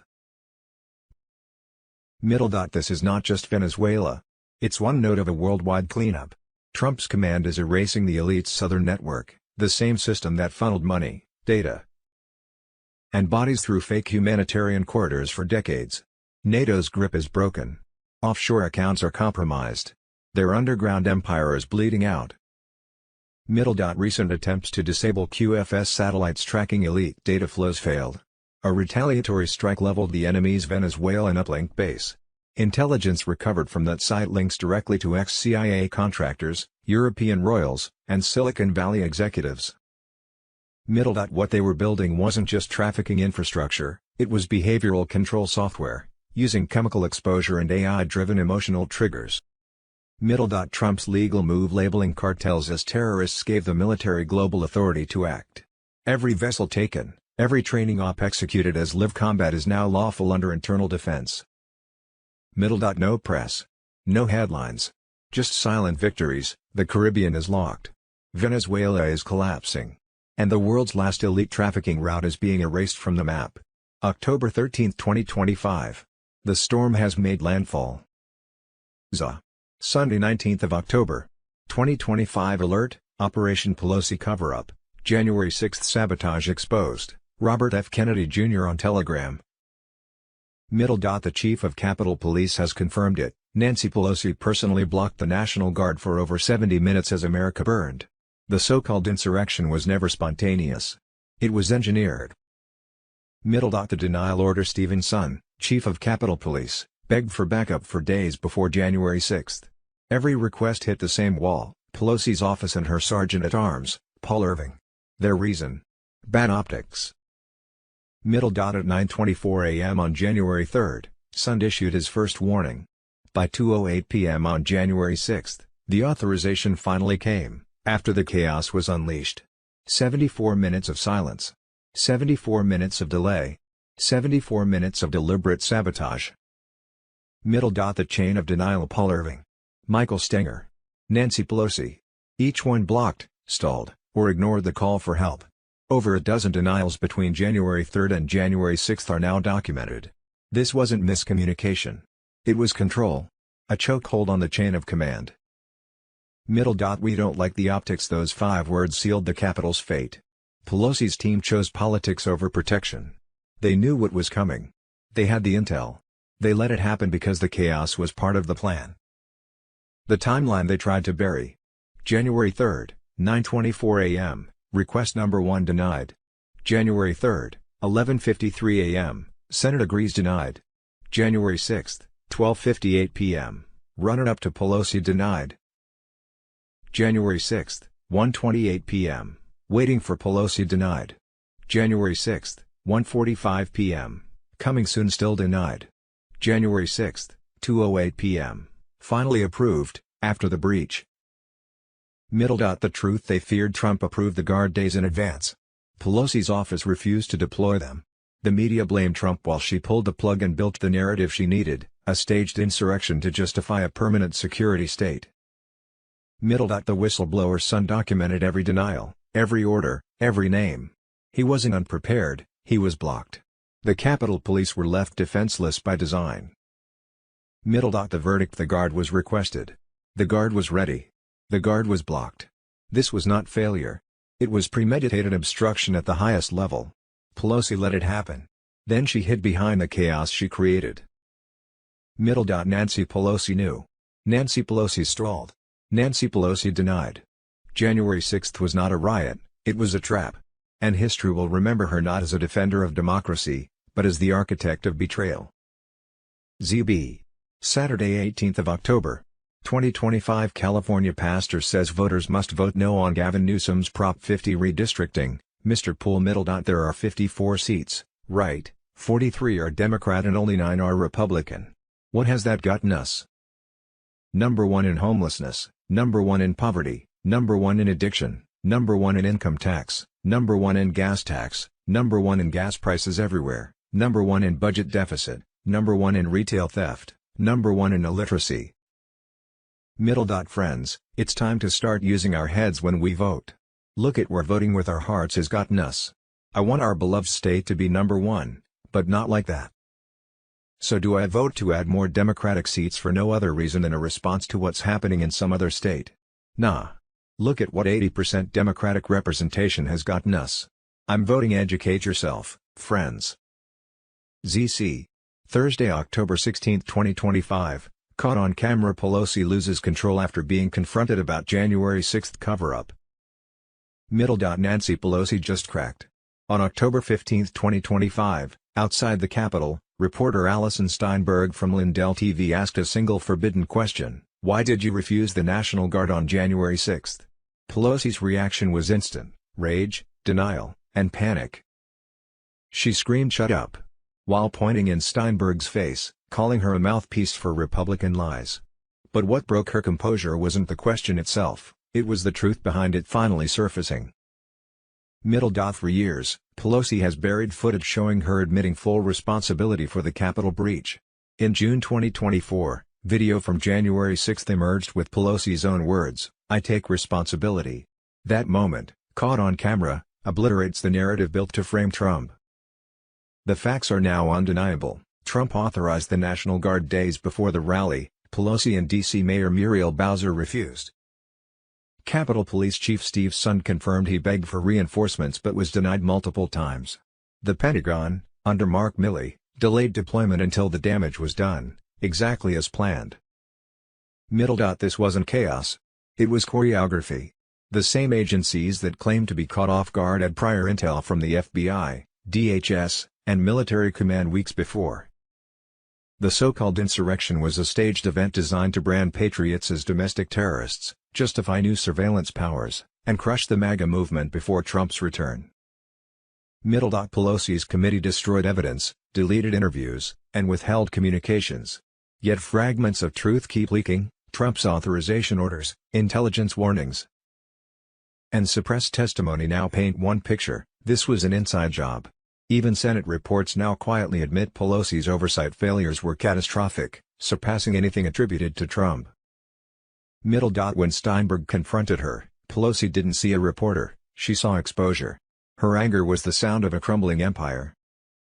And as Trump reclaims power in 2025, the cover-up is unraveling in real time. The world now sees what January 6 truly was: not an uprising of citizens, but an operation of deception. Middle. The real insurrection wasn't led by the crowd outside the Capitol. It was led by the woman who locked the gates and lit the fuse. ZD. Thursday, October 16, 2025, Operation Black Vault active, Ezra Cohen on Telegram. Middle. While the world argues over politics, a secret ledger transfer was executed last night, moving trillions from hidden shell accounts into a military-secured QFS node. The move was silent but complete, and IT left digital footprints that could not be erased. Middle. Cyber forces have revealed a network of deepfake operators linked directly to media executives and campaign managers. These AI layers were used to substitute live messages with scripted responses during key broadcasts. The raw feeds have been recovered and are now part of a sealed case file. Middle. A new batch of digital ID tokens was minted and flagged as trusted access 3 hours before the transfer. These tokens automatically grant or revoke financial permissions when matched to a biometric wallet. A small group of accounts were upgraded to immediate disbursement status without public notice. Middle. Space Force relays picked up encrypted channels routed through private satellites over major financial hubs. Those channels carried authorization keys and arrest manifests. They were broadcast to local military units. WHO moved on targets before a single newspaper could print. Middle. Emergency broadcast tests have been reappropriated as timing pings. 3 short alerts followed by a long tone as the signal for local units to execute containment protocols. Those pings are now being monitored globally and matched to warrants on the new ledger. The true purpose of the shutdown is clear now. It was cover for a systemic reclaiming of assets, evidence and infrastructure. The cabal's hidden money chains were cut at the root and the keys were placed into a new, publicly auditable framework. What you will see next is not a theory, it is the public unsealing of networks and names that have been protected for decades. Sunday 19th of October, 2025. JAG hangs another traitor, Patriot Survival Network.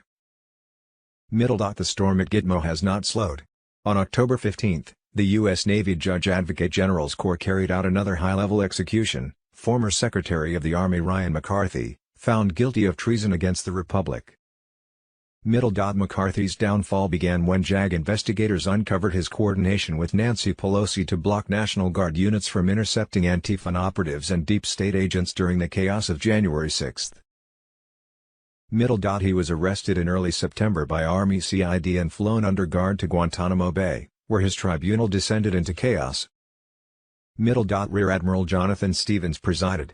McCarthy's rage and outbursts forced the admiral to dismiss the jury and rule directly from the bench, a rare and final measure. The verdict: guilty of treason, sabotage, and conspiracy.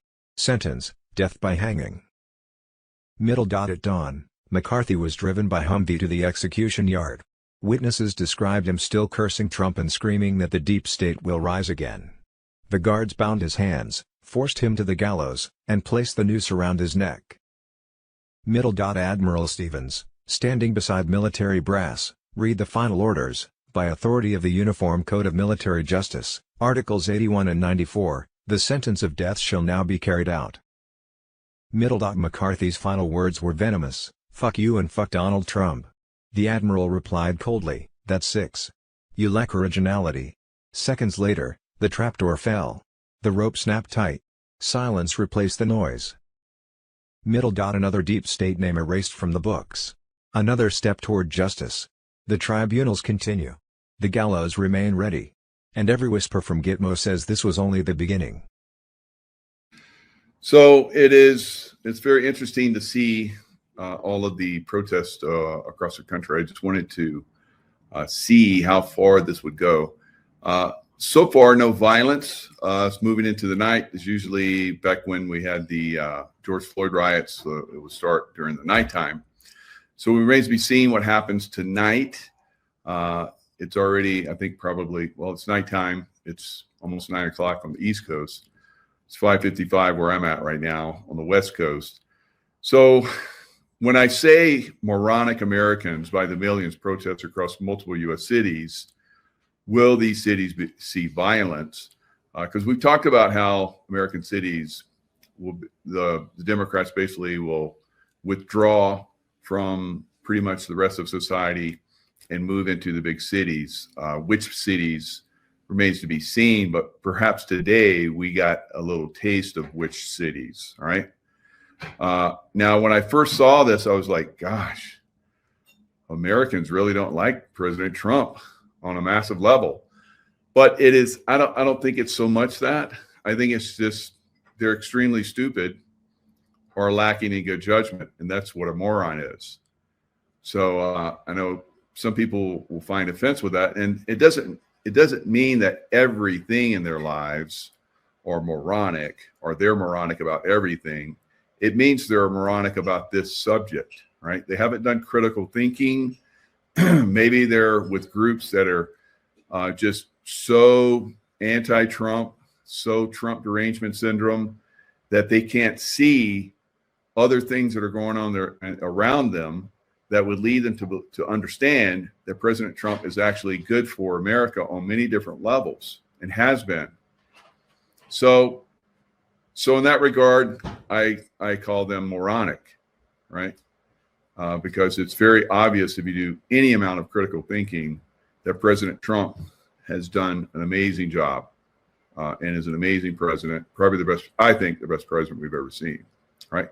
So when I see these people out there, I see a lot of nice people. Right? Just because they're moronic on one thing doesn't mean they're bad in other aspects. It is what it is. am I stupid about something? Sure. Right. I don't know everything. Who does? But I think this is one of those that is critical that you have some understanding, right? What goes on in your government and what goes on around you. Like in some of these cities, I'm going to show you San Diego. I spent a lot of time in San Diego as a Navy SEAL. Love that city. Spent most of my time in Coronado where the Navy SEAL teams are. I think that's one of the jewels of the world, right? And I've been back there more recently. I'd say, I don't know, year and a half, 2 years ago, maybe somewhere around that time frame. And we stayed at the Hotel del Coronado. I remember running by the Hotel del Coronado when I was in Bud's training, and then eventually as a Navy SEAL. I couldn't afford to stay there, but eventually when I started working for the CIA, I got paid very well. So I was able to take my family there, and we spent some time there. It's very beautiful hotel. The island, I lived on the island for, I'd say, probably a good 12 years of my life. Magnificent, right? The people of San Diego, for the most part, from my memories, were fantastic. It's been a while, right? But I've been back there since, like 2 years ago. Stayed at the Hotel Del again, and it's a magical place, right? San Diego, all of California is magical to a great extent, right? They have let it go on a lot of different levels that I've talked about when I was on a Pacific Crest Trail. Instead of caring for the environment and managing the environment, they have this stupid, and here's another part of the stupid liberal side of thinking. They think that if they just leave things alone, that it will all work out. Leave the homeless there. Prostitution, no problem. Ma'am Downey is going to allow prostitution in New York. He's going to make it legal, right? So the victims of prostitution, the women that are basically, brought in by gangs and so forth and controlled by gangs, that's not going to be good for them. So this liberal mindset, I've said it so many times, the Democrats got to go, guys, right? The Democrat thinking, not all Democrats, of course, have to go, but I think many of them are just NPCs, right? Non-player characters, right? And we can laugh about that, but it's like their soul is not activated. They're just wandering through life, without really experiencing and doing stupid. No critical thinking, no real emotional activity, or when they do have emotions, it's like a child's emotions. So there's a lot of moronic Americans, right? And it's not just America. I've seen it all over the world. So now, looking at all, so when I was in San Diego, let me continue that. When I was in San Diego. Now, when I first came to San Diego as a young, I was a hardhead diver, and San Diego downtown was a shithole, right? Absolute shithole. Now, when I became a SEAL during that time frame, they started to turn the downtown city around. They opened a mall down there. They cleaned it up. They got rid of the homeless and so forth. It was very, very beautiful city for a long time. Now, I didn't go downtown, but I have heard from a lot of people that downtown is drug infested. It's worse than ever. Like if I would have seen that when I was a young man before I was 21, going downtown San Diego, I would have been shocked and probably hadn't want to go back down there. And I rarely went down there because it was so bad. It's worse now. Right. So you have a downtown, and I remember we were driving when we went to Coronado. We rented a car and going from the airport back and forth. We're on the highway, and there's highway overpasses for roads and so forth. They had tents on the side of the overpasses, but cars could still go through. Unbelievable. It was that, and that was 2 years ago. And the homeless crisis is worse. New York is crazy. San Francisco is crazy. Yet all these people are protesting against President Trump that's trying to clean up these cities instead of getting involved in cleaning up those cities. So this mindless, just let things happen, while in the most beautiful state in America, they're allowing the forest to burn. When I walked through, God, it's been like 10 years ago now, on Pacific Crest Trail, 8 to 10 years ago, it was large stretches completely burned. There's no reason for that. All you have to do is manage the environment. And you can manage it and make a profit off of that. You can pull out trees that shouldn't be there and make a profit off that. And then the trees that grow, eventually they could be harvested as well. And I saw this in tree farms where they showed, look, this, and they were in California, part of Pacific Crest Trail went through them, and they had all these signs, just like, because they were like showing you remember all the forests you went through? They're like burned to a crisp. Here's a managed forest. This is private land. This is the way all of California should look. And it was exquisite. The trees were huge and vibrant. You could feel the energy, because you were in the forest for months like I was. You get a feel for the forest, right? For the energy. It was amazing, right? So this is the way it could be all over the world, of course, but also maybe most importantly, because we could set the example in America, we could bring back the forest the way they were before they came through and cut everything down. It's a disgrace, right?